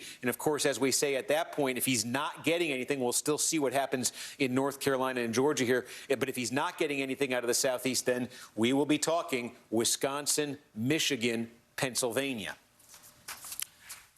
All right, Brian, let me jump in here. Sorry. 2 more projections here. NBC News has determined that when all is said and done, Democrats will retain control of the House of Representatives, and that's all we're saying. And in the state of Louisiana, we have prepared to make a call when all the votes are counted. As expected, Donald Trump, the projected winner in the state of Louisiana. And as I've been speaking, we have just added Kansas, as expected, in the Trump column. Let's go to the map and see where the colors work out. Rachel, back over to you. Steve, we're looking at Senate races and presidential races sort of tracking one another in closely fought states. We were just talking about that situation in Arizona, where both Biden and Mark Kelly are portrayed now as in the lead by NBC News' calculations in Arizona. Let's look back at North Carolina. We've got too close to call. It was too early to call. Now it's too close to call in North Carolina. What's happening with Cal Cunningham and Tom Tillis in the Senate race there? Let's call that up. And you see, again, the numbers a little different here, but 48-4, 47-3, a bit of a larger advantage there for Tillis, about 60,000 votes. Again, I'll toggle between them, and you'll see here, keep an eye on the map here. This is the presidential, and this is the Senate race. Again, Trump's lead in the presidential, 39,000. Tillis's lead in the Senate race, 58,000 over Cal Cunningham. And I think you've talked about this. 2016 was the first time in American history that every Senate race that year on the ballot matched up in any given state with how the presidential race went. There wasn't a single state in the 2016 presidential election that went for a candidate of one party in the presidential race and a candidate of the other party in the Senate race. That's how closely these things have aligned. It's very interesting to see these numbers in North Carolina tonight. You know, Tillis running a little bit ahead of Trump. In fact, Tillis in the polling had been running behind Trump. That had been one of the themes we talked about, and we talked about the potential for a disconnect, a divergence between these two races because of the gap we're seeing. But now, you know, with about 90% in, there's Trump leading by 40,000 statewide, a little less than a point. There's Tillis leading by about 60,000 statewide, little more than a point. There's a little difference between them, but not much, and also not in the direction the polls before this election were suggesting. Steve, I got one more for you. We have another call, and this is another New England state, and that is New Hampshire. And it's for electoral votes awarded to Joe Biden. We believe when all the votes are counted, differentiated by about 22,000 votes right now. Let's take a look at the map and see where this leaves us as we look nationally. Again, 2 different trends of blue, southwest, northeast, red from the Mississippi Valley to the Atlantic seaboard, all the way up through the Middle Plains. Rachel? I will just note that while we are not looking at a lot of flips here in terms of the various states on the map, don't sleep on that New Hampshire result. That was a Hillary Clinton state in 2016, but it was a Hillary Clinton state, I believe, by 0.37% of the vote. Trump got very, very close to beating Clinton in New Hampshire in 2016. So to see Biden now the projected winner in New Hampshire, again, that's not a flip, but it is a sigh of relief for Democrats who saw how close Trump was able to get there. Again, one of the states we are watching very, very closely, Nicole Wallace might be watching, you might say intently, is the state of Wisconsin, where it is too early to call at this point. We are watching closely, particularly alongside Michigan and Pennsylvania, these other crucial states. As you see right now, just over a third of the vote in Wisconsin, very close between them. And we're expecting 3.6 million votes. And we've got about 1.2 million reported thus far, so a long way to go in terms of Wisconsin and the eyes of the nation upon Wisconsin. Once again, our friend Charlie Sykes is in Wisconsin for us tonight, watching these results and helping us make sense of them. Charlie, when you look at what we've seen thus far out of Wisconsin, what do you think? Well, first of all, everybody take a deep breath. This election is not going to be decided by the SEC. It's going to be decided by the Big Ten. And we haven't gotten all the results here yet. So I'm looking at the Wisconsin numbers, and if there are 3.6 million votes, that is very bad news for Donald Trump, because he won here 4 years ago by getting fewer votes than Mitt Romney got against Barack Obama when he lost by 7 points. And so far, I'm looking at some of the numbers. He's underperforming what he did 4 years ago in crucial Waukesha County. I live in Ozaukee County, which is one of the Milwaukee suburbs. Donald Trump is winning by only 8 percentage points. So he is certainly not adding to his margins in crucial Republican areas. And as you look at those numbers, remember this: we won't get the final numbers from heavily Democratic Milwaukee County until 5 a.m. tomorrow. And that is going to be the decisive number. So I think that looking at this right now, looking at the demographics that we're seeing in Ohio, you're seeing some very, very good news in the upper Midwest. I mean, I know that we're disappointed about Florida, but this feels a lot like 2018. Look at what the margins are, how they're shifting. How they're shifting among independents, what's happening in the suburbs. You're seeing that in Ohio. My guess is you're going to see that in Pennsylvania. And you're already seeing that in Wisconsin right now. Charlie, let me ask you about one other Wisconsin dynamic, which has loomed so large over the past 4 years. I feel like it has overshadowed our ability to think rationally about Wisconsin. And that is that when Trump won in 2016, and as you said, he won by less than a point, he had never led in a single poll in Wisconsin, not a single public poll, not one. And then he went ahead and won the state. Is Wisconsin polling, which shows Biden broadly ahead heading into tonight's results, is Wisconsin polling any better in 2020 than it was in 2016? Well, I think so. The Marquette University law poll, which is considered the gold standard, has Biden up by, I think, 4 or 5 points. It's going to be close. It's going to be single digits. But I think that they have adjusted to the mistakes they made 4 years ago. But the key thing in Wisconsin right now is the question of, will voters in, say, Milwaukee County, will African-American voters turn out in Wisconsin? Because famously 4 years ago, Hillary Clinton got 40,000 fewer votes than Barack Obama got just in Milwaukee County. If she had matched Barack Obama's total in Milwaukee County, she would have won the state because Trump won by only about 23,000 votes. Now, the other big variable is whether there's a big hidden rural, non-college educated white vote coming from northern and western women. And I'm not seeing any indications of that. Trump seems to be holding his own outstate. But the question is, will Democrats turn out? The indication that I have is there's big numbers out of Madison, which is Dane County, and big numbers out of Milwaukee. And keep in mind, that Wisconsin has been hammered by the coronavirus as much as any state in the country. And every single time that Donald Trump has come here for one of his rallies, he's reminded people of his failure on that issue. So the story of Wisconsin is very heavily shadowed by what's happening with COVID-19. Charlie, my colleagues here in the studio are eager to ask you more Wisconsin questions. I'm going to hold them back for a second because I think we've got a quick call we've got to do before we rejoin this discussion. We do. This is not a flip or a surprise, but we have awarded the state of Utah and its 6 electoral votes to the Trump column. We'll convert over to the national colorized map and see that this extends past Colorado now. The block of red that starts in the middle of the country. Rachel, back to you. It's interesting. In Utah in 2016, of course, we had that unusual dynamic with Evan McMullen taking 20+% of the vote in Utah, which made it such an unusual state. But Trump did win that in 2016. Joy, you wanted to ask Charlie something on Wisconsin. I did. Well, in terms of a lot of the angst and anxiety that people are feeling about the result tonight. And I think a lot of it was skewed by Florida. I think you're absolutely right. It feels like 2018 again.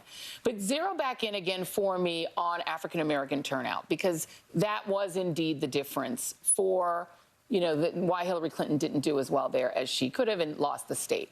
What is that looking like?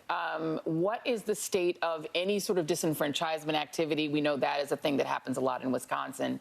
How open, how accessible has the vote been, and how much turnout have you seen? Well, we won't know until we get the final results tomorrow morning. But I'm not hearing a lot of complaints about it right now, mainly because Democrats really, over the last 4 years, have really gotten their act together again. Remember that Supreme Court election that we had during the coronavirus, where people had to stand in line during the height of it? And there was a rather surprising result in that election. And I think that's the model that's been used here. So, I'm old enough to remember when Republicans absolutely dominated the get out the vote efforts and the early vote efforts here in Wisconsin. I remember that very well. I think that script has been flipped here. But again, the numbers you're seeing out of Wisconsin do not represent all of Milwaukee County. And frankly, that's going to be where the African-American vote is concentrated. Milwaukee County, Racine County, and Kenosha County. And I would be very surprised if you did not see a substantial increase from 4 years ago. And if Donald Trump cannot add to his margins outstate, and if he is losing votes in the crucial Milwaukee suburbs, places like Waukesha County, then I think it's going to be very difficult for him to win the state of Wisconsin. Charlie, because it's Donald Trump, we know where he's ailing politically because he cries out to them and he cries out to suburban women exactly in the parts of the state that you're talking about. Have you seen anything come in Ohio or anywhere else that signals to you the kind of result in some of those counties? Oh, absolutely. In fact, also in North Carolina. Now, whether or not Joe Biden wins in Ohio or North Carolina, I think that if you see the same kinds of trends there where Trump's margins have been cut, if you see that in places like Michigan and Wisconsin, you know what the results are going to be. The margins in Pennsylvania and Michigan and Wisconsin are like this, right? So if, in fact, look, if you're looking at Ohio, Trump won by 8 points last time. He may win by 1 point this time. If you see that kind of shift in those demographic groups in Wisconsin, Michigan, and Pennsylvania, Donald Trump is going to be in a lot of trouble. It's because the reality is that here in Wisconsin, we're not that much different than Ohio, Pennsylvania, and Michigan demographically. Well, I guess that's what worried about, right? If you see Ohio go in one direction. But I guess one other question I have is the kind of Republicans, like the Paul Ryan Republican, are the kind of Republicans that can hold their own in a Wisconsin nice kind of state. Just talk about, Wisconsin can land differently. That Wisconsin, Michigan, Pennsylvania slice of it is terrain that the Trump campaign saw as slightly more hostile to the Trump trajectory. The Trump 2020 persona is not as winning in their own view as Trump 2016.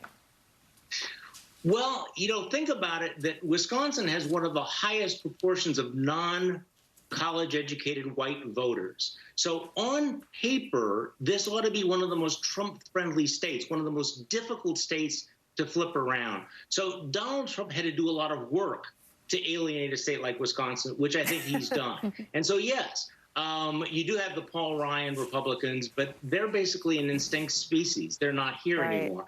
And the Republican Party here is, to be quite honest, is all in for Donald Trump. But like in a lot of other states that we've been talking about, because they become so Trumpy, I think that they have been more repulsive and repellent to some of these key swing voters in the suburban areas that are going to make a difference here when we get the final results. Charlie, I have one last question, and we framed all this around Trump because we've watched the Trump result come in Florida, but I want to turn it around on to the Joe Biden side. I mean, the Biden campaign is somewhat disadvantaged by the fact that the states where they felt the most bullish, where they felt the most confident that a Joe Biden Democrat would appeal in Michigan and Pennsylvania and Wisconsin, it's going to take longer. You're talking about 5 a.m. before some of that question will be answerable. Can you talk about how it felt for Biden? I mean, do you have anecdotal sort of yard sign data or any sort of polling from the grocery store line or the Applebee's to share?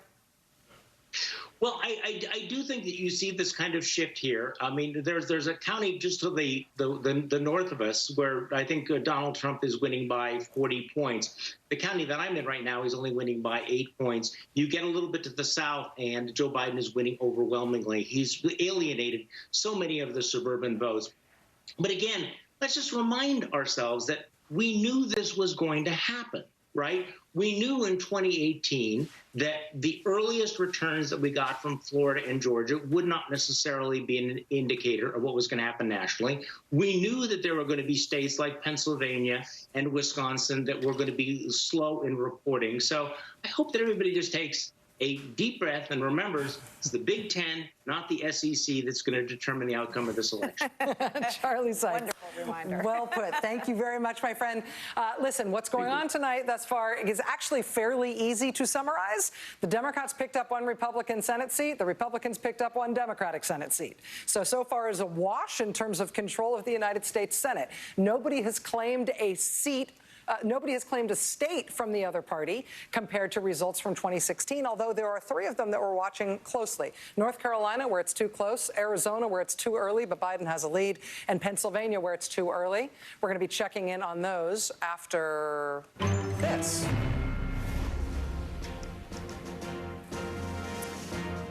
NBC has now projected that in the great state of Missouri, President Donald Trump will once again be the winner in Missouri. Again, that is not a pickup for the Republicans. Missouri has been deep red and in the Republican column for some time now, but that Missouri call is now official in terms of NBC News' projection. All right, we're going to take a quick break. When we come back, again, we'll be looking at North Carolina right now, too close to call. Arizona, too early to call, but Biden characterized as being in the lead. Pennsylvania, too early to call, with not much in the way of clear expectations in terms of when we're going to know.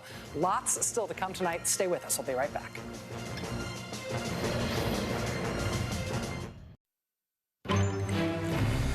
We are back. You'll note Missouri snuck in there before the break. Illinois has spoken. Neither of these are pickups. They're holds. This is Joe Biden, the projected winner of Illinois, and it's 20 electoral votes. And Senator Dick Durbin is going to remain in the U.S. Senate as well from the state of Illinois. So 2 holds for the Democrats. And to Steve Kornacki, can you bring us up to speed on North Carolina and Arizona, please? Let's take a look here, a couple different places. So again, in North Carolina now, the Trump advantage has moved up over 50,000 votes. What has he gained to put him there?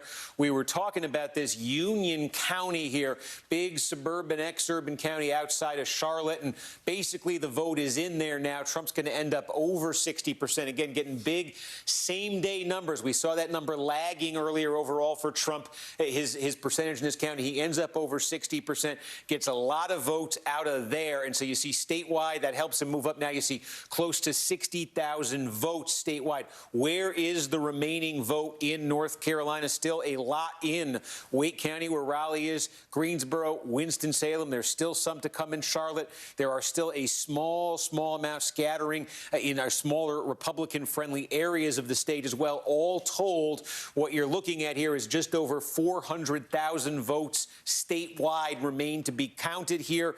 82,000 of them are in Wake County. You can see another 50,000 of them are in Guilford County, where Greensboro is. So there are opportunities here for Biden to cut into it. But again, I think the other thing that comes into play here is just the possibility there will be other ballots that come in the mail in North Carolina after Election Day, trying to figure out how many that might be, what that could do to the margin here. So let's see where the margin ends up after these votes all get tabulated. Then that becomes the question in North Carolina. But Trump's lead right now sitting at 60,000 votes. We take a trip out to Arizona. Again, not much changing here. You see just getting sort of that big initial batch of the vote. We're basically going to be sitting here looking at 3/4 of the vote in Arizona.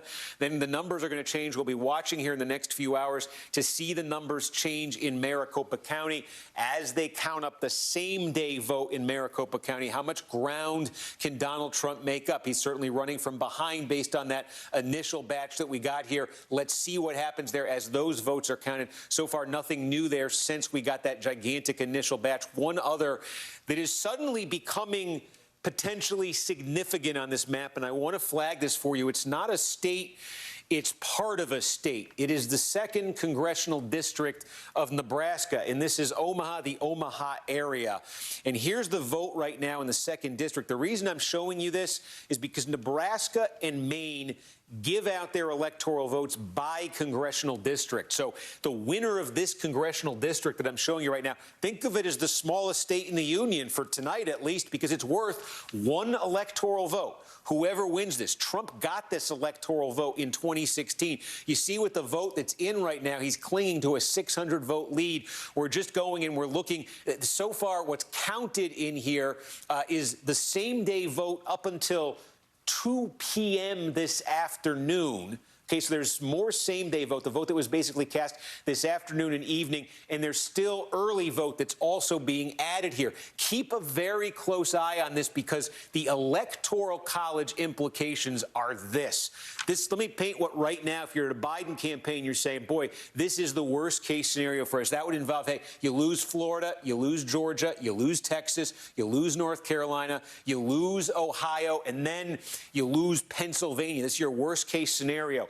If all of that went wrong for Biden, the path they could still take that would get them to 270 would involve Michigan, Wisconsin, Arizona, which we just talked about. Those 3 would get him to 269.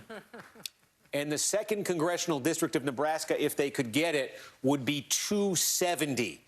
So to keep that in mind, because these Electoral College scenarios, we've been playing around with so many of them the last few months. And as Donald Trump early on has some success in these big states we flagged at the beginning of the night, this is one folks have talked about. Is there a scenario there 269 comes into focus? We've always talked about what would happen then. Or is Biden able to actually get that district, and that presents a path for him that wouldn't require him to win Pennsylvania? That is crazy. I mean, I have done that math myself, and I know it's true, but I can't believe we're talking about it as one of the things that might actually happen.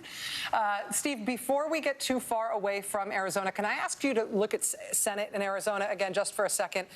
Again, NBC News is characterizing in Arizona both the presidential race and the Senate race as too close to call, as too early to call. But in both cases, Joe Biden in the presidential race and Mark Kelly, the Democrat in the Senate race, are characterized as in the lead. Can we look at what that means in terms of the Kelly-McSally Senate race in Arizona? Yeah, here you go. Oh, I think we got some.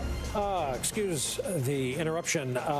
Nebraska, part of the split electoral vote, Nebraska, as projected, is being projected to Donald Trump. And we've explained this before.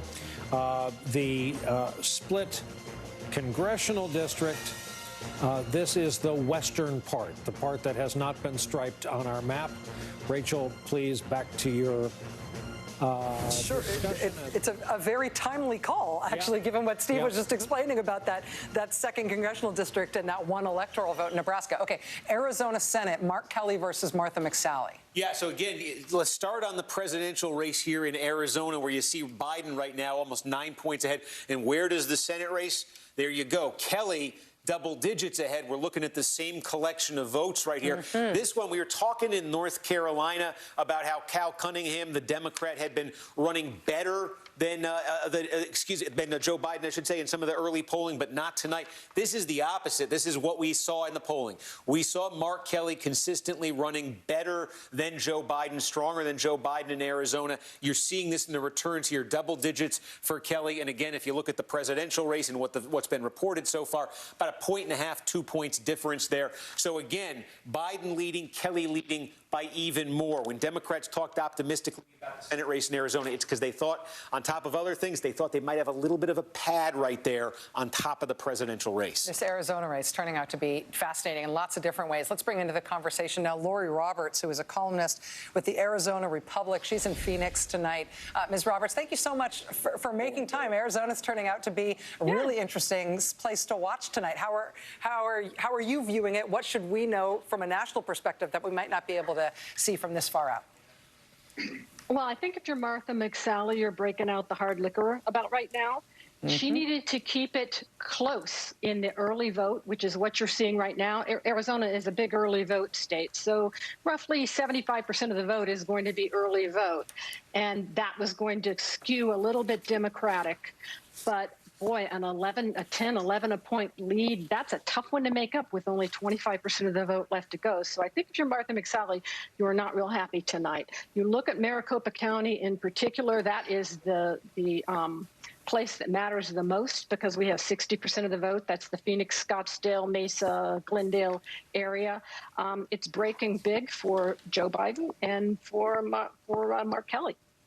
In terms of the Biden race and the Kelly race, and those existing in parallel, and we are seeing sort of parallel characterizations right now by NBC, do you see any cross currents between those two? Do you think that Kelly may have helped Biden there, or Biden may have helped Kelly? Conversely, do you think that McSally or Trump might have hurt one another's campaigns, as they both seem to be trailing right now? Well, McSally always seemed to run in the polling about 4 to 5 to 6%, depending on which poll you looked at, behind Donald Trump. So that tells me that a lot of Republicans, in particular very conservative Republicans, were not so sure about Martha McSally.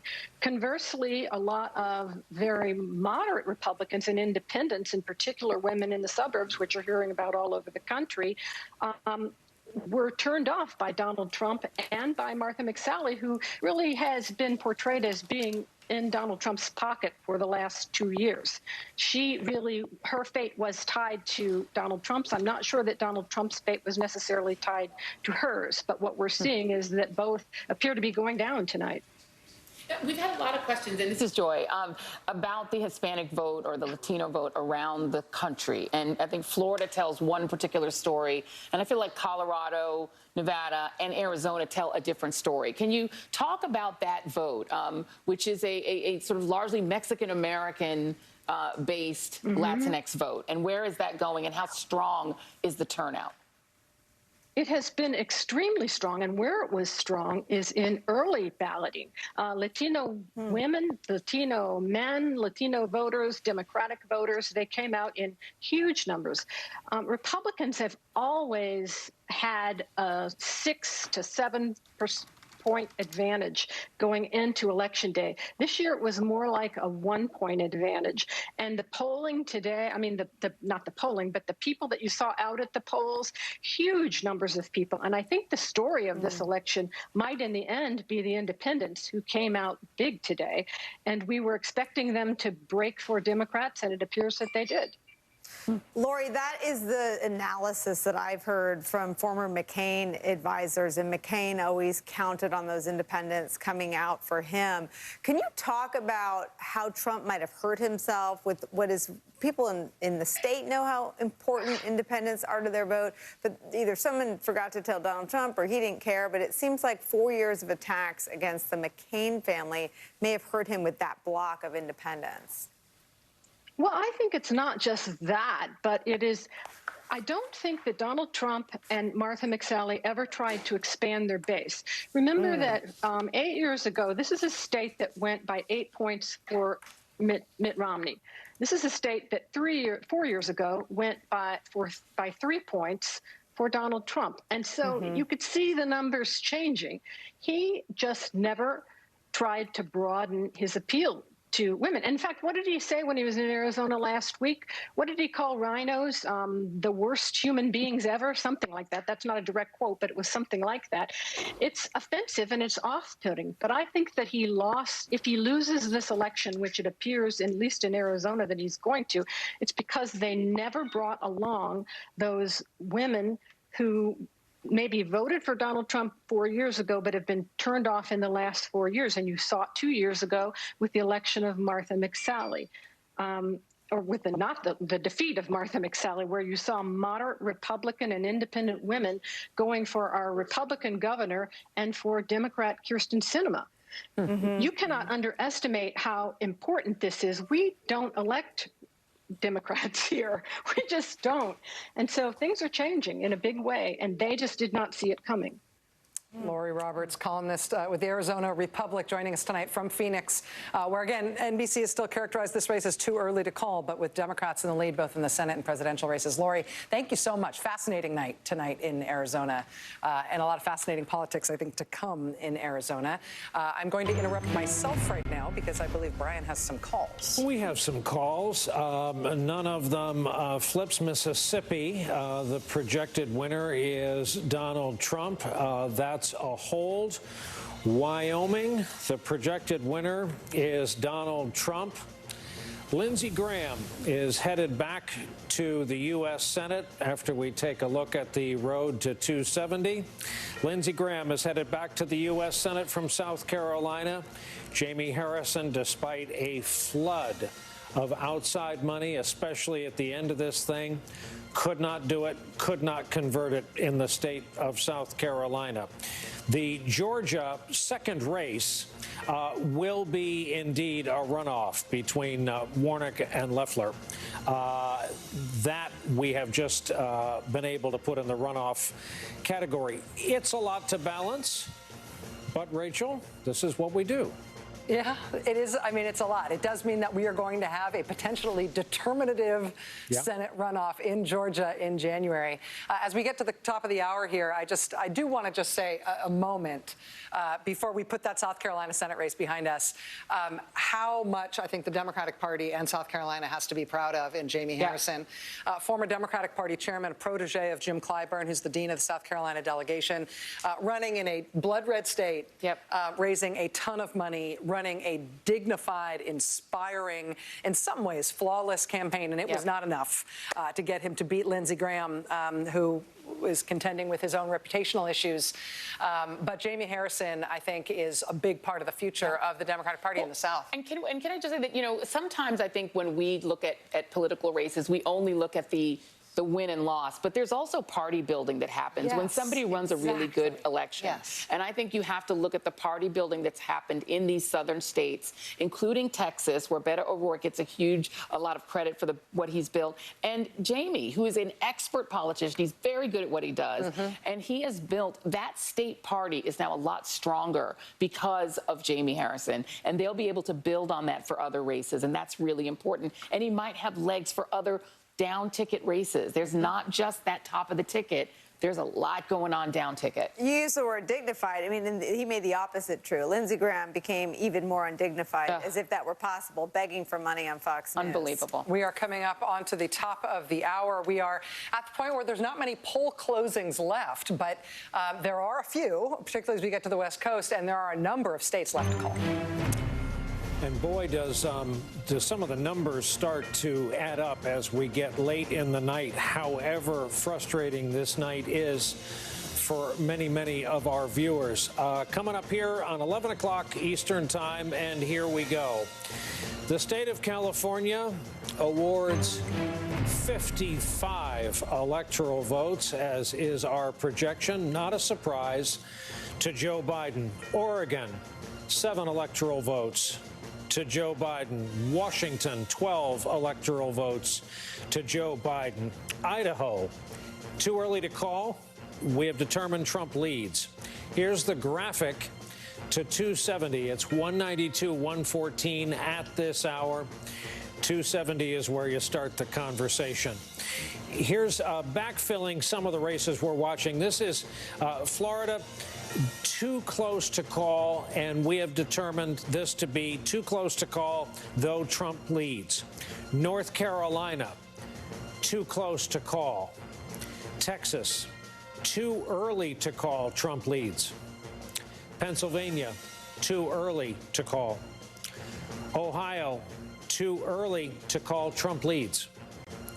Michigan, too early to call, period. Georgia, too early to call. Arizona, too early to call, Biden leads. Wisconsin, too early to call. Minnesota, too early to call. Iowa, too early to call. Nevada, too early to call. What are the odds? Let's look at the map. We've been watching the color-coded states get awarded all night. To think that 6 o'clock Eastern Time, 5 hours ago when we started this, it was a blank gray slate. Low, they have filled in. Low, there's a lot of math to go.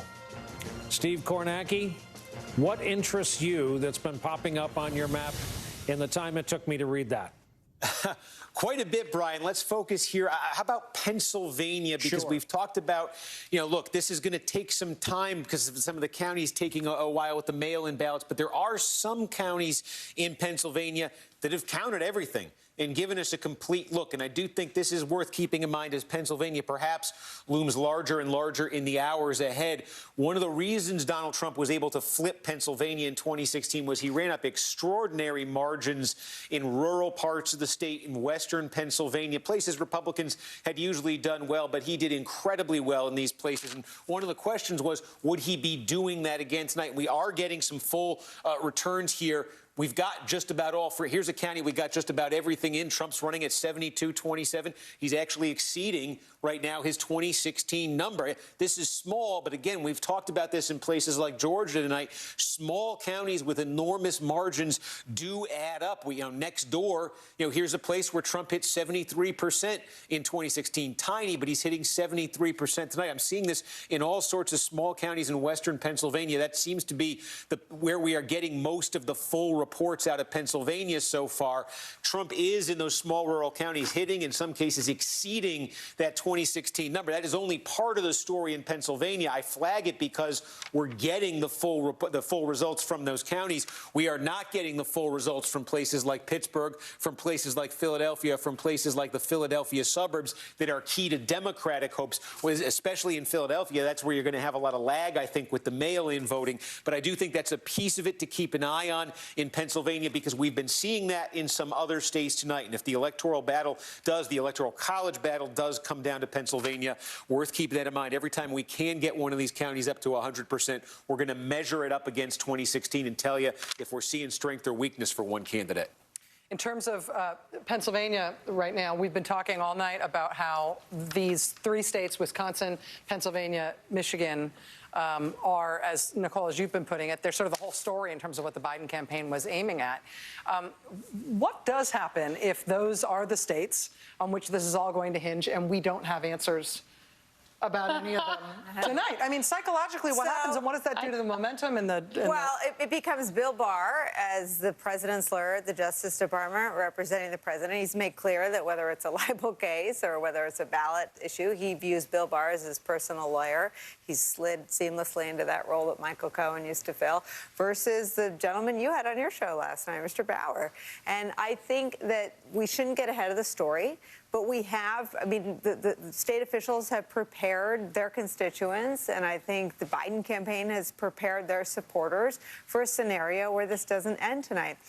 You have to think that if both campaigns were seeing the same things in their tracking polls, if both campaigns were talking about these 3 states, that there's not a ton of surprise inside the Biden campaign that it may come down to these 3. You also have to look at the fundraising endeavors that both the Trump side and the Biden campaign have been involved in as of late. They were about a post-election day legal effort. Right. So both campaigns saw this the same way. And I think I have a hard time not seeing this the way a staffer does. And the way a staffer sees it is they look for the intersections. What do both campaigns see? Both campaigns saw these 3 states as being an endgame, and both campaigns saw Joe Biden as having an edge in the polls, a small edge in these 3 states. So what does that mean? That means Donald Trump saw his path as likely involving a legal challenge to ballots in PA, and that's where he's been focusing his efforts. But it's also possible, and I think that, the people who are feeling incredible anxiety, I think one source of anxiety is that with all that's happened, COVID, nearly 250,000 people dead, the racism, the cuddling Nazis, I think for a lot of people, the catharsis of a repudiation by the voters broadly was something that they needed to know that America fundamentally rejects this man. That is not what we're getting tonight. What we're getting is that people are going to stick to their party lines for the most part. There's some conversion. But as you've said, and I think you've said it from a win is a win. If Biden wins by gets 270, 270, he's out. Yeah, he wins, and that's it. And it doesn't matter. And then we'll have to figure out what happens after that. But there is also, people have to realize the possibility that the votes just get counted. It takes until tomorrow, and tomorrow at noon, Pennsylvania just reports its totals, Wisconsin reports its totals, and Michigan reports its totals, and it's totally mundane. Then there's nothing to go to court over because it's clear, right? These states are not controlled by Republicans. I would right now feel the same anxiety as everyone in my 2 phones if these 3 states were controlled by Republicans. And I hate to say that, but that's where we are. But they're not. They are not controlled by Republicans. And Trump's not ahead in any of these states either. So and he can't do anything. Right. These governors of these 3 states and the secretaries of state in, the state that used to scare me the most was Wisconsin. Mr. La Follette, the person who's is not going to allow Donald Trump to just walk in there and do what Scott Walker and his friends would have done. It's not the same Wisconsin. It's not the same Pennsylvania. The governor there is not going to allow it. It could be that we just have to breathe for a night, and tomorrow we'll get the results. And I think everything will. Can I tell you what I have in my notes? Because all I've been doing is cramming for the last year, getting ready for tonight. My notes on each of these three states. Wisconsin, State Elections Commission chief says Wisconsin will probably not report unofficial results until Wednesday at the earliest. Pennsylvania, governor releases TV ad warning residents that will take, quote, a few days for the vote to be completed. Secretary of State says there is no way Pennsylvania is announcing a winner on election night. Michigan, Secretary of State says the count will likely take until Friday. Yeah. So that's Wisconsin, Pennsylvania, and Michigan, which is what we are looking at now. Heidi Przybyla is in Michigan, is in Detroit, specifically with a look at what we can expect in terms of the Michigan vote. Heidi, it's great to have you with us tonight. What are you hearing in Michigan?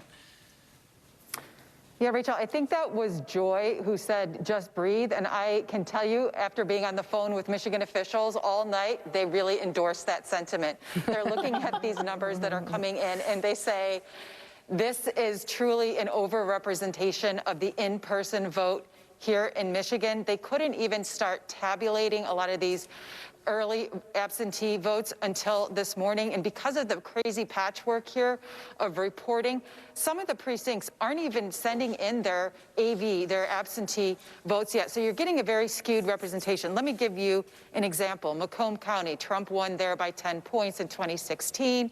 We're starting to get the early numbers. He's got a wide lead again. But you peel that up a little bit, and you see that there are already some precincts where we do have a fuller account of the vote, and we've seen our first red to blue shift in center line, where Joe Biden is outperforming what Hillary Clinton did. So again, they're saying breathe. They are still optimistic that in the end, Joe Biden will take the state, and they say that what you should look at right now, instead of this patchwork, is the surge pattern in voting, because Michigan was the place where Donald Trump had his smallest margin of victory. And so they say, and this is according to the Secretary of State who briefed us, that the places where we're seeing the surges are, number one, Detroit. We're not seeing a surge like we saw in 2012, but we're seeing it above 2016. We know Detroit is reliably blue in that surrounding area. Okay, two other places, Kalamazoo and Ann Arbor. What do they have in common?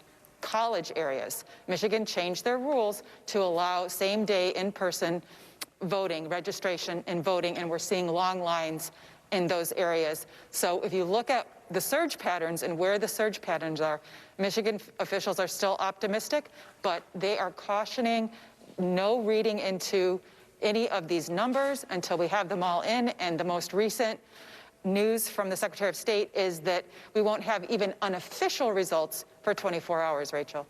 24 hours from now. They're not expecting any unofficial results until Wednesday after 11 p.m.?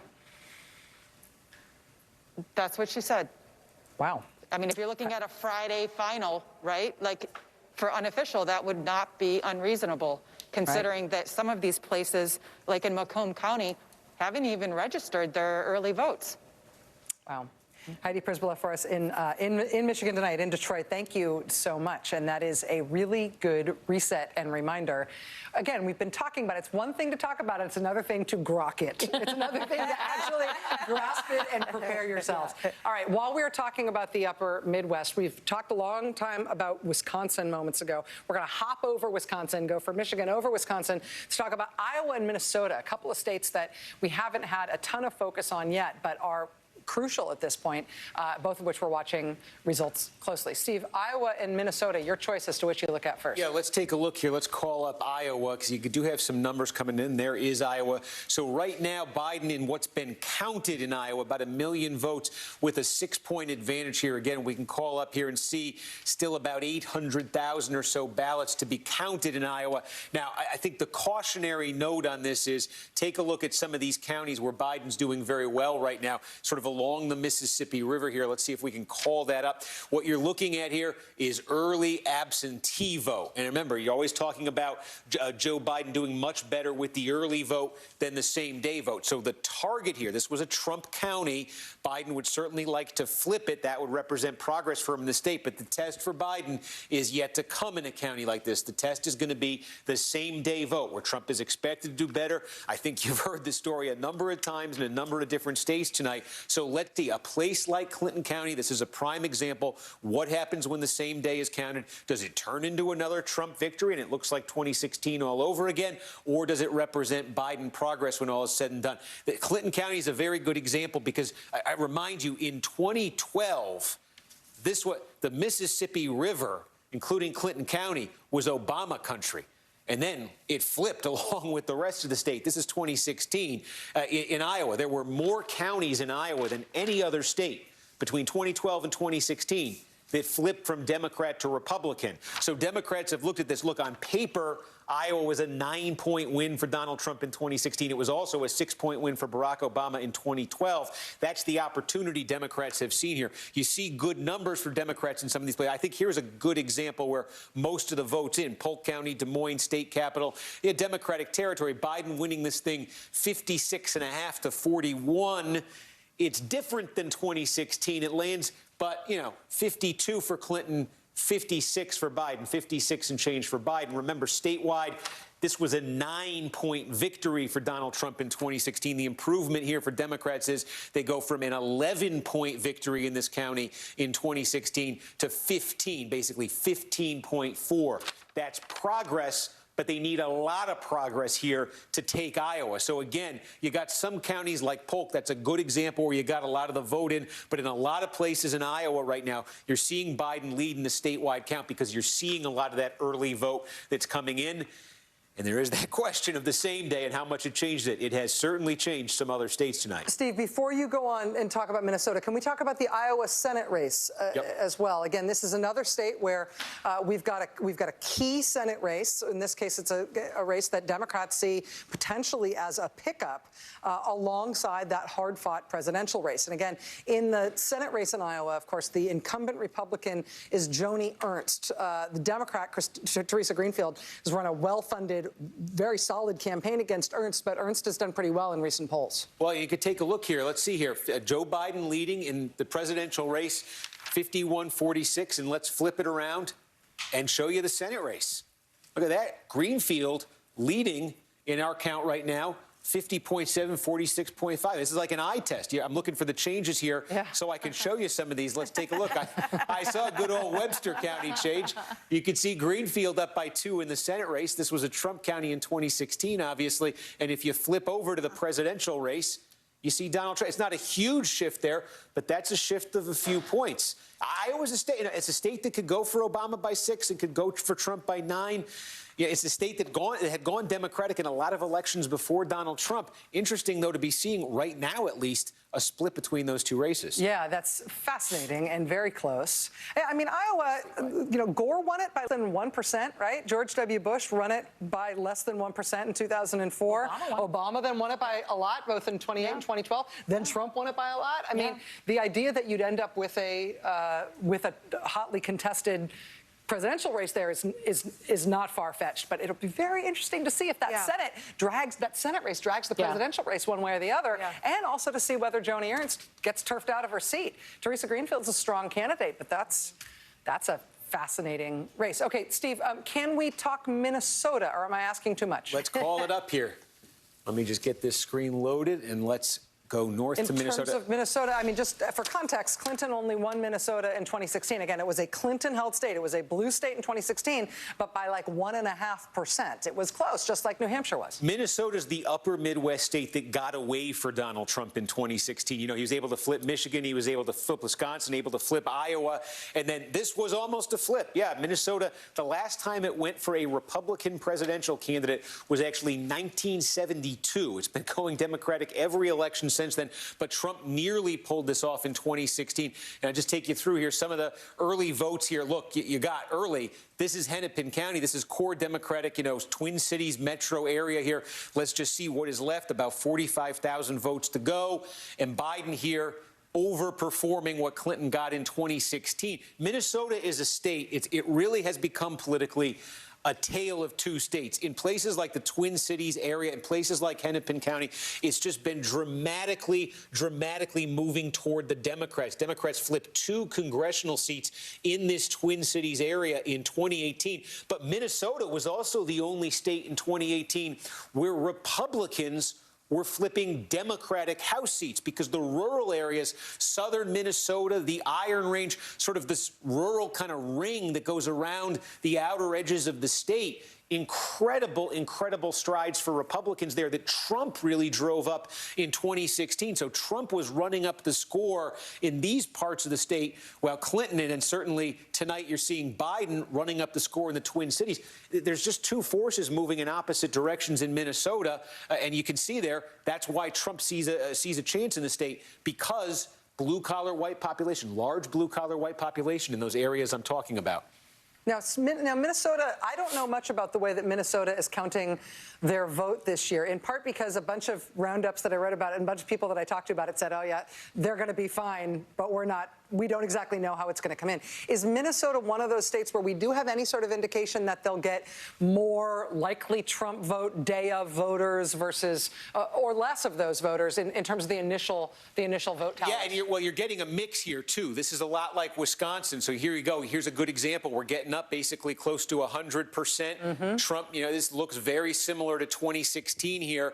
So you're going to get a mix here, I think, in Minnesota. You're going to get a mix like in Wisconsin. You know, we're talking about in Michigan seeing a lot of these, the same-day vote is really taking sort of preeminence right now. Same thing in Pennsylvania.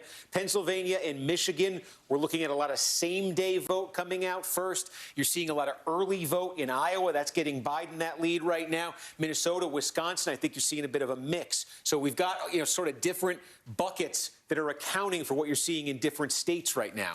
Steve, I'm going to be a total jerk and just keep going with this. Do you have anything on the Minnesota Senate race? Minnesota Senate race, I think, has been a real sleeper. This is the Democratic incumbent, Tina Smith, against a Republican challenger named Jason Lewis. And even though it has not had a lot of national attention, the polling has actually been quite close there. And it made me wonder if Trump has an unexpectedly good showing in Minnesota, whether Tina Smith might potentially be in trouble. And the trend in the votes that have been reported so far has Tina Smith 53 to 39. In the votes that have been counted, she's up 14. In the votes that have been counted, there's Biden up by 16.5. So you're seeing a 2.5-point lag there. This is a case where the Senate candidate, the Democratic Senate candidate, is lagging behind Joe Biden by 2.5 points in the margin. And yes, you're right. Again, the presidential race margin in Minnesota in 2016 was 1.5 points. We'll see where this one ends up tonight.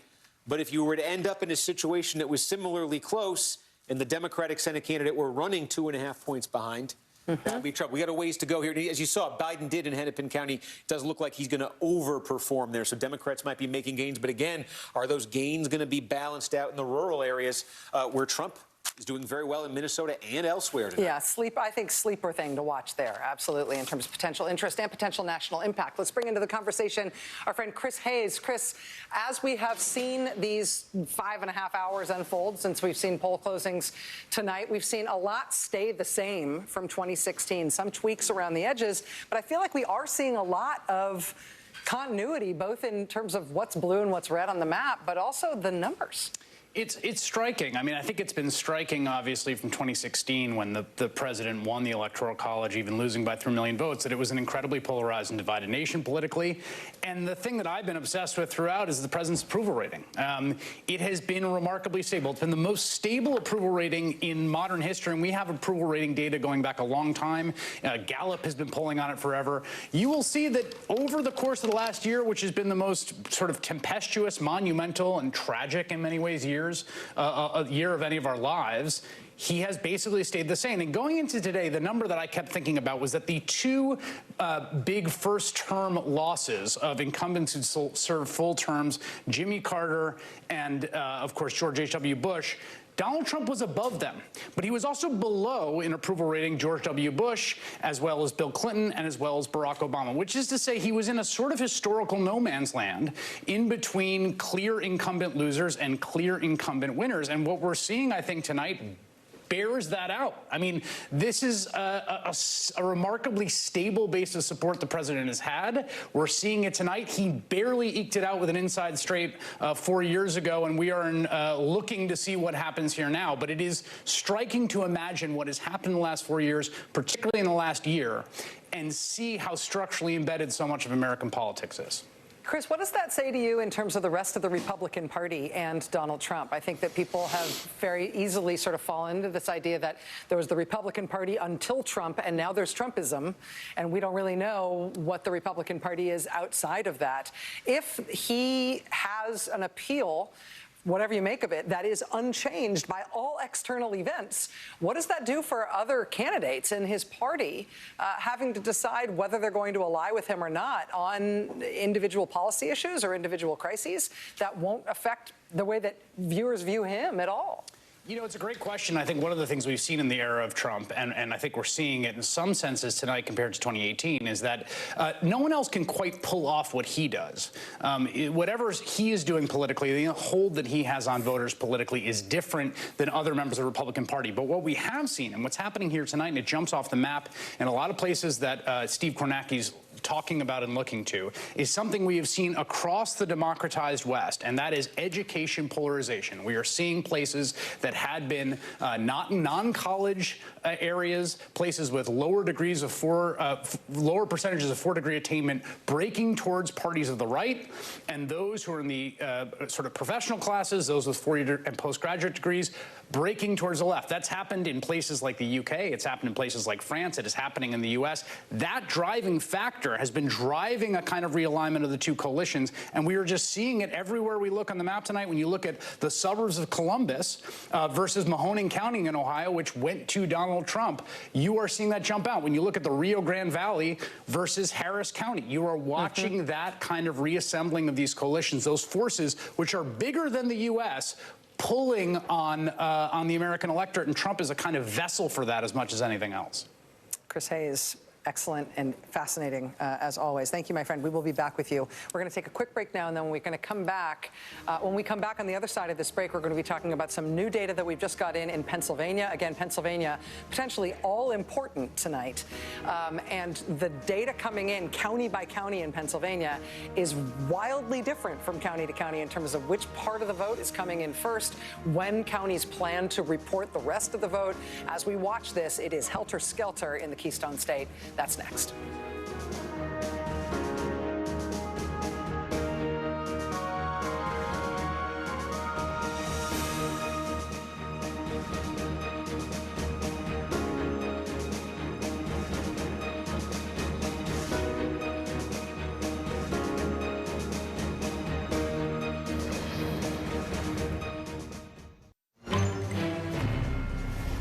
Coming up on 11:30 here in the East, and here is all that we do not know with any certainty. Our call on Arizona is too early to call. Biden leads. Then we go to the Northeast, Pennsylvania. Too early to call, 46% of the vote in. Then we go to critical Michigan. Less than half of the vote in. You heard Heidi Prisbella's excellent reporting on the state of Michigan. It's going to be a while. And then Wisconsin. You heard Charlie Sykes, a native of Wisconsin, talk about how it's going to be a while. We're going to bring Mike Murphy into our conversation, a veteran Republican strategist, and it says a lot about strategists like Mike Murphy that he is with Republican voters against Trump. He joins us from Los Angeles. And Mike, stay right there. Don't move, because I want to bring Nicole Wallace into this as well. Nicole, people watching would be forgiven for wondering just what in hell's going on and how long this is going to go, and the state of the zeitgeist and what both campaigns are saying. So you lead off. So I've heard from folks in both camps that no one expects a result tonight. And I know we've talked a lot about anxiety as an undercurrent. We've also talked about these 3 states that everyone is watching: Michigan, Pennsylvania, and Wisconsin. And we now have reporting and people in the states explaining why that might be, that neither campaign expects a result tonight. Heidi, as you said, gave us a great reporting about how Michigan needs 24 more hours before they can report out their count. Pennsylvania is talking about not having those results until another day, not starting with T for Tuesday. And the same goes with Michigan. So I think the fact that both campaigns are expecting this to go on beyond tonight is not cause for alarm. It is part of the conditioning, I think, that both sides tried to give. It doesn't necessarily mean that this heads down a legal path. I guess the Biden campaign says that is still to be determined. The Trump campaign has been more hawkish about legal avenues being pursued. But it does mean that this is going to feel like something that isn't one and done. And I think Mike Murphy and I both have some muscle memory. I think a lot of folks do from the Florida recount. No one is saying it'll go on that long, but we are at least looking at something that doesn't end this evening. So you guys at least have the Florida recount in common. A lot of Democrats watching have merely sitting in their homes and watching 2016 in common. Mike, which is it? Well, it's not 2016. I mean, I think if we kind of unwind this, a lot of Democrats were looking for a quick knockout in the Sun Belt where Biden would take a red state away. particularly Florida. And it didn't happen. Now, that said, I was very busy in Florida. It's the state I know well. I did both of Jeb's campaigns down there. And Biden did well. He flipped Jacksonville. He did well in Tampa Bay. He was cooking, but Miami-Dade alone collapsed. And I mean really collapsed. Hillary won that county by 29 points, Obama by nearly 24 points. Biden will be probably getting out of there winning by about 8 or 9 points. It's the biggest swan dive in one county I've ever seen, because everything else was working great. So the good news for the bad news for Biden and for, you know, Democratic psychology is the easy break his back tonight win in Florida or Georgia or North Carolina look very unlikely playing on red state turf. There's one red state left in the Sun Belt that I do think is probably going to flip to Joe Biden, which is Arizona. It could be the revenge of Senator John McCain. That's going to take a while. We need to get more vote in, but it looks very promising for Biden. Then we're down to the blue wall.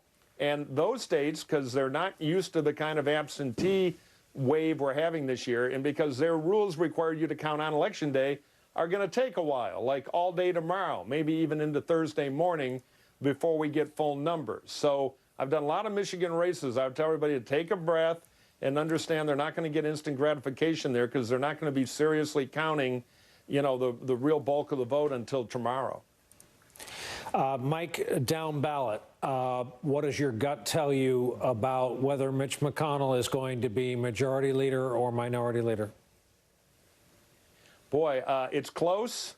They may be one short on the Democratic side of taking it, but I kind of want to see how that Iowa race goes and, you know, and see if Tillis holds on in North Carolina. But it's not as likely as I think conventional wisdom had it 24 hours ago that the Dems would narrowly pick up the Senate. But we also need to see Montana, see what's going on there. We don't have nearly enough vote in. I think we can be sure that win or lose, Joni Ernst will always hereafter know the break-even price on a bushel of beans.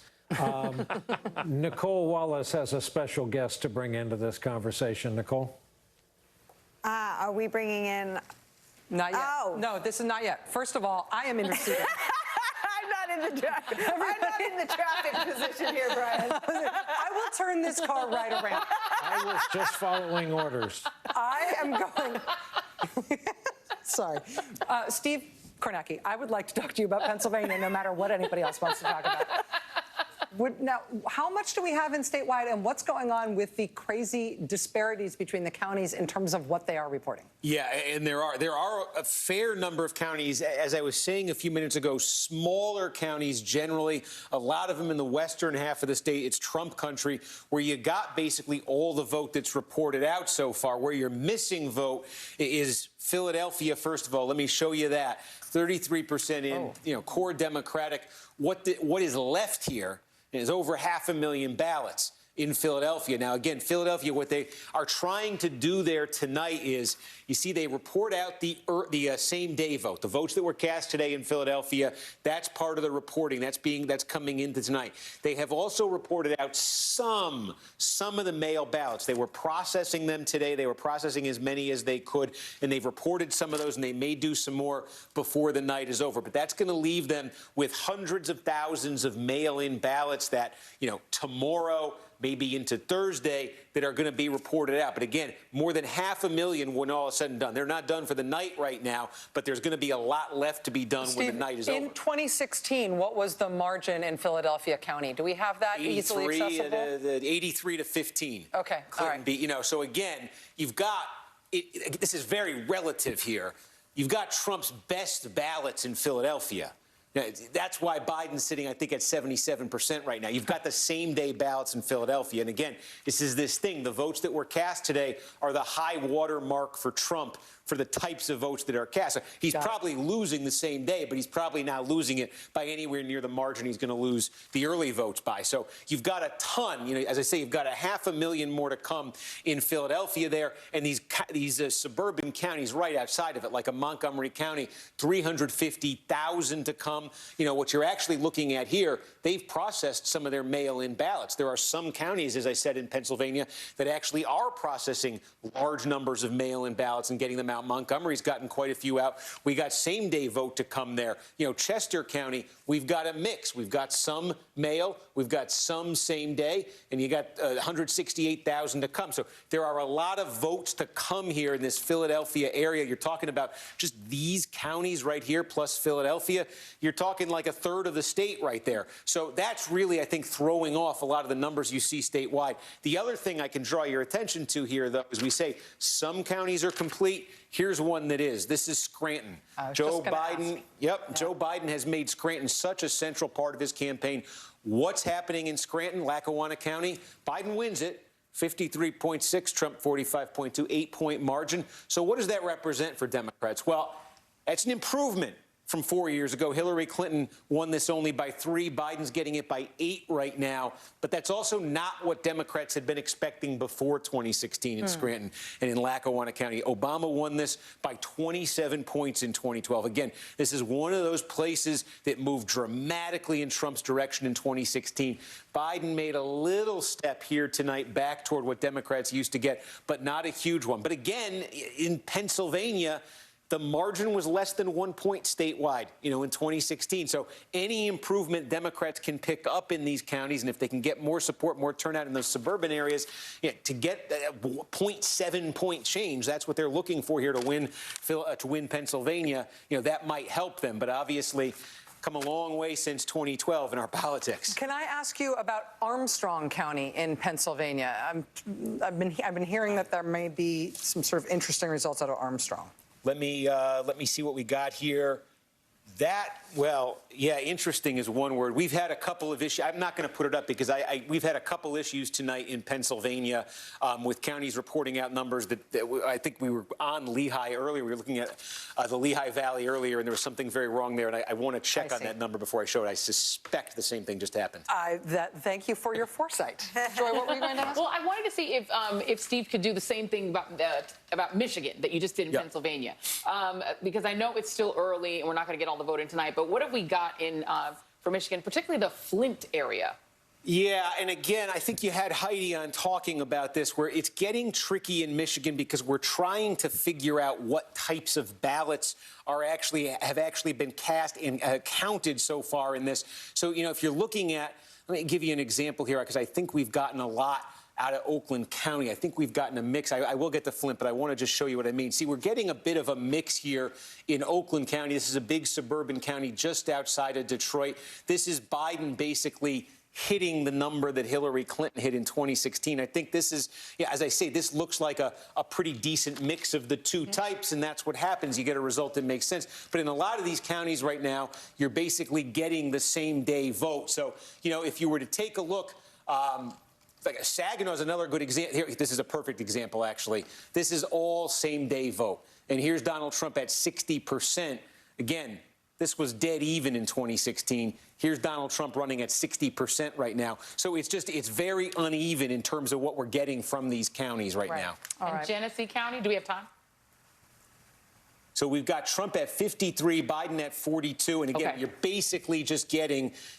I'll give you an example here. In 2016, Clinton won this by 9. Trump's winning by 12, but you're basically getting just the same day vote right there. So the mix in these states that we're seeing right now is what's making it so complicated to try to figure out what exactly is going on. You're seeing it, especially in Michigan. Some of these counties, it's a very even mix, and in some of these counties, I think it's very skewed right now. We are seeing a theme. We are seeing that in Michigan and in Wisconsin and in Pennsylvania, which are the path to 270 that we've been talking about all night in terms of where these campaigns are going to end up. It's also why you're now hearing at 11:41 from both sides that a winner will not be determined tonight. Neither campaign expects there to be a result tonight. Correct. And I think for some more context and to help us sort of put this into a frame that might ease anxiety, we have someone joining us from Harrisburg, Pennsylvania. It's Sean Mysick. He's the editor-in-chief of the Pennsylvania Capital Star. We've talked before. You were ready for this, for the nation's eyes, the world's eyes, let's face it, turning to Pennsylvania. Tell us, I know you've been on the phone tonight. What is your sense of the state of the race in your state? Yeah, Nicole, I've just been over here doing box breathing, trying to be patient for this evening. Yeah, it's as advertised. We went into Tuesday night knowing we weren't going to get a result, and sure enough, we're leaving Tuesday night knowing we're not going to get a result. What we didn't realize was the magnitude of the count. My good friend John Tamari over at the Philadelphia Inquirer is saying that 2.2 million mail-in ballots statewide have yet to be counted. That's about 87% of the total. Those are overwhelmingly Democrats, and 3 of the state's largest counties still have a ton of ballots to count. Philadelphia may be doing another count come midnight and then doesn't plan to do another count until 9 o'clock tomorrow morning, joining 7 more counties tomorrow that say they're going to start counting, including Cumberland, which is the home of one of the most closely watched congressional contests in the country. What did the state, I know Rachel did a great deep dive on the state last night, and the Attorney General is ready, the Biden campaign is ready. Are the citizens of Pennsylvania ready? You know, they've certainly tried to prepare them. Governor Tom Wolf was, again, he cut that commercial this evening, telling everybody to take deep breaths. I've been seeing a bit of it on my Twitter feed. Some folks were looking at, say, the row office results. That's State Attorney General, State Treasurer, State Auditor General, where there's a wide disparity between the 2 Democratic incumbents and the 1 Democratic challenger in the open seat. Pardon me, and predicting Republican coattails. I've had to talk a couple of people down off the ledge saying that's not the result. We still have some time left to go yet. Yeah. It's hard to get people to be patient.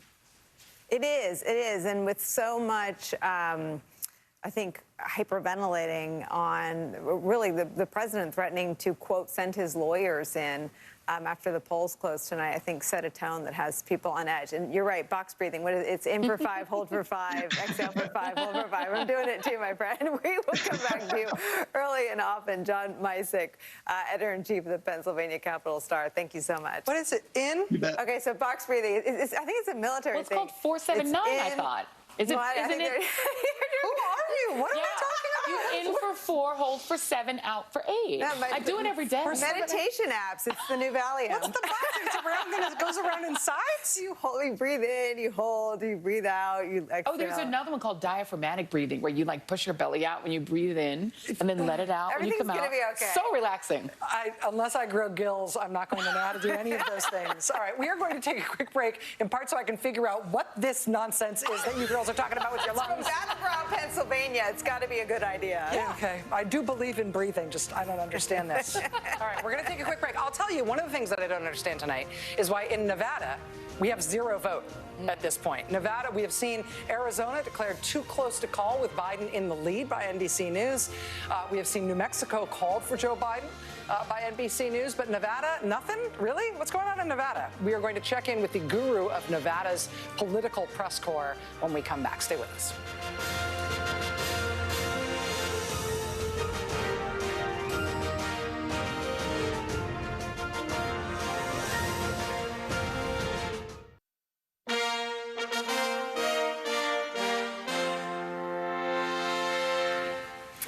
Arizona and Nevada, both on your screen right now. I said before the break that NBC News is characterizing Arizona as too close to call with Biden in the lead. I was wrong in that. It is too early to call as the NBC characterization in Arizona. I apologize. Again, Arizona right now projected by NBC News as too early to call with just over 3/4 of the vote in, but Biden is characterized as being in the lead. That said, look next door. Nevada, too early to call. What do we got in? Wait, where's all the numbers? Where's the big numbers in the bottom and the little number up in the corner? Where is the vote in Nevada? What is going on with the Nevada count? Joining us now in the conversation is the editor of the Nevada Independent, my friend John Ralston, who knows more about Nevada politics than anybody alive who is not a currently serving Nevada politician, and he knows more than most of them, too. John, what's going on in Nevada this evening? We are wondering where your vote is. Well, would you like some numbers, Rachel? Is that what you're looking for? Yes, please. I can give you right now is 7. Now, you're saying, what is 7? What is Ralston? I thought he's supposed to be the expert on this stuff. Let me tell you what 7 is. 7 is the number of polling locations in Clark County, which is Las Vegas, the biggest part of the state, they are still open. There are lines outside of them. The polls were supposed to close at 7, Rachel, but the Republicans filed a lawsuit in this upside-down year to try to keep polls open in the Democratic county because they have done better in early voting while the Democrats have crushed them in the mail. As soon as those polling lines are done, they are going to start releasing results, probably mostly from rural Nevada. So let me caution everybody, Rachel, the first numbers you may get are going to be overwhelmingly in favor of Donald Trump, but probably not a large number of votes coming from the 15 relatively small rural counties. Now, John, I have been reading at the Nevada Independent, I have been reading your prediction columns and your coverage of the early vote every single day. Like every minute that you post something, I'm right there.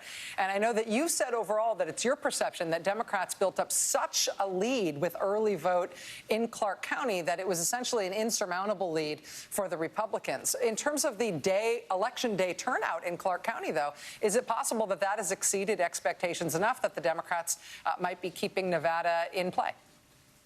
Well, first of all, let me thank you for all the Rachel clicks on the Nevada Independent site. We appreciate those greatly. Well, listen, what the most surprising thing about the election day turnout, and we've been tracking that, Rachel, is how small it's been. I expected about 180,000 or so voters to come out in Clark County. It's going to end up being about half of that. The Republicans were hoping for a huge turnout to overcome what is clearly a deficit in the early and mail vote. They were about 48,000 ballots behind statewide, but 90,000 plus in Clark County. And as you know, better than most people, being a student of Nevada politics, the Democrats always do this. They build up enough votes in the Democratic bastion of Clark County that the Republicans can't overcome them. I think that that has happened this time as well. But I can tell you the Democrats here are nervous. They're looking at what happened in Florida. They're afraid now that maybe the Latino vote did not come out for Biden the way it did for Hillary Clinton. People get nervous on election nights, Rachel, all the time, even without cause. And I don't think Nevada's much like any other state, and it's probably more like Arizona than it is like Florida. But I've been doing this for a long time, as you mentioned, and usually the vote lead that the Democrats have is enough to win the state, especially since there was such low turnout today. But you know what I'd like to see? The same thing you would like to see, some real numbers. Mm-hmm. And John, let me just ask you, you described what's going on in terms of those open polling locations, 7 open polling locations still in Clark County, people still in line to vote, even if the election day voting numbers overall haven't been overwhelming numbers for this day. Given that that's the reason for the delay in Nevada reporting its vote totals, and given the wrangling to try to keep those polling locations over, do you have an estimate as to when those polling locations might finally close and then we might start getting those first numbers in terms of the time of the evening? We don't, unfortunately, Rachel. I think it's going to be relatively soon. I saw some numbers pop up while you were talking, so that may mean that those polling locations are closed, that 91 to 8. You might as well call it right now. But no, 300 votes in, right? These numbers you're going to see are going to be from a rural Nevada. I don't know where those are from, Rachel, but if you actually have numbers, that's either a rural county that has gone rogue and released its numbers before the Secretary of State gave the sign-off, which, by the way, does happen in Nevada. And I can see that that's from a very red county in Nevada. But this doesn't tell you anything. As you can see, it's about 400 votes that have been cast. There's going to be 1.25 million votes cast in Nevada. I'm hoping we're going to start to get Clark County results within the next hour, Rachel, but I've been doing this too long. I say there's no reason for them not to release results, and I'm still saying that 2 hours later. So I don't want to make any predictions on that. I hope soon. Hey, John, it's Brian. I last saw you in a thriving taxi cab line after a delightful meal in Las Vegas, back when meals in Las Vegas and taxi cab lines were a thing. For all the Americans who visit and love Las Vegas, Can you update us on the impact this uncontrolled pandemic has had, and when you think the Strip will be the Strip again and it'll be the economic engine of your state? It's a great question, Brian. And by the way, that wonderful meal that we had together seems like 3 years ago now, doesn't it? Yeah, it sure does. Really but listen, the pandemic has crushed the economy of Nevada because it's essentially so dependent on that road that you just talked about, the Las Vegas Strip. And it was shut down for a few months, and businesses still not come back. And there are people much smarter about this stuff than I am who think it may not be back for a couple of years. The economy here is in big, big trouble. What impact that has had on the election is an outstanding question. The Republicans here have tried to blame the policies of the Democratic governor, Steve Sisolak, and essentially have tried to make him kind of be the shadow replacement for Joe Biden on the ballot. Steve Sisolak has shut down the state. He caused the economic hardship here. Vote for Donald Trump. The polling, Brian, has all shown that Trump is getting more of the blame than Sisolak for the pandemic here. So the Democrats think they will survive that part of it. But if Trump were to end up winning Nevada, I would think that play by the Republicans might have something to do with it and how bad the economy here really is, and it's bad. John Ralston, the editor of the Nevada Independent and the dean of Nevada political journalism for life. John, thank you so much. I have a feeling we may be back with you as we start to get real numbers out of Nevada. Thanks, my friend. Let's go now back to Steve Kornacki. Sorry, excuse me. Yeah, we got a big number here. NBC News is projecting Ohio will go in the Trump column when all the votes are counted. 53-45 race right now. That'll change. That'll fluctuate, but that is our projection. 18 electoral votes, a hugely valuable state in the Donald Trump column. That had previously been characterized as too early to call with Trump in the lead. But again, Ohio now projecting Trump as the winner of Ohio. In terms of what remains outstanding in closely watched swing states. In Florida right now, I should also remind you that that is being characterized as a Donald Trump lead, even though that state has not been called. Florida has not been called by NBC News, but NBC is describing it as a Trump lead. In terms of other states that we're watching, obviously we are focusing, like you can't believe, on Pennsylvania and Arizona and Michigan and Minnesota and Wisconsin. In Texas, NBC is also characterizing that state as a Donald Trump lead at this point, but has not yet called it. But one of the states that NBC has not yet characterized a result for, just calling it still just too early to call, is the great state of Georgia. And polls closed in Georgia at 7 p.m. It's been just about exactly 5 hours since then now. Steve, what's going on in Georgia? Yeah, we said earlier we thought maybe this Atlanta metro area would lag, and that's what's happened. You see Donald Trump with the lead there in the overall vote count statewide. It's a little north of 9 points. It's 372,000 votes for him. The reason for the sort of hovering here, waiting for a result, look where the outstanding vote is. If you could see these bubbles, I mean, it's the Atlanta metro area. It's the core of Democratic strength in Georgia. And so there's a question right now of how many votes are Democrats going to get out of these counties when they come in. Let's take a closer look here and zoom in. Let me take the bubbles off and we can zoom in. Good example here, Fulton County, Atlanta. You know, this is about half the vote. Biden running at 73%. There's 282,000 votes still to come there. You know, just doing math, if you look at the current pace that Biden is winning the same, and he is winning the same day vote in Fulton County, yeah, he could net another 100,000 votes out of Fulton County. You know, if you take a look, let's see here. DeKalb County, this is another one, 300,000 votes. I mean, overwhelmingly Biden here, even in the same day vote that we're seeing. He's winning the same day that we're seeing in DeKalb with about 62% of the vote right now. So again, he could net a lot here. The problem, though, is for Biden, as I say, though, is overall, that same-day trend, it does end up catching him even in some blue counties. Here's a good example.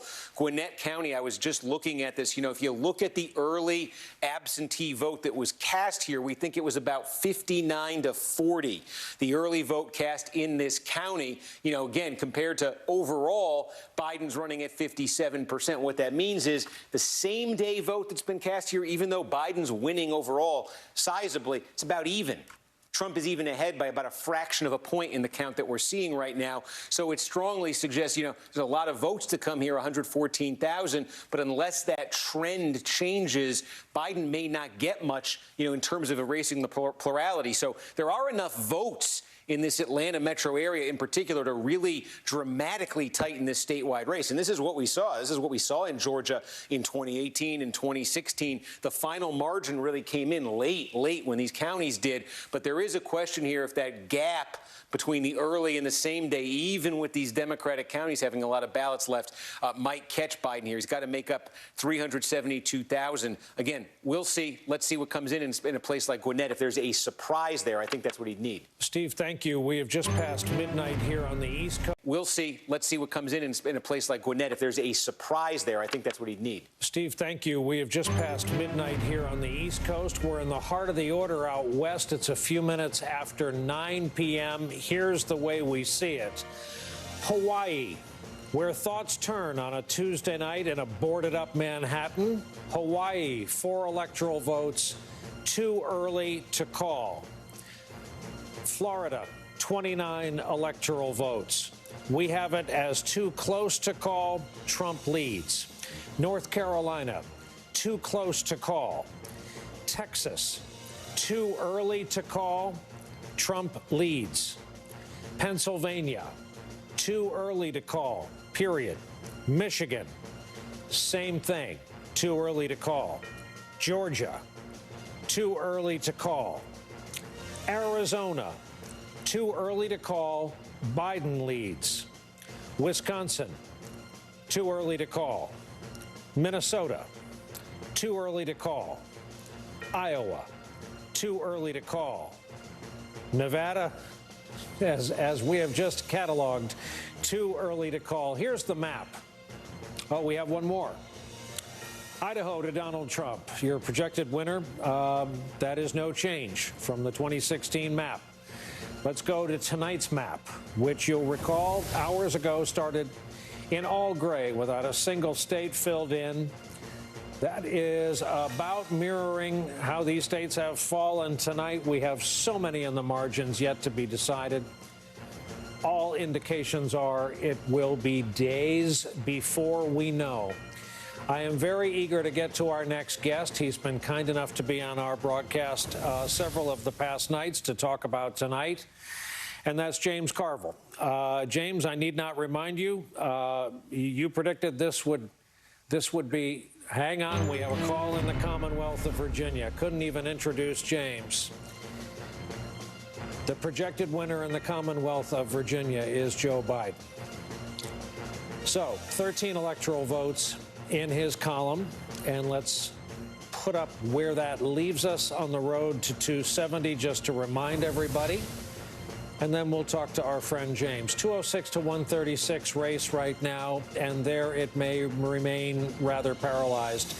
James, you predicted a night over, done and dusted long before this. How do you view this fight? What's going on? The first thing is every Democrat just put the razor blades and the Ambien back in the medicine cabinet. We're going to be fine. We're going to be fine. Governor Granholm, my dear friend, said that Michigan is a red mirage. Pennsylvania looks really good. We're going to be fine in Wisconsin. I think a big surprise here is Georgia. Steve Fernacki did a really good job telling people what's out. So I hope that we would know earlier than we did. I think we're going to be just fine. I'm very optimistic. I've been talking to quants all night. People are rerunning the numbers, and we just have to hang in there, and we're going to win this little thing. I promise you. But just, stay up tonight, watch the returns. We're doing a job. I have my Pappy Van Winkle in the back, and I think I'll be able to crack it open. Maybe not tonight as I hope, but I will crack that little puppy open before this is over. I promise. I'm staring at the roses, Old Glory, and the bottle, and wondering which one is going to take precedence by the time we're off the air. James, what in your view did happen? And I'm not trying to hang you up here, but you and I talk often on the air. What did happen between your prediction of maybe 10 Eastern Time, 10:30?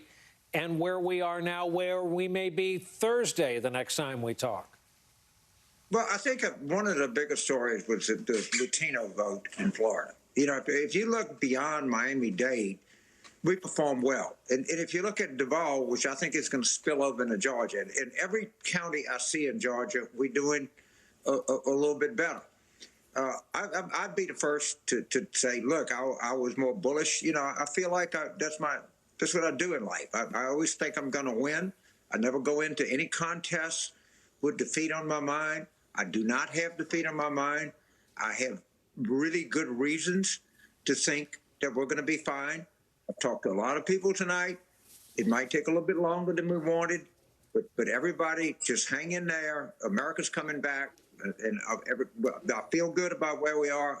Of course, I wish we were sitting here, you know, cracking open this like great bottle of champagne right now, but I'm gonna put it on ice, and I think I'm gonna crack it open about Friday, and I'm optimistic. I really am. I have to ask, I'm duty bound to ask if the bottle behind you started the night full. Well, no, that stuff is about $200 an ounce, and I parse it out pretty good. So I'll be Uncle Pappy. He's not coming out until I'm sure, but right now I feel good. We just have to wait, and you know we got to support our lawyers that are out there. We got some fine attorneys, and we're gonna have a good lead going into this. There's many reasons. There's more reasons to feel good now, and I've been on the phone with a lot of quants in Georgia, and they feel really good. You know, a lot of DeKalb, a lot of Gwinnett, a lot of Fulton, a lot of Cobb is not in. All of this stuff favors us. Everything I see in Pennsylvania makes me feel good. Governor Granholm feels good about Michigan. Charlie Sykes is on here. He knows more about Wisconsin than I know about Louisiana. He feels good. And just everybody hang in there. We're just going to be fine. We just got to have the attitude of a winner here, and we're going to be a winner. Rachel Maddow here in New York. I just wanted to jump in and ask you about that mention of the lawyers there. Do you expect that this may be ultimately decided by lawyers fighting it out rather than just by waiting for the count? Well, I think the count is going to be good for us, and I think they're going to have trouble. You know, they'll try. They'll do everything that they can. I think when the count comes in Pennsylvania, I think we're going to see a lot of stuff later tonight. I got to tell you, these numbers in Montgomery and Delaware and Chester and Bucks are just awesome. And we're running them up pretty good. We're going to run them up more. The Allegheny numbers look really good. And, you know, we just have to, we're accustomed to seeing elections where we knew things a lot earlier than we know it now, Rachel. But we're going to find out a lot, and I suspect what we find out is going to be good. And I think the United States of America is really on the road back. I really do. I'm very optimistic. Of course, I wish we were just popping open this J. Strom champagne right now, but I don't mind putting it on ice. I can wait. I waited 4 years for this. I can wait another 4 days. Keep that shirt handy, James. James Carville, our guest tonight. I love the United States, Brian. Back at you. I'm right there with you. Thank you, James. Thank you, man. Steve Kornacki, let me ask you about the one non-state you have covered tonight, this congressional district in Nebraska. Now, I believe that we've got well, you talk me through it, both the significance of it and the actual numbers out of it. Yeah, I mean, again, think of this sort of as a state for the night, just in that it represents an electoral vote. And you're seeing it here. Biden is leading the 2nd congressional district of Nebraska. This is, you know, basically a 10-point advantage for Joe Biden. So what is left to come in right here, I can tell you, Douglas County, which is Omaha, there's 2 counties that make up this district. Douglas County, Omaha is the one that's left to come in. What's left to come in, according to the county at least, is they have the same-day vote, some of the same-day vote that was cast specifically between the hours of 2 p.m. and poll closing time. They've split these up. They've come up with a schedule. According to the schedule that they put out, there's not any early vote left to come in, so it would be same day that's left here. So obviously you would expect that to favor Trump. In terms of how many votes that is, that's unclear, although I would say that where they are right now in the total number of votes in this district is just about where the final vote count finished in 2016. So obviously we've been seeing turnout up considerably over 2016 in places. So we will see, say 20% above that if what we're seeing elsewhere holds here. And we expect that to favor Trump. But the gap here is 30,000 votes right now.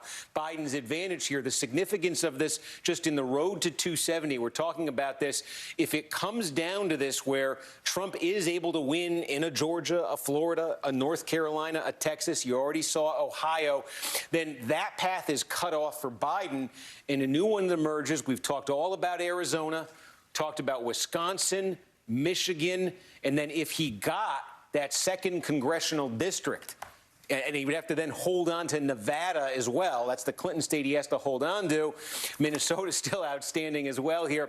He has to hold on to those two, but if he could hold on to the Clinton states, then Arizona, Michigan, Wisconsin, plus the second congressional district of Nevada would give Joe Biden exactly 270 electoral votes. So that's the significance of it. If everything I just described happened, but he didn't have the second congressional district, he'd be under 270. He'd finish at 269. That would set up the tie scenario. That's where it goes to the House of Representatives. That's a whole other thing. So it's one lonely electoral vote in Nebraska.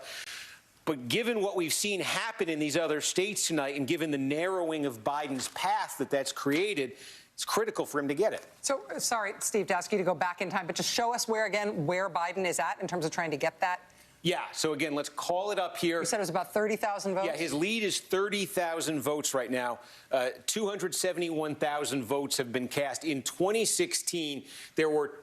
let's get this working. There were 280,000 votes that were, I don't know if that looks like a 280. There are 280,000 votes that were cast in this district for president in 2016. So, yeah, 271. They were a little bit short of the 2016 level. Obviously, we've been seeing elsewhere the turnout is going well past 2016 levels. So there are more votes to come here. And according to the county's website, which has put out a reporting schedule here, they indicate that the votes that are still to come were same-day votes. They were votes that were cast today, specifically after 2 p.m. today. They split the day in half. That's what's to come. So we certainly expect that to be a Republican vote. We're trying to see if we can track down exactly how many of them there will be. Trump would obviously need to make up 30,000 in whatever is left to get the district. Wow. Okay. We'll be watching it just as closely as you are at this point. Let's bring Michael Steele back into the conversation. Michael Steele, we just heard from James Carville, who said that Democrats should crawl off the ledge. He mentioned both Ambien and razor blades, and I won't go there. But he said that he is still planning on drinking his celebratory hooch. He's just not thinking he's going to get to drink it until Friday. So I put James Carville's take overall in this to you to ask if you're in the same place. I'm with my brother James. Y'all get off the ledge, baby. grab yourself a nice little bottle of something. Get ready. Okay? Relax. It's interesting, Rachel, that a lot of folks right now are sort of caught in this Florida mind maze. And I've been telling folks that I've been talking to this evening, just ignore Florida. No one ever put that in the Biden bank. No one did. It's an interesting play. Florida was not even a place where the vice president really went and spent a lot of time because of the dynamics there. Their strategy was to look elsewhere on the map. Remember, the goal from the very beginning is to take back the 3 original bricks: Michigan, Wisconsin, and Pennsylvania. And along the way to get those bricks, if I could steal in Arizona, I could grab, another state that's currently not in play. That's a good thing. What we're seeing out of Arizona tonight that Steve has put on the table for us is a good thing for Biden right now. You bank that 11, those 11 electoral votes, then you swing up into the upper Midwest with Minnesota, Michigan, Wisconsin, and you slide into Pennsylvania, baby, you got the night. It's going to take a little time. So Carvo's right. He's right about the timing because of how those votes are going to get counted in Michigan, how they're going to get counted in Pennsylvania. You're seeing the red wall that a lot of folks talked about. Don't worry about the red wall. It ain't as high as you think it is.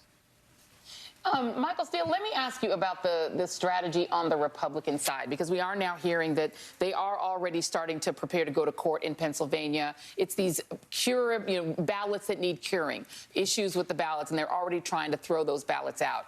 What is your read on that? Is that a sign that they are concerned that the actual, if it's tomorrow, this time comes in, that they themselves probably feel that that's going to go Biden's way? Yeah, no, that's exactly what you're seeing, Rachel. I'm sorry, Joy. It's what you saw earlier on. They sort of telegraphed the move in Pennsylvania. They sort of telegraphed the move in a number of other states where they got the lawyers all lined up. Look what they tried to do in Texas. And I speak of my party and the third party. I just can't believe some of the stuff they're doing to try to keep the ballots from being counted. They tried to throw out 130,000 ballots before they even got counted. So the reality of it is they know where these numbers are headed.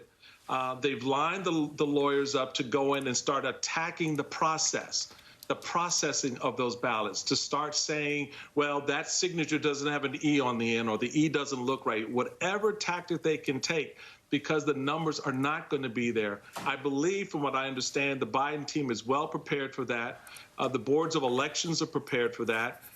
They have diligently gone through and tried to avoid a lot of that on the front end, particularly because ballots were coming in so fast and furious and early, so they could cure as much of that as possible. But that won't stop the litigation.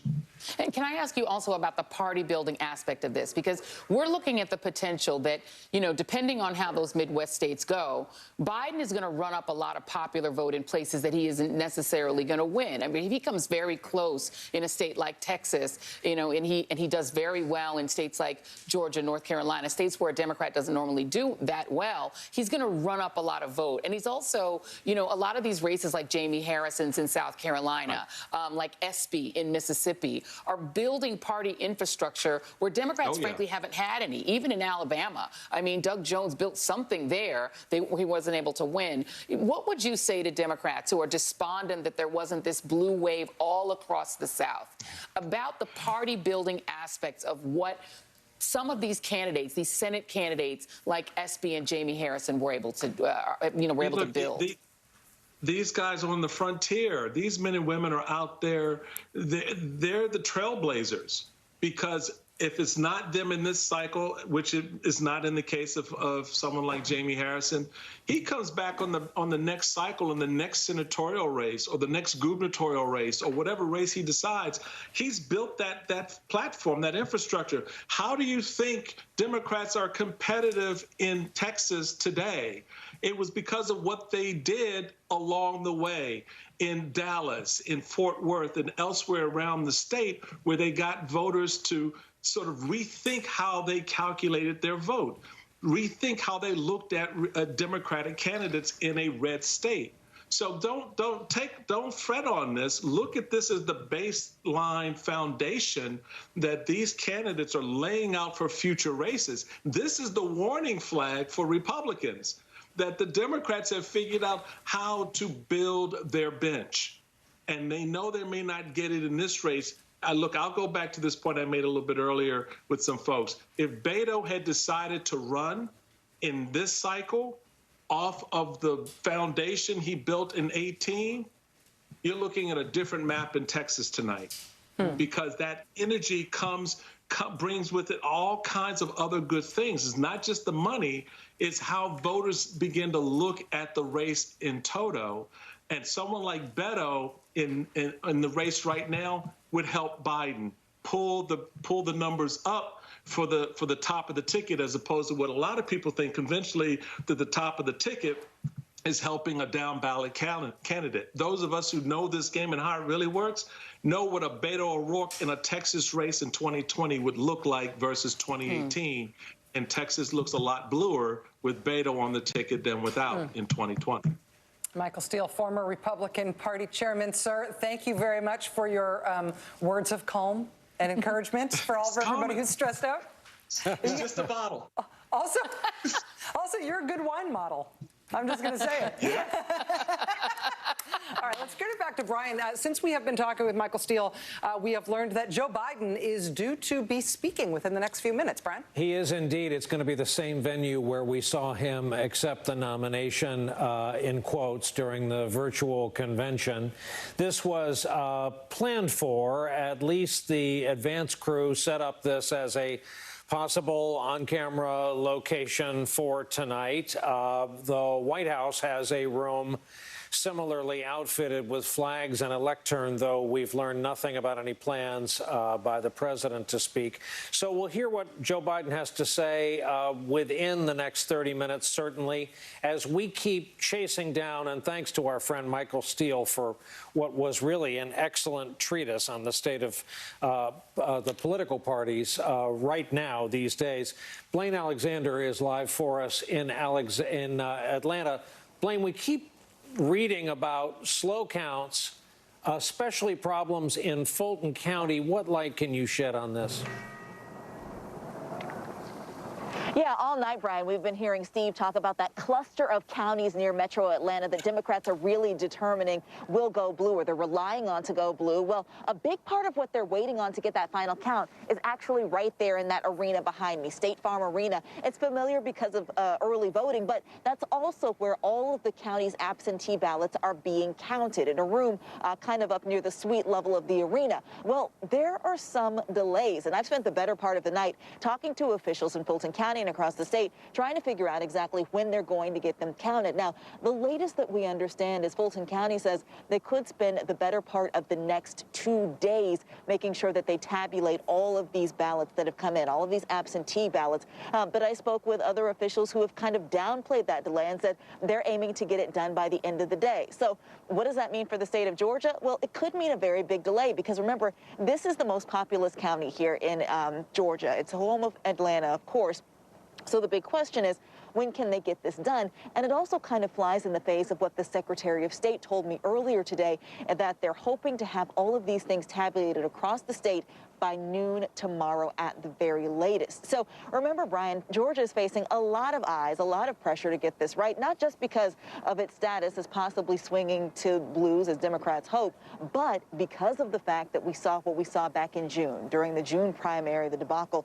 So the Secretary of State called today a good day for Georgia. The lines were slow across the state, but overall, they're hoping to get those numbers done. They're hoping to get them tabulated as soon as possible. But again, it could be more than 2 days at least before we get those absentee ballots counted here in Fulton County. Brian? Blaine, just a personal note. It's been a 2020 for you guys in Atlanta, hasn't it? I will never forget your reporting the night of the terrible violence. Your mayor goes on to become a national political figure, goes on to have coronavirus visit her home and family. It's been that kind of a year in Atlanta, Georgia.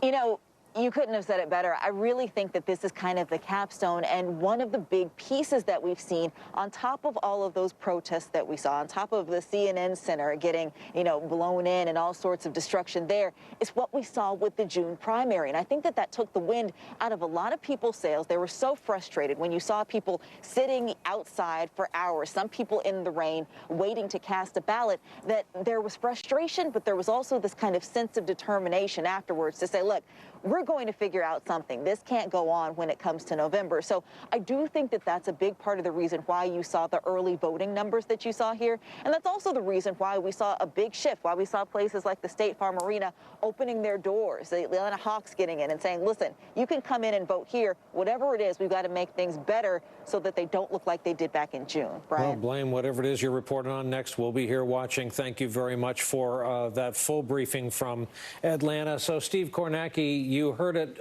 from Blaine. If this were a sitcom, I would have interrupted and said, I'm sorry, I thought for a second there you said the counting will take 2 days. No, she said the counting may take 2 days, and we're hearing that from more than one state. Yeah, and again, you could just see here what Biden and the Democrats are trying to make up here. I was just noticing the difference here. Trump's lead, it's basically sitting at 300,000. It's come down. We're so focused on the Atlanta metro area. We should be. I should note Macon, city of Macon here, Bibb County, actually just reported its early absentee vote, and Joe Biden got a big batch of them there, so that did bring him back a little bit closer. But obviously, it is all in this Atlanta metro area. You're talking about Fulton County. Let's give you a sense here. 230,000 votes or so estimated, left to be coming in here. And again, you see the margin Biden's running at, even with the same day vote, seems to be doing extremely well. And then how about this one? Next door, DeKalb County, 277,000 votes to come in. And again, this might even be a stronger area for Joe Biden. So, there are still, that's 500,000 votes between those two places. When you're looking at about 1 million left here statewide to come, we think there is still some room right there. But again, we're just trying to get a grip here, exactly how many ballots we're talking about in this area, exactly what that split is. It's still unclear in some places between the same day and the early. It's definitely a Biden area here, and it's definitely going to bring this margin significantly closer. But the question is, how big is that burst going to be for Joe Biden here? That's what we're trying to get a grip on. And again, this has been, we said it'd be an election night like no other. And this is the thing I got to say all night, looking at Georgia and every other state. It's trying to figure out, trying to determine, are we looking at early vote? Are we looking at same-day vote? Because there's just been an enormous difference between the two. And frankly, it's not always clear immediately what we're looking at. Haven't done an election like this before. Steve, let me just run something by you in terms of the way I understand what we're expecting in terms of the time horizon for this election. As far as I can tell, it seems like we're not a million miles away from a result in Florida and Texas. I'm not talking about NBC News characterizations or anything. I'm just thinking about the amount of the vote that's in. It seems to me like we don't necessarily have dire or super long-term expectations for Arizona, Minnesota, Nevada, Iowa. Like, it doesn't seem like there's any reason to expect that those will be super long horizons. But we are getting explicit, not just warnings, but almost promises that it's going to be multiple days before we get results in Georgia, Michigan, Wisconsin, and Pennsylvania. Yeah, I mean, you just heard the report on Georgia. Yeah. So, there's also, I would just say, I don't want to forget about this one. Let me call it back out here. North Carolina remains uncalled. The margin is 76,000 votes for Donald Trump. Remember, the ballots that are in the mail right now that were postmarked, they will still be counted. We don't know how many there are. So that's another variable we're trying to figure out. How many more ballots are going to come in North Carolina? Could that still plausibly affect the outcome in North Carolina at about 75,000 vote margin? In Wisconsin, we are hearing, I'll show you Milwaukee County here, and I think you were talking about this earlier, core Democratic area. You see a lot of vote left to come.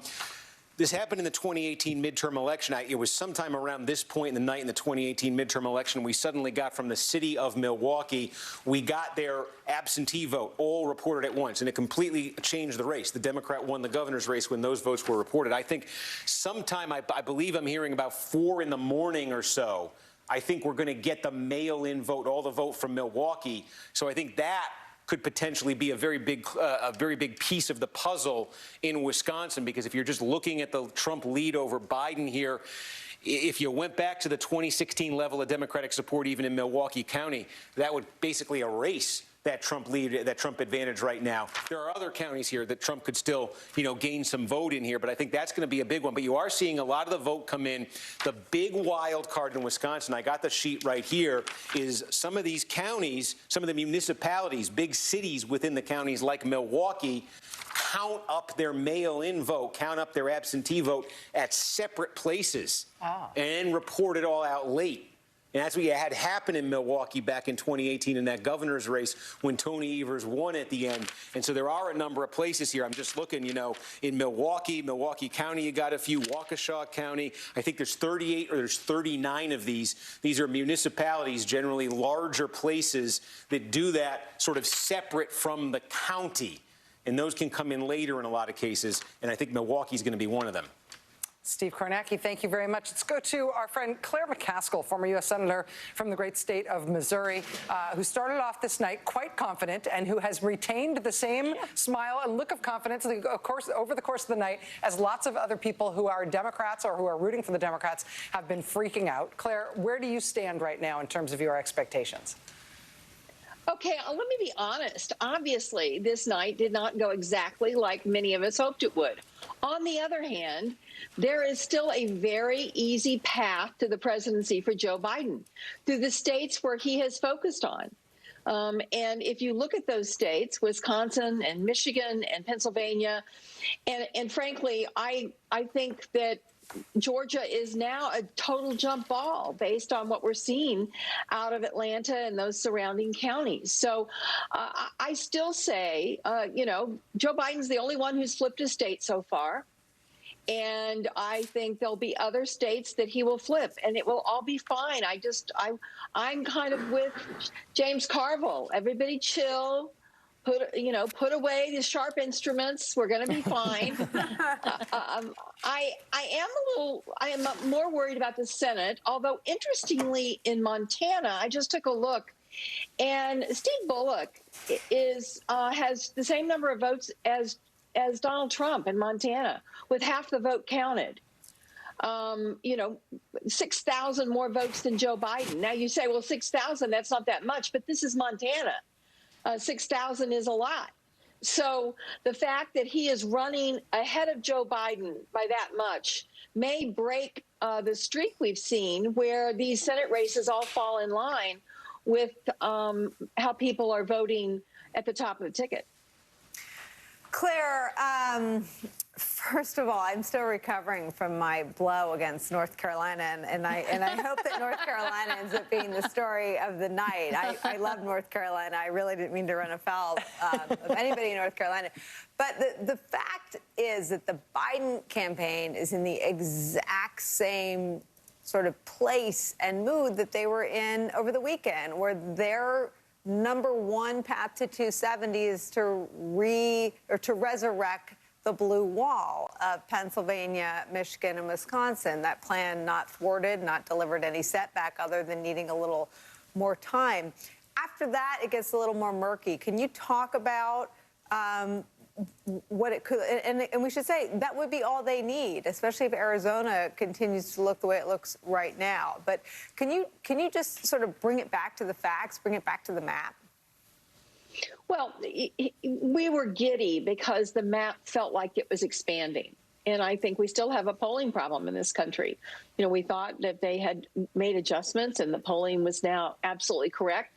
Based on polling, it looked like there were all kinds of different paths we could get there. As it turned out, the one true path is the path that they were most focused on. Give this campaign credit. Joe Biden didn't go to Texas. Everyone was screaming, Joe Biden, go to Texas. Go, Joe Biden, go to Texas. They knew they had to keep their eye on the prize, which were those three states. And those three states, I believe, will deliver the presidency to Joe Biden, just as his campaign planned. Can I ask you really quickly, Claire, about Arizona? Even though I know it wasn't in the original plan, but it does look like a state that's very promising for Joe Biden. And also in that Senate race, where it does, look very promising also for Mark Kelly.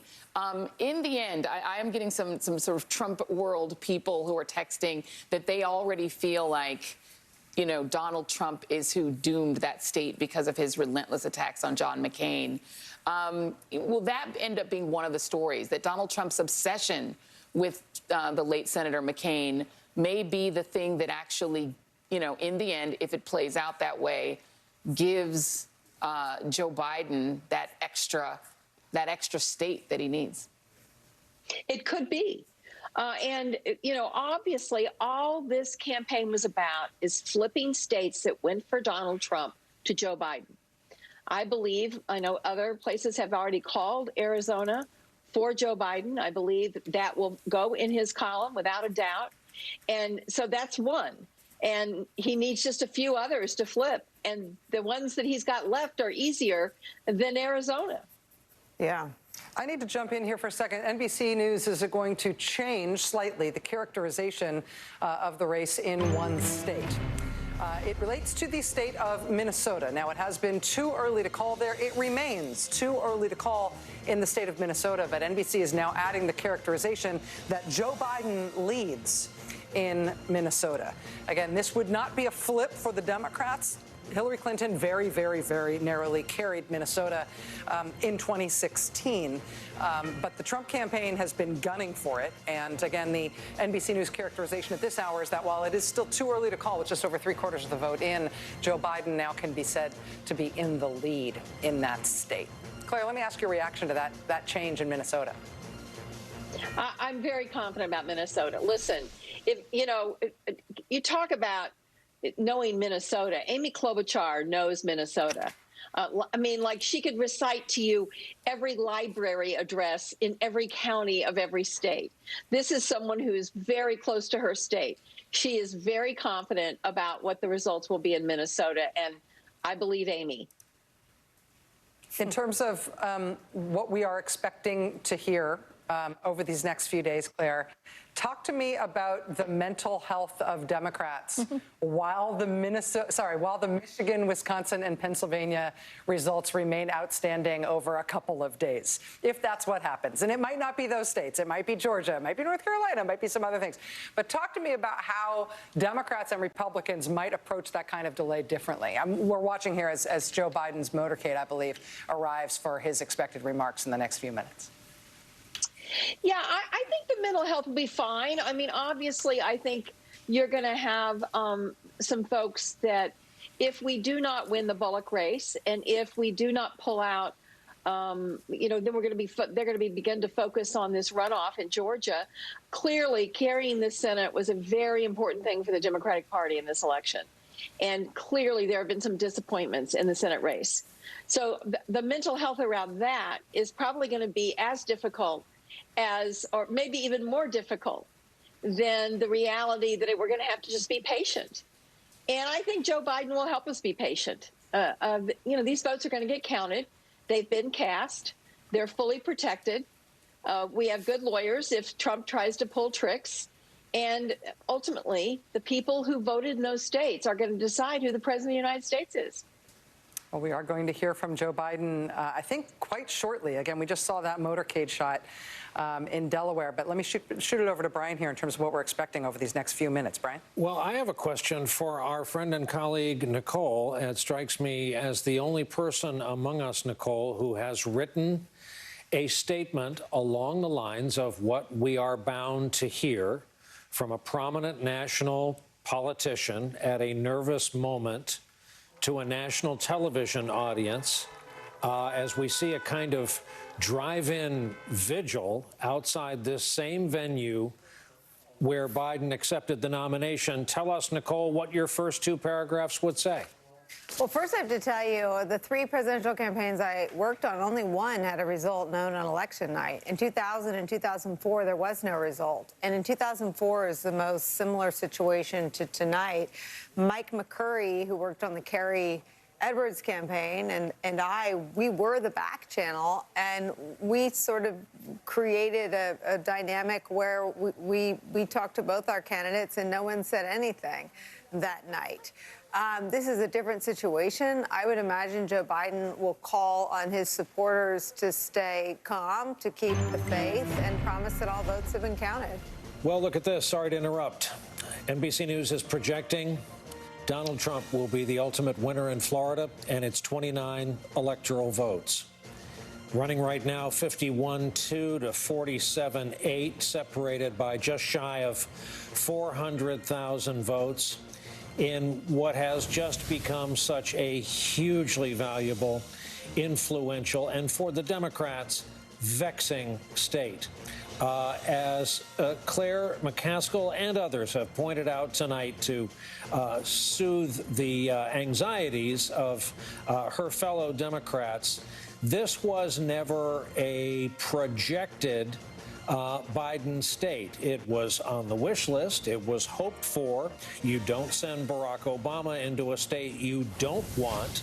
But the candidate himself did not make it a personal priority, preferring instead to concentrate on that blue wall we've been discussing, the very same blue wall that may take days to determine this election result. But Florida, where our projection is concerned, is done and dusted for this cycle. Nicole, I interrupted. Please continue. No, we were talking about what Joe Biden might say tonight, and I'm thinking of this result in Florida as something that might make its way into Joe Biden's comments. Joe Biden has constantly sought to convey that if he is elected, he will be a president for all Americans, not just a president for Democrats, and he may actually see to it to say something about the closeness of this night. But I think his real mission will be to tell his supporters, to reassure them that their votes will be counted, and to call for calm. And I would be surprised if there wasn't some message that came out of the White House. You'd be foolish if you hoped it was that civilized, a call for calm. But I think once Biden says something, it'll be near impossible for Trump to say nothing. Wilmington, Delaware is the scene. You see people have been invited to, just as we recall when Joe and Dr. Jill Biden appeared outside to kind of a drive-in rally. People have been instructed to bring their cars. And here comes the former vice president, and we'll all see together what his message is.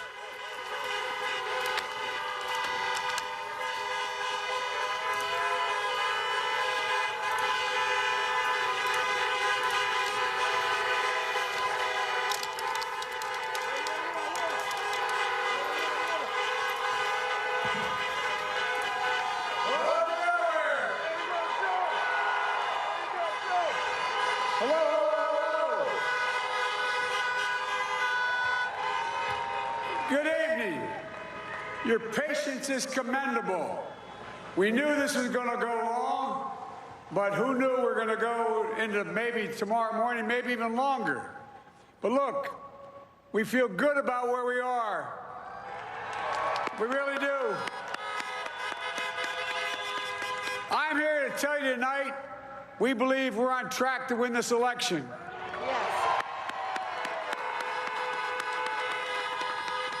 We knew because of the unprecedented early vote and the mail-in vote that it was going to take a while. We're going to have to be patient until the hard work of tallying the votes is finished. And it ain't over till every vote is counted, every ballot is counted.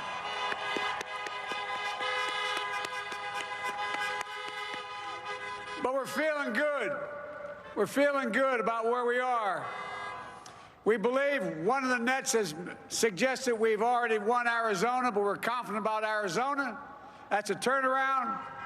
We also just called it for Minnesota, and we're still in the game in Georgia, although that's not one we expected. And we're feeling real good about Wisconsin and Michigan. And by the way, it's going to take time to count the votes. We're going to win Pennsylvania. Yes. I've been talking to folks in Philly, Allegheny County, Scranton, and they're really encouraged by the turnout and what they see. Look, you know, we could know the results as early as tomorrow morning, but it may take a little longer. As I've said all along, it's not my place or Donald Trump's place to declare who's won this election. That's the decision of the American people. And I want to thank every one of you who came out and voted in this election. And by the way, Chris Coons and the Democrats, congratulations here in Delaware. Pardon? Pardon? Hey, John, the Gov, yeah, the whole team, man. You've done a great job and voted. That's a decision of the American people. But I'm optimistic about this outcome. And I want to thank every one of you who came out and voted in this election. And by the way, Chris Coons and the Democrats, congratulations here in Delaware. Pardon? Hey, John, the Gov, yeah, the whole team, man. You've done a great job. I'm grateful to the poll workers, to our volunteers, our canvassers, everyone who participated in this democratic process. And I'm grateful to all of my supporters here in Delaware and all across the nation. Thank you, thank you, thank you. And folks, And car horns are the new applause of 2020, at least at some of the political rallies we've seen. So, Joy, Nicole, Rachel.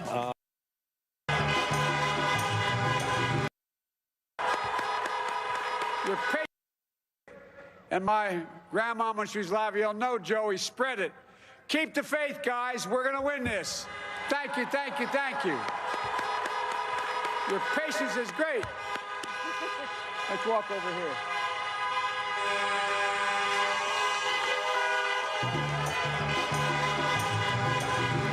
here. In an era when car horns are the new applause of 2020, at least at some of the political rallies we've seen. So, Joy, Nicole, Rachel, how did those remarks measure against what we thought he might say? I think, unsurprisingly, Joe Biden was optimistic. He was positive. He projected confidence in the result, and he said what Nicole estimated that he would say, that be patient, we're confident we're going to win. I think that's what the Biden, voters needed to hear. I think that there is just such a deep anxiety out there and a disappointment that we didn't see a huge repudiation of Trumpism, but I think he did what he needed to do. He's come back out for an encore. I don't know what he just said there. There's a steadiness about the Biden campaign, and throughout those early primaries, Brian, and we were all together on those nights when he had decisive defeat in New Hampshire, a decisive defeat in the first two caucuses in Iowa and Nevada. This wasn't a campaign that sort of got rattled, and I think this is where his personal story connected and intersected with his political story. I mean, to have someone who has suffered the loss of two children and his first wife isn't rattled by a political setback. Nobody likes them, and I'm not saying that. But this was a campaign that was always able to find its footing, and they really, I think I used this earlier in the night, if there's a tortoise and a hare, and I don't think you can, I don't know that there's an appropriate animal for the Trump campaign, so I'm not even going to go there, but the Biden campaign compared to the other Democratic candidacies was always putting one foot in front of the other, and it was never about the Democratic elites. It was never about the media. I mean, the media counted them out. The Democratic elites counted them out. But Joe Biden has constantly exceeded expectations. I think one of the underreported stories of this cycle is that this is a campaign that is very low key. It has, and I recognize this as a former campaign staffer. It has a habit. You have to imagine there have been some big debates inside this campaign. How long to sort of stay off the trail? What the event should look like? None of those leak, which just suggests. And again, we can't project this out and say they're going to win because they ran a campaign that didn't leak. But they're all good signals, and they also bode well. Things get really dicey when a result isn't known on election night. And this is just a very steady campaign. I happen to believe that campaigns take on the personalities and the demeanors of the people at the top. Joe Biden and Jill Biden and Senator Harris, I mean, they have created a climate where they were confident enough to walk out there tonight and say, guys, we got this. We're optimistic, but we need some more time. We need some patience. Yep. Joe Biden tonight saying we feel good about where we are. We are on track to win this election. It ain't over till every vote, every ballot is counted, but we're feeling good about where we are. He said one substantive thing about the states that are still in play. He said, we're still in the game in Georgia, and that's not even one we expected. Yeah. That was kind of interesting. And then he said, we could know the results as early as tomorrow morning, but it may take longer. It is not my place or Donald Trump's place to say who won, but I'll tell you, we're optimistic. Keep the faith. We're going to win this. That is a responsible way to approach asking for patience, praising people for being patient, saying, I am not declaring victory here, but I am optimistic, and I need everybody to stick with me, keep the faith. Just immediately in response to that, Donald Trump has now said that he is going to make a statement tonight, and he is already declaring the election a big win for himself. So presumably, President Trump will come out and, like, you know, declare victory. And as Michael Beschloss would put it, he'll declare himself the king of Romania. That doesn't make you the king of Romania. Saying you won isn't the same as winning. But presumably that is what Donald Trump will do. Rachel, 3 minutes ago, there's another one, quote, "We are up big, but they are trying to steal the election. We will never let them do it. Votes cannot be cast after the polls are closed." And in this case, it's capitalized as if someone is closing the Polish people. So we'll look into that. You know, and when the polls get closed, it's the stuff gets weird. That's a disservice to us all. When one of us is affected, we are all Poles. Let's bring in Lawrence O'Donnell to talk about Lawrence's knowledge of the political process, his knowledge of Joe Biden, having known him way, way back in the U.S. Senate. Lawrence, what did you make of what just happened and juxtapose it against the event we can only guess about coming up from the president? Well, it sounds like the Trump event is going to be as crazy as we expected it would be at this point. But the Joe Biden speech did surprise me because it's the shortest speech that Joe Biden has ever given. I've been watching him make speeches since the late 1980s on the Senate floor and forward. And there used to be a joke in the Senate when Joe Biden would get up and ask for an hour to speak. The joke used to be, Joe probably has a really good 10 minutes. And then after that, he would just kind of keep going because he is, he can just keep going extemporaneously. I was surprised, actually, rather than just go through exactly where we are in the election in a kind of pundit way, basically echo James Carville, which was necessary, absolutely necessary for him to say he believes he's going to win Pennsylvania, believes he's going to win the election. They still have a chance in Georgia. All of those points were necessary. But I thought a couple of paragraphs about what this campaign was about would also have been in order at this late hour, especially for those supporters who've been waiting out there tonight and hoping that they were going to be participating in a victory celebration. And again, that's a way to remind the country just how different this candidacy is from the Trump candidacy, because there won't be, I think we can be sure, there won't be anything uplifting in whatever Donald Trump has to say tonight. It'll just be crazy dictatorial madness about claiming the crown. But I was surprised that Joe Biden didn't give us a little more about what this campaign is about and how what will happen when these numbers are resolved by the end of the week. Lawrence, we have 2 bits of news, second part of which refers to your beat tonight. First of all, we are projecting the state of Iowa will go to Donald Trump when all the votes are in and counted. And more than that, Joni Ernst, it appears, is heading back to the U.S. Senate. She was under real and concentrated threat for her seat, had a bad debate appearance days before the calendar day of Election Day, and Joni Ernst, U.S. military veteran, is going back into the U.S. Senate. So, Lawrence, what do you make of those twin developments?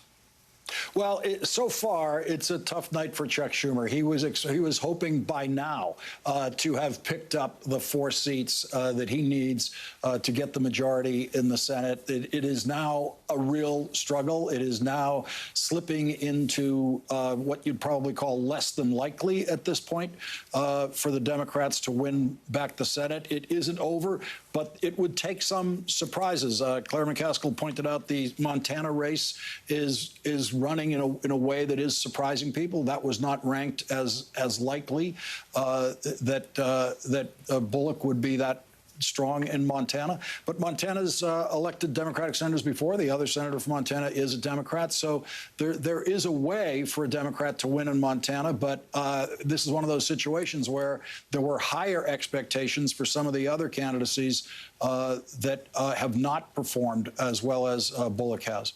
You're saying this is not quite the era of Mike Mansfield? Or, I mean, look, John Tester.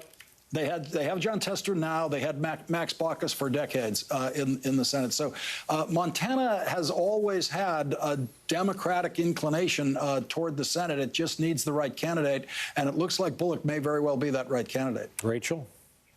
I want to bring into the conversation now David Plouffe, former Obama campaign manager, as we look both at these Senate races and as we look forward to what we are all, of course, predicting to be inspiring, level-headed, responsible, and civically minded remarks from President Trump tonight, who has also already told us that he's going to claim victory and say the Democrats are stealing it, which will be a cause for national ridicule by everybody who doesn't believe every word that he says.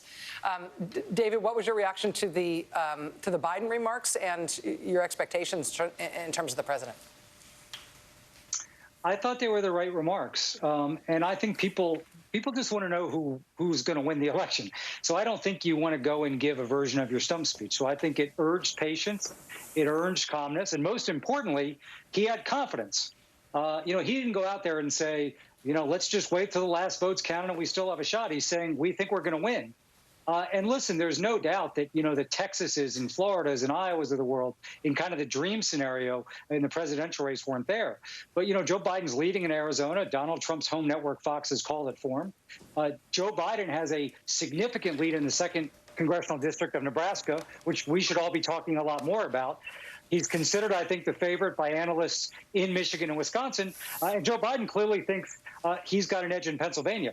So Donald Trump's going to go out there with that being the reality, where, Joe Biden right now, I think, has a credible case that by tomorrow or by Friday, he will be elected president of the United States. So the landslide's not in the offing.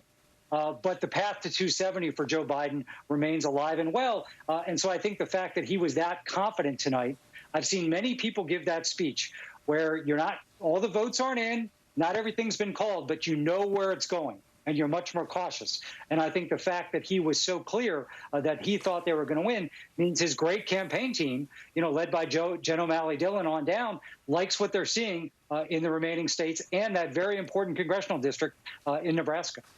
In terms of these expected remarks from the president, I think that the president has undercut the impact of his presumably premature victory declaration by telegraphing it for so long. So I think everybody sort of knows to expect it and is sort of braced for the fact that that will be a false claim by the president if, in fact, he makes that claim tonight. Nevertheless, if he does, in fact, say that, do you think that may create new cross currents or new dynamics that we've never had to deal with before, since we've never had in the modern era presidents claiming victory without the facts being on their side? We've never seen that used as a presidential tactic. Nixon apparently wanted to do it and got talked out of it, but nobody's ever tried it. Well, Rachel, it's dangerous, it's destructive, and it's depressing that a United States president is going to claim and lie. I mean, he's talking about votes being cast after Election Day. All these votes were cast before Election Day. In Wisconsin, Michigan, and Pennsylvania, the vast, vast majority of these votes that are going to be counted were sent in a month ago, 2 weeks ago. So the problem here is not, I don't think it's going to affect the outcome, because these were legally cast votes, and they're going to be counted legally, and the winner of those votes is going to win the presidency.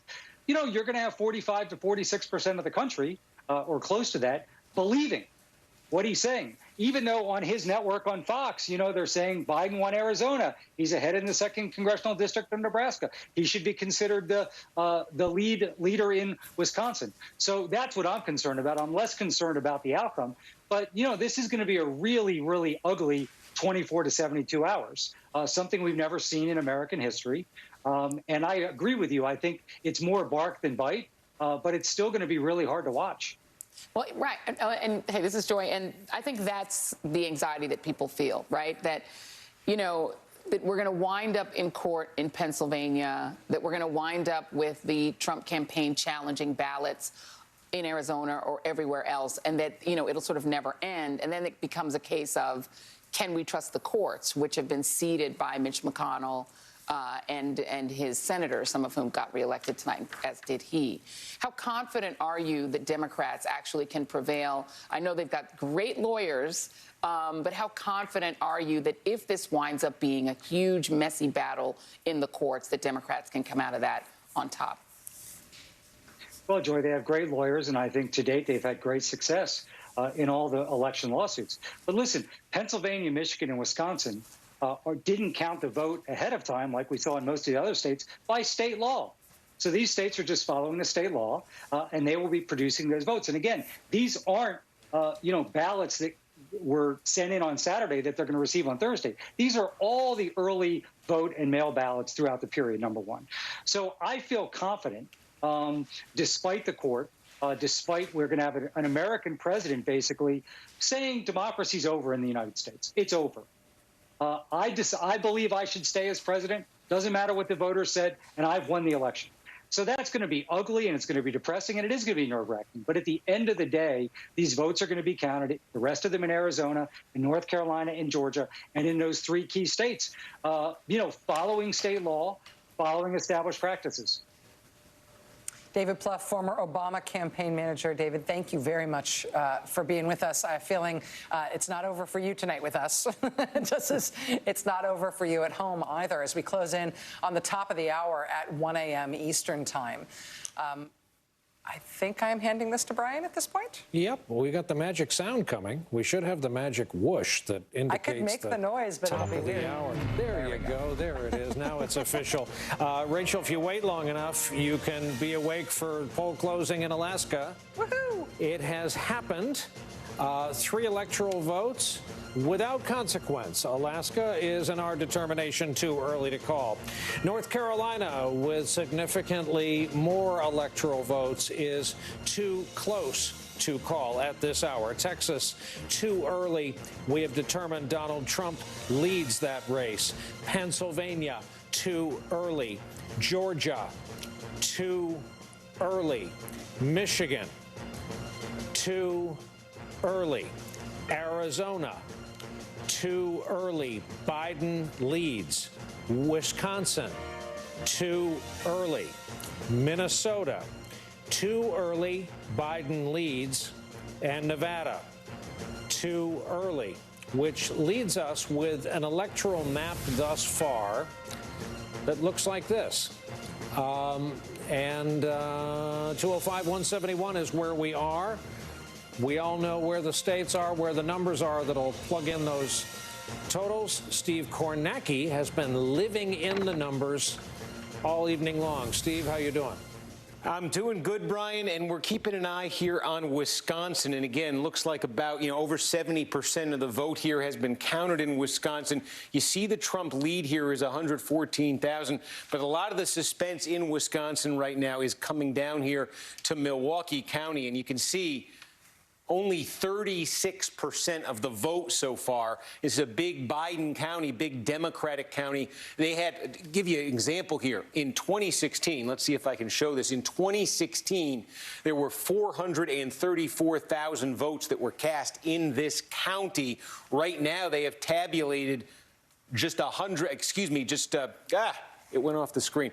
Right now, they have tabulated just over 200,000. So they're basically halfway to what they got in 2016. So when you see this lead that Donald Trump has, Milwaukee County is a big thing yet to come. And like I said, we're expecting in a couple of hours, they have the city of Milwaukee itself, some of the other cities, municipalities in Milwaukee County.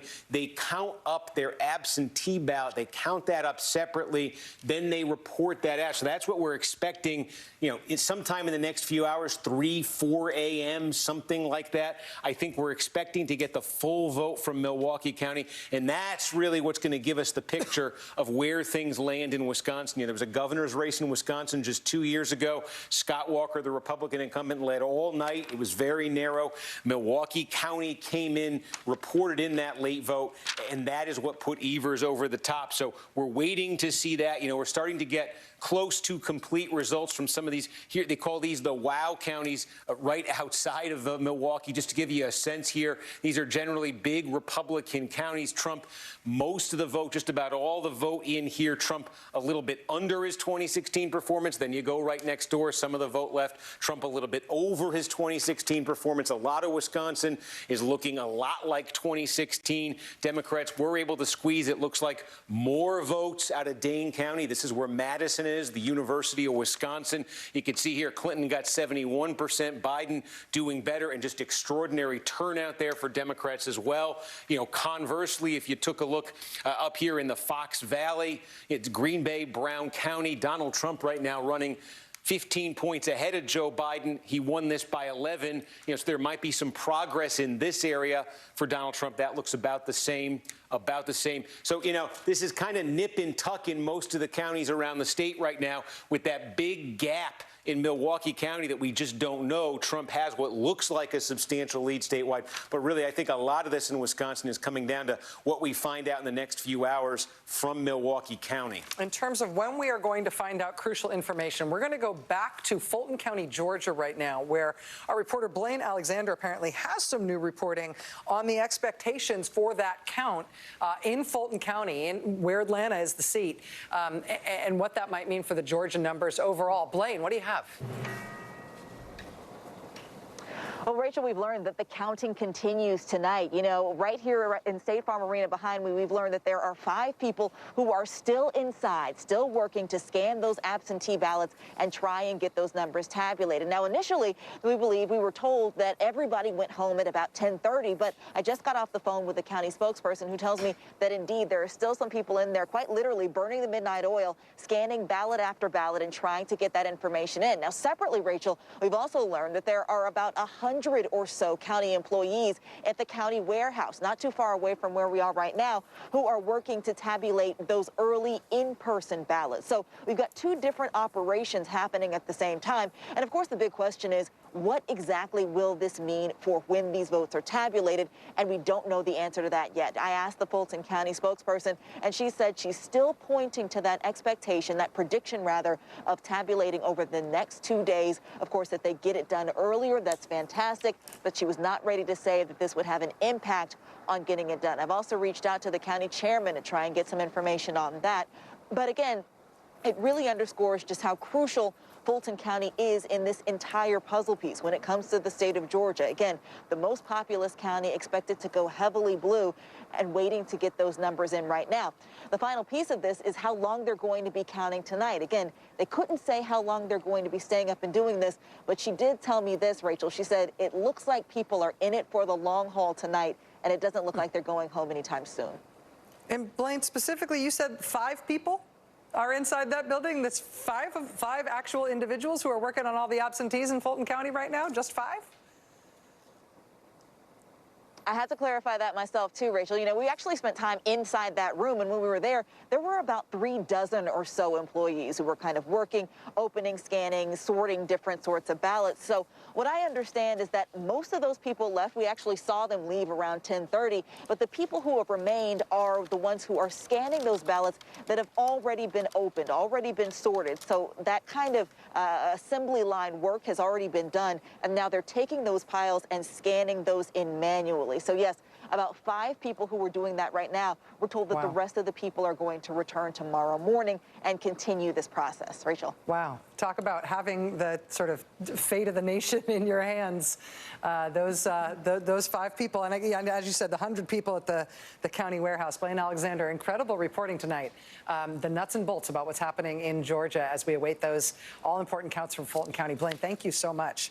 God, that is fascinating. Right now, again, to give you the lay of the land, we are awaiting results in a few states where NBC has characterized one of the 2 candidates as being in the lead. NBC has characterized Trump as being in the lead in Texas, even though Texas is not called. NBC News has characterized Joe Biden as being in the lead in both Minnesota and in Arizona, although neither of those have been called. North Carolina, it's too close to call. In Nevada, it is too early to call. In Pennsylvania, Wisconsin, Michigan, Georgia, it is too early to call.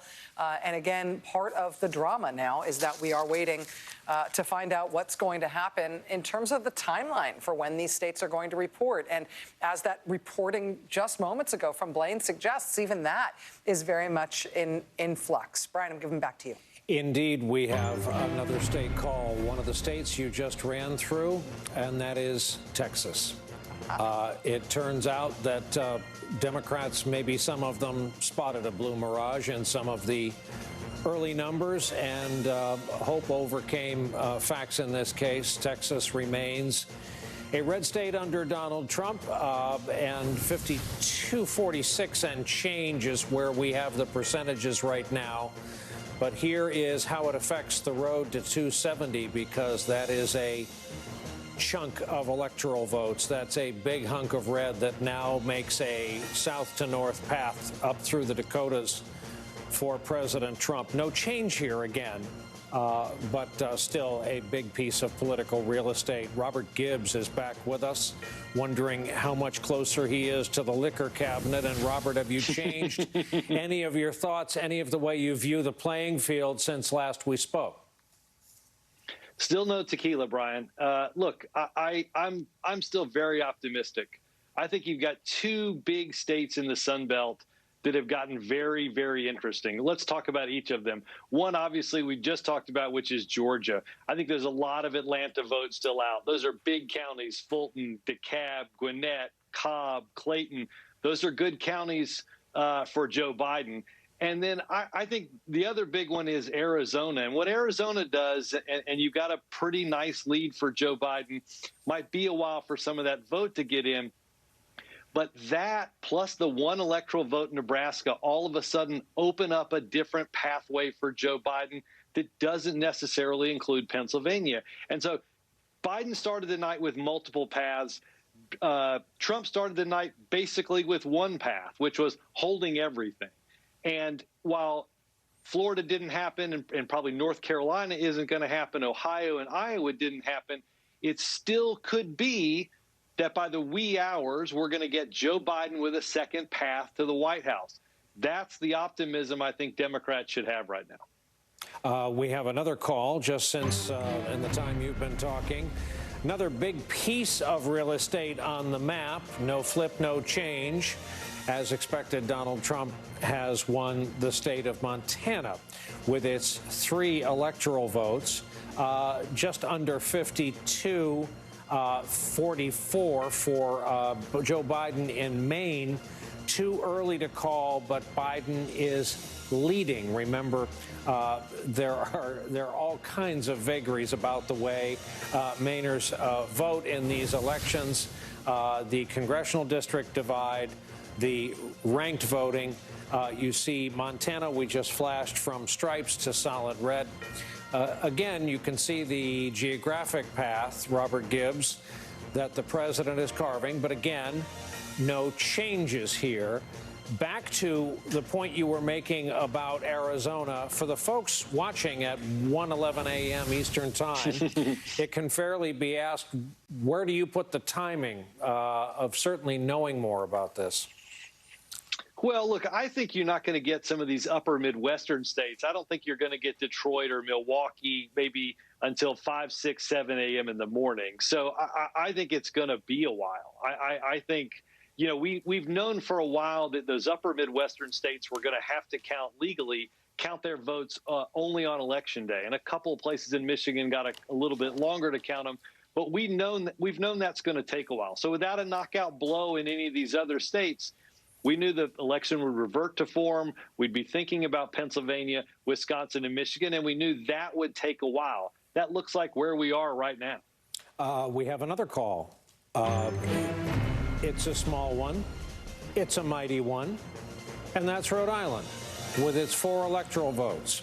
Joe Biden has been projected the winner of Rhode Island. And just as regionalisms have changed and come and gone and developed over the past few election cycles, the Northeast, New England, has become, as you can see reflected on the map, dependable, safe blue ground as for right now. Maine, of course, as we mentioned, remains a question mark. New York, no question about it. Pennsylvania is the next big patch of gray. Robert Gibbs was just discussing. Robert, is it not a little bit optimistic to say tomorrow morning for some of these counts in some of these older cities? It could be optimistic. Look, I would, if you're focused on politics, I'd clear your schedule for tomorrow or today. I guess we're here in Wednesday. I do think it's going to be a while, and I think in some of these states, as we've mentioned in Pennsylvania, if votes have been postmarked, but it takes a couple of days to get there, we know the Postal Service has been ordered by a federal judge to find 300,000 ballots that they've been tracking. So again, this is going to take a while. And look, to paraphrase Robert Frost, but not so morbidly, we have miles to go before we sleep. Yep, I think you got that right. Whoever that Frost guy is, he comes up with a good quote. Robert Gibbs, thank you very much. Steve Kornacki is over at the Wall. Steve, what state are you looking at now? Well, we're looking within the state of Nebraska because we've been tracking the story of this one electoral vote that actually looms very large here. So let's take a look. If I can call up the 2nd Congressional District of Nebraska, maybe 3 times will be a charm here. Here we go. So you see right now Joe Biden is leading this 53 to 45. The margin here for Biden is sitting at 23,000 votes. Here's what we can tell you. You can see they've added votes since last time. There's now more than 300,000 votes that have been cast and recorded here. The county is saying, this is Douglas County, Nebraska, according to their schedule, they have one more update they're going to do for this vote. They are going to be, according to their schedule, more same-day votes, votes that were cast this afternoon. Now, I can tell you there have been, since the last time we checked in here, there have been a couple of updates, also including same-day vote. The effect has been what had been a 30,000 vote Biden lead here has been trimmed to 23,000. About 30,000 votes have been added to this pile from those 2 updates. We don't know how many are in the last update, but if it's like the previous 2 that we've seen, very hard to see Trump overtaking Biden there. And again, if that is the last update, we might get some clarity here on Nebraska, too. If Biden hangs on, if Trump doesn't overtake him in the final update that we get out of Nebraska, too, that'd be a flip. That'd be an electoral vote picked up by Joe Biden that Hillary Clinton did not get in 2016. And in fact, if you take a look at the electoral map right here, it'd be the first flip. This is what's happened so far tonight.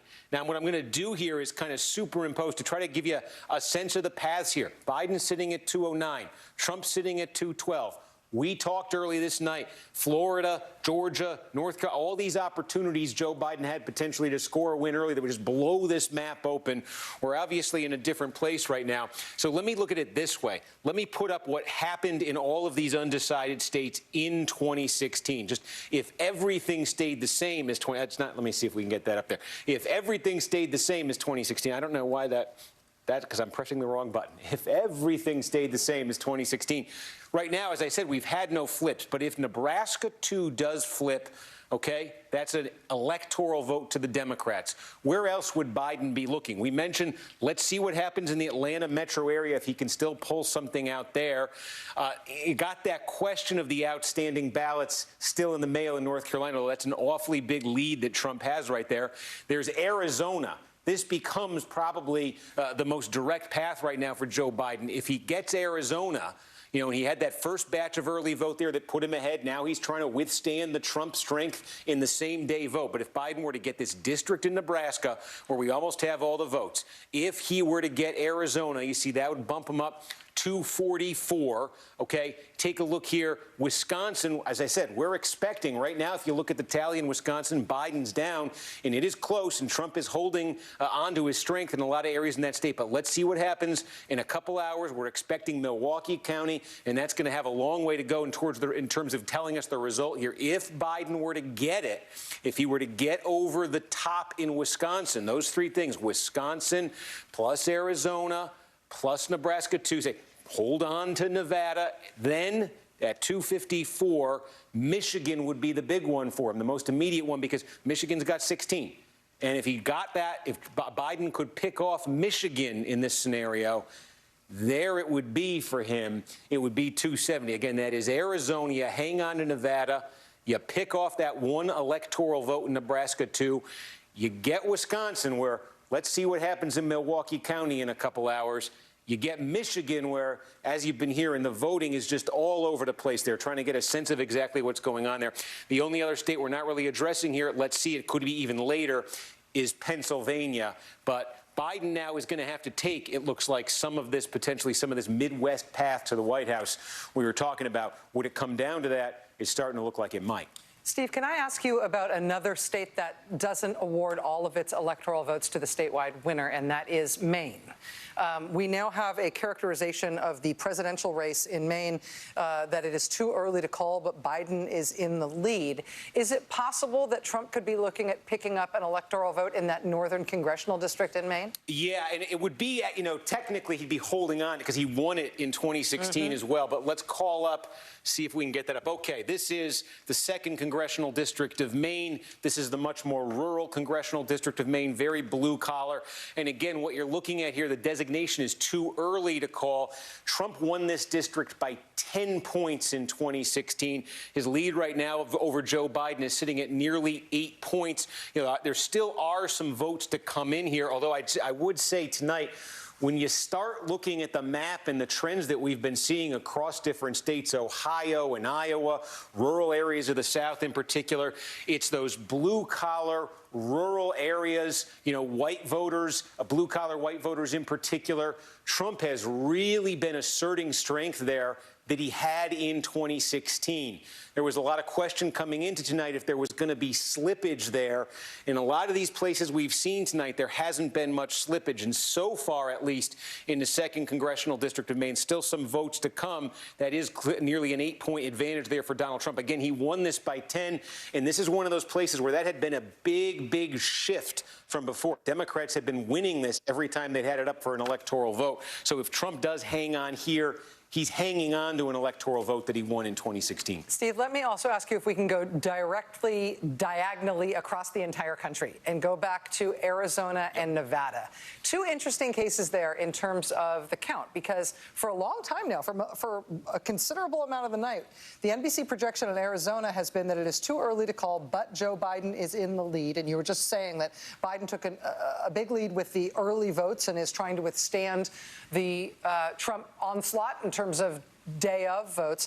And then in Nevada, we spoke with John Ralston earlier about how late the voting how late the counts are being reported out of Nevada. Just get us up to date on both of those states. Yeah, I mean, Nevada, in a lot of ways, it's a lot like Arizona, where it's gigantic, or at least very large in terms of land area, but so much is just Clark County, where Las Vegas is, Washoe County, where Reno is. Your overwhelming majority of the population is going to be in these two places. There's a lot of space here, but not a lot of votes. And as John was telling you, you've got delays in getting the vote even reported out there. So in the same way, we're kind of all waiting for Maricopa County in Arizona. We're kind of all waiting for Clark County in Nevada right now. And speaking of Maricopa County, we can go back and look, because we said, remember, we saw when that initial batch of vote came in, which had been the absentee vote, the mail-in vote, the early vote, as of this past weekend, all the ballots received until this past weekend, Biden's advantage was about 10. Now they're starting to add to this the same day vote. You can see it on this sort of meter here. Everything in orange here is that initial batch of vote. Now you start to see we're adding the same day vote. This is what's expected to favor Trump. And the question again here is more and more this will be added. Only a very little amount so far. More and more this will be added. How much can Trump make up there? Because again, Maricopa, it's just, you're talking about almost 2/3 of the population in Arizona, almost 2/3 of the voters in Arizona are going to come out of Maricopa County. It's just an enormous, sprawling suburb, essentially. So this is one of those areas that kind of sets the tone for the state. If you win Maricopa, you're probably winning Arizona. Steve Kornacki, thank you. We're going to take a quick break right now, in part because we are expecting remarks from the president fairly soon. I should tell you that we did hear from Joe Biden within the last hour. We feel good about where we are. We're on track to win this thing, but it ain't over till every vote, every ballot is counted. Keep the faith. We're going to win this. he said in his remarks earlier this hour, it's not my place or Donald Trump's to say who won, but we're optimistic. Well, Joe Biden now echoing that in a tweet he's just sent. It's not my place or Donald Trump's place to declare the winner of this election. It is the voters' place. Again, that just posted by Joe Biden. We're expecting remarks from the president that will probably not echo that sentiment. That'll be right on the other side of this break.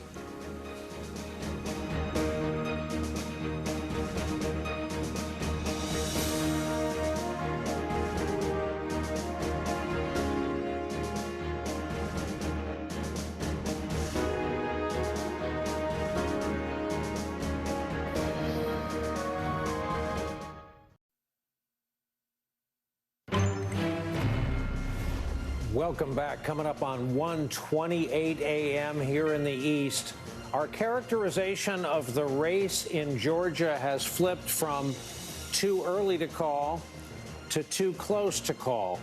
And if you've been following our correspondent Blaine Alexander, her reporting on the counting process, we could be at too close to call for some time. And we are very happy we detailed the electoral situation in the state of Nebraska, for those of you with calculators who were paying attention, because we have a call on Nebraska 2. Steve Kornacki, that district with its one electoral vote, where we're reminded Donald Trump flew in and did a rally looking for that electoral vote. That was the famous evening people had a 3-mile walk in the cold. That has been awarded to Joe Biden, correct? Yeah, and there it is. We were just going through it. We can call it back up on the screen right here. This is Omaha metro area. And again, these are the same numbers we were just looking at. There's one update, I think, to come here, but there weren't too many votes left. This is a district Democrats felt very confident in, because we've talked about the growing Democratic strength in suburbs, metropolitan areas. Donald Trump had carried this by just 3 points in 2016. Democrats were very confident they could get it this time. Barack Obama, by the way, back in 2008, when he beat John McCain, also carried this district. It had been Republican since then. It goes back to the Democrats, goes to Biden tonight. Democrats get their first electoral vote out of Nebraska in a dozen years. I mean, how about that, though? Just think about it for a second. I got to check the time here. We're at 1:30 on the East Coast. And for all of our talk before this election about, is this day going to flip, is that day going to, the first thing to flip didn't happen until 1:30 tonight. And it's a single congressional district in Nebraska. Otherwise, this map is holding to form from what we saw 4 years ago. Unbelievable. And still no call. We have a characterization on Maine, too. What do you got? What do you got? And Georgia, we have been monitoring this in the Atlanta metro area, where there's just a ton of outstanding vote, and we're trying to make sense of that. We did just get a bunch in here from Gwinnett County. Okay. Take a look here. There's not much left to come now. We think maybe just a little over 10,000 votes here. Look, Biden's going to win the county. That's going to be progress for Democrats. This was a 6-point Clinton win in 2016. It's going to be upwards of 20 points here for Joe Biden. But what did that do to the statewide tally here? Call that back out. Trump is still ahead by 236,000 votes. I think one of the things we saw here in Gwinnett County is that a lot of these late ballots perhaps were cast same day, and that might have benefited Trump a little bit more, because he's doing better with the same day ballot. So again, 236,000 votes. The big outstanding pieces of the puzzle here, still Fulton County, where Atlanta is, and still DeKalb County, overwhelmingly Biden, and you've got a ton of votes there as well. So DeKalb, Fulton, I think, really becoming the ball game here in Georgia. DeKalb not even 40% in and processed yet. Rachel, the word from our White House folks, the White House pool, is that this is going to be an East Room event, apparently, from the president within the next 30 minutes. Correct me if I'm wrong, Brian, but didn't we hear in advance of tonight that the president was going to be convening his sort of election night party, his watch party, at the White House in the East Room, and that it was expected to be several hundred people indoors in D.C. in the middle of the pandemic, which is troubling because of the pandemic.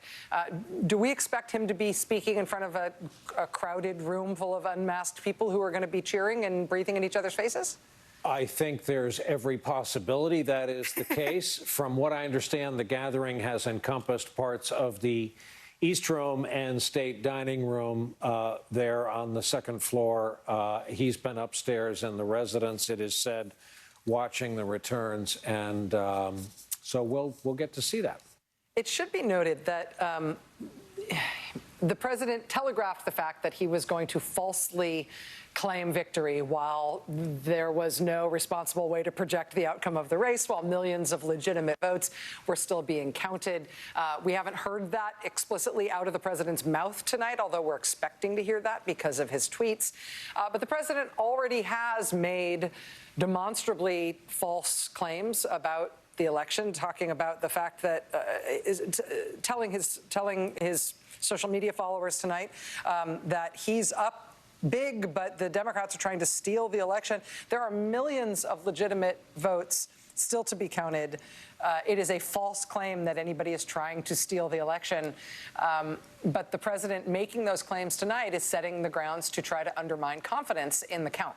And the count is not only going to continue tonight, it's going to likely continue for days before we have any projection of what the result were going to be. So, again, this is something that the president telegraphed, that we knew was coming. Therefore, it is not surprising. Just not being surprised by it doesn't mean that you can't be shocked by it still. This is uncharted territory for an American president and for American democracy to have one of the two major party candidates, let alone the incumbent president, saying that the election ought to be over and he ought to be declared the winner, and anybody trying to claim otherwise is stealing it from him.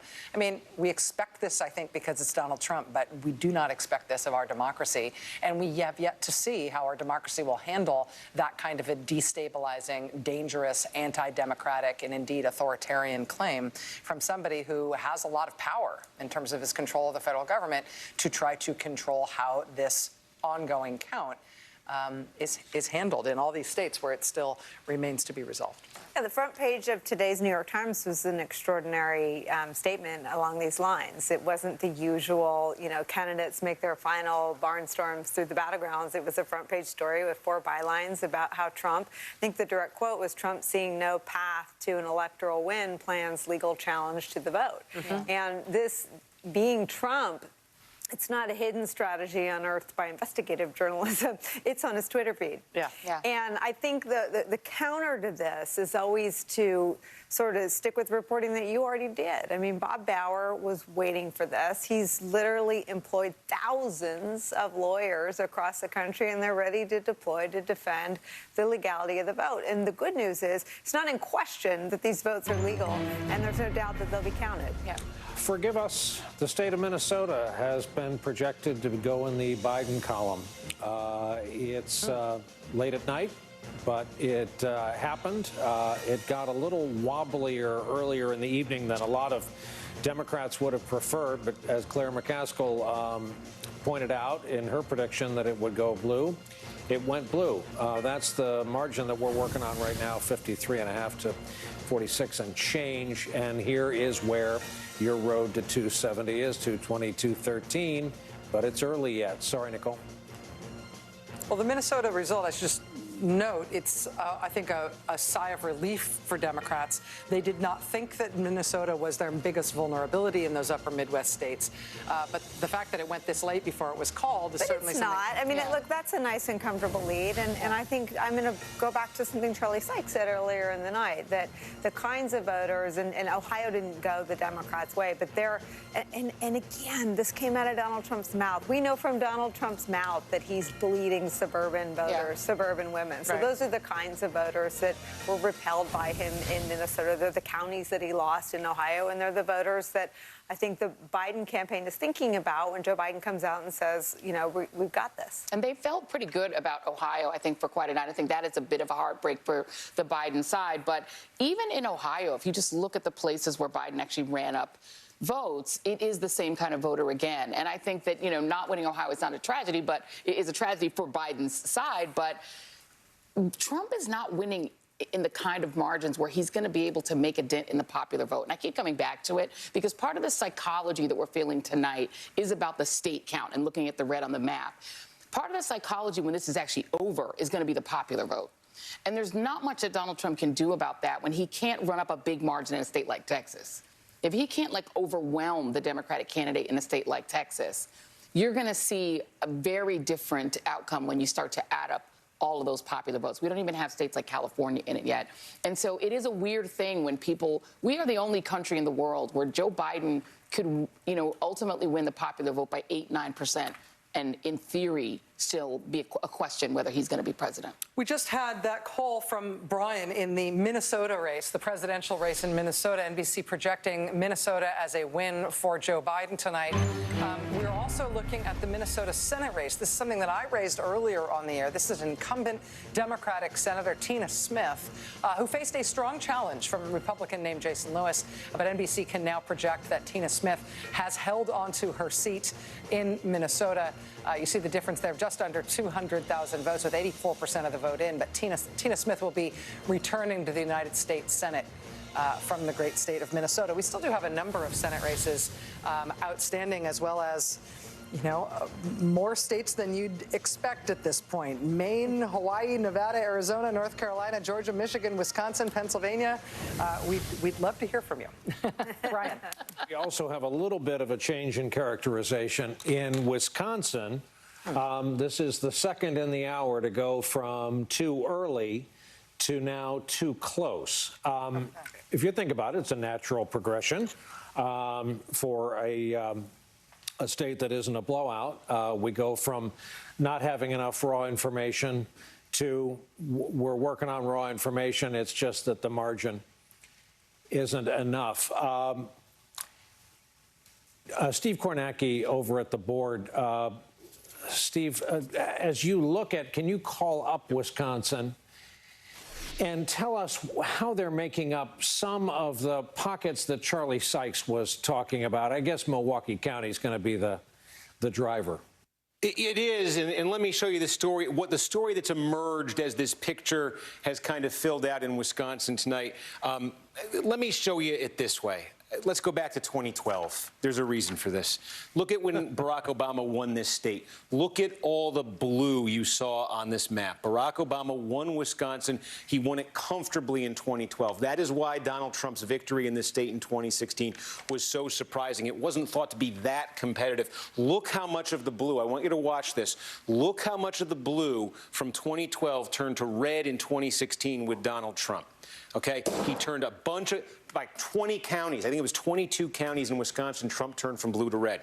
The question coming into tonight, and some of the polling was suggesting that Joe Biden was making significant inroads with rural white voters, with working class white voters in Wisconsin. Was he going to flip back a good number of these counties that Trump had flipped in 2016? Watch again now. We're going to go from 2016 to tonight. See how many counties flipped from red to blue. Not many. We got one right here. Check this out. Biden's leading it by 1.7 points. In 2016, it was basically a dead even tie. That's the closest thing to a big shift we're seeing on this map tonight. Basically, I can find places on this map. You can find a Dane County where Democrats are very happy with the turnout, where I think they're getting more bang for their buck than they got in 2016. You can find places where Trump's campaign could say, hey, we're up the score a little bit more than we did in 2016. But honestly, I'm looking at this map and I'm seeing a lot of 2016 all over again. And that makes this outstanding vote in Milwaukee County so crucial here. Here's the way to look at this. Where is the outstanding vote in the state? Where is the remaining vote?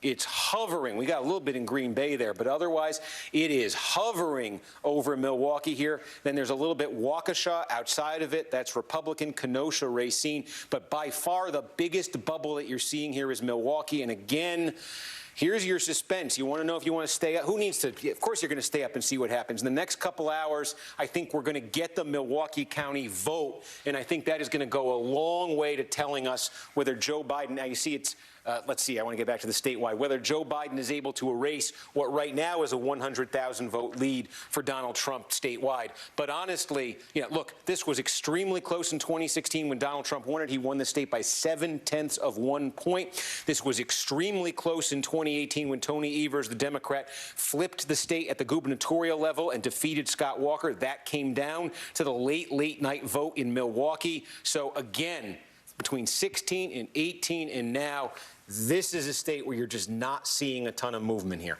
And, of course, the Democrats tried like the Dickens to have their convention there until the uncontrolled pandemic arrived. Pulitzer Prize-winning presidential historian and author John Meacham is part of our coverage at 1:42 a.m. Eastern Time. John, I'm sitting here thinking that other presidents and other candidates have gone to bed on election night and said, in effect, wake me when it's over, because we've had real barn burners. We haven't quite had the circumstances of tonight, and that's where you come in. Well, you know, this is not uncommon. Almost half the time in the modern era, from 1960 unto this hour, we have gone. Most of America, as Teddy White might put it, has gone to bed without knowing. 1960, 1968, 1976, 2000, 2004, and 2016. So this is not an anomaly. We're a ferociously divided country. One of the remarkable stories of this era is going to be the extent to which Americans were willing to change their minds.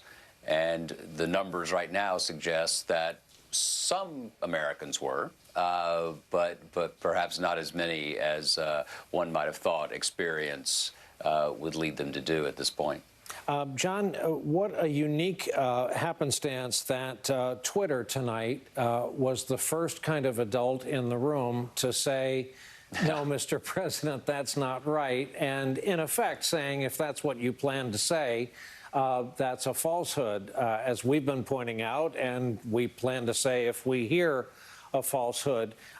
Here's Jack Dorsey's Twitter. He's not a giant in the world of letters. He may have Walt Whitman's beard temporarily during COVID, but he's not a veteran political hand. He's a guy with a successful social media company. But that's what passes for our discourse in 2020.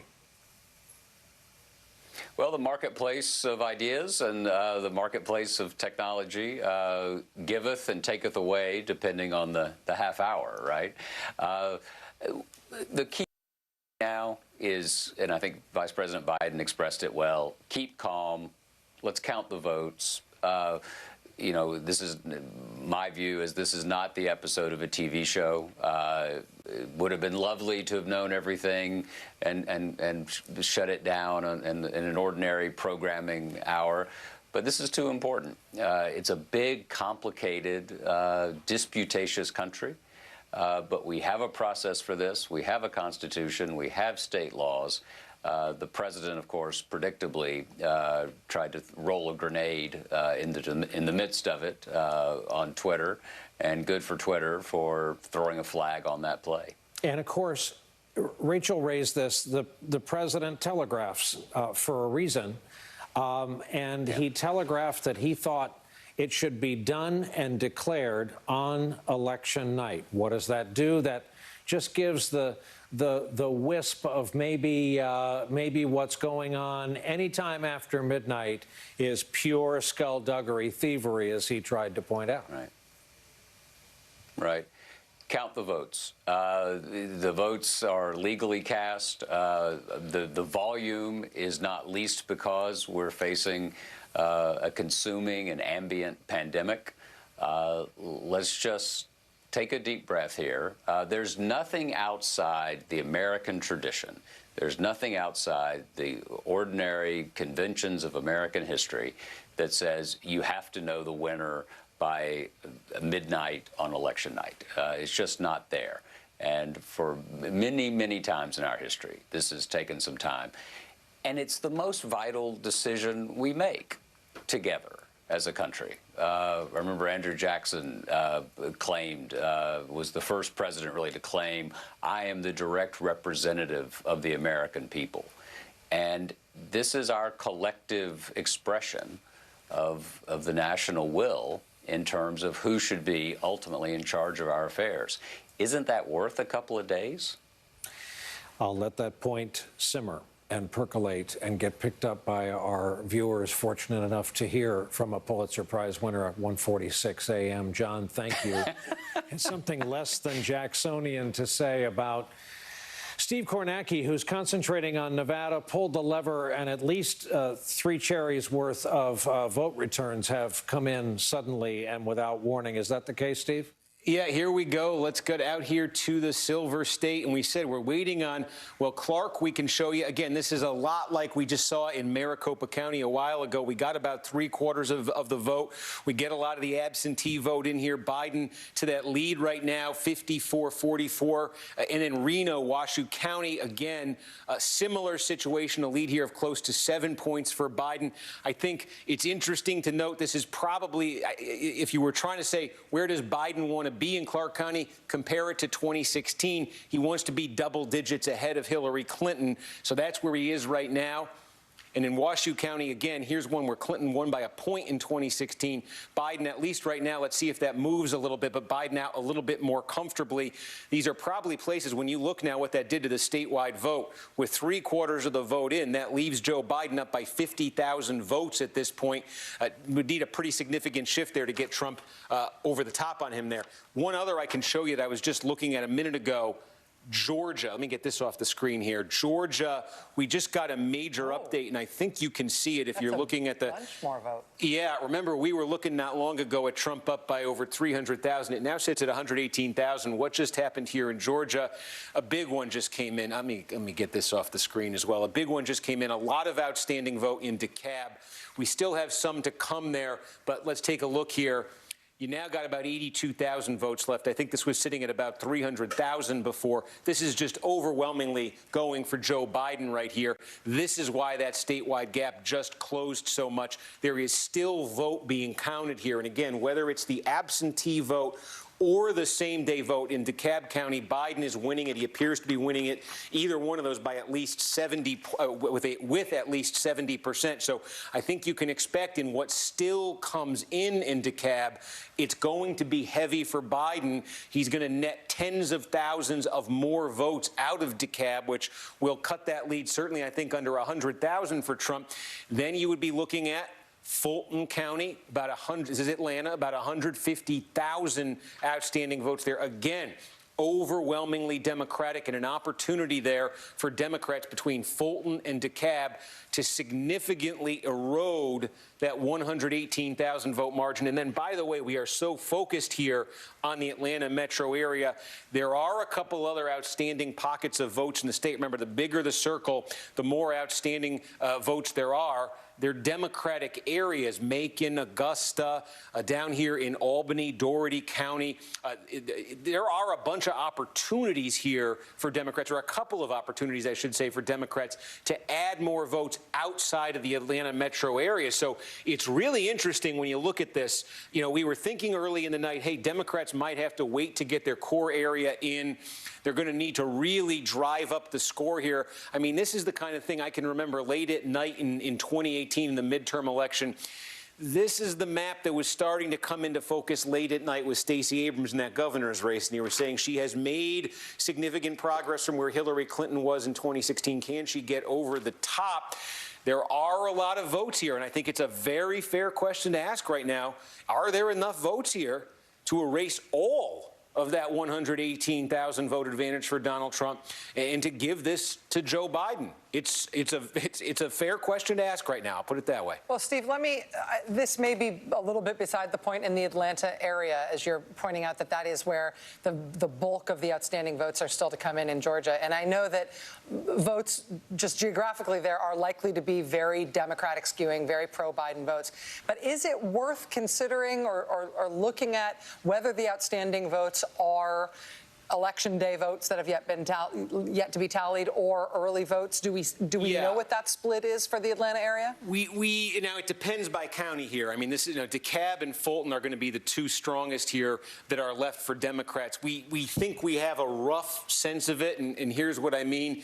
The early vote here in DeKalb, this is roughly what we think is happening there. Yeah. Biden 85, Trump 14. Now, again, overall, Biden's leading 83%. What that means is the same day is more favorable to Trump less favorable to Biden, but we think what that really means is that Biden's getting about 70% of it. Okay. So if he's getting 70% of that pool of votes, and there's about 82,000 left there, you can see there's the potential there to significantly gain votes. And again, it's a similar dynamic that's playing out in Fulton County right now. Steve Kornacki, thank you very much. We are going to take a quick break, and when we come back, obviously, we're still watching vote totals come in states like Nevada, in states like Georgia. The night is young.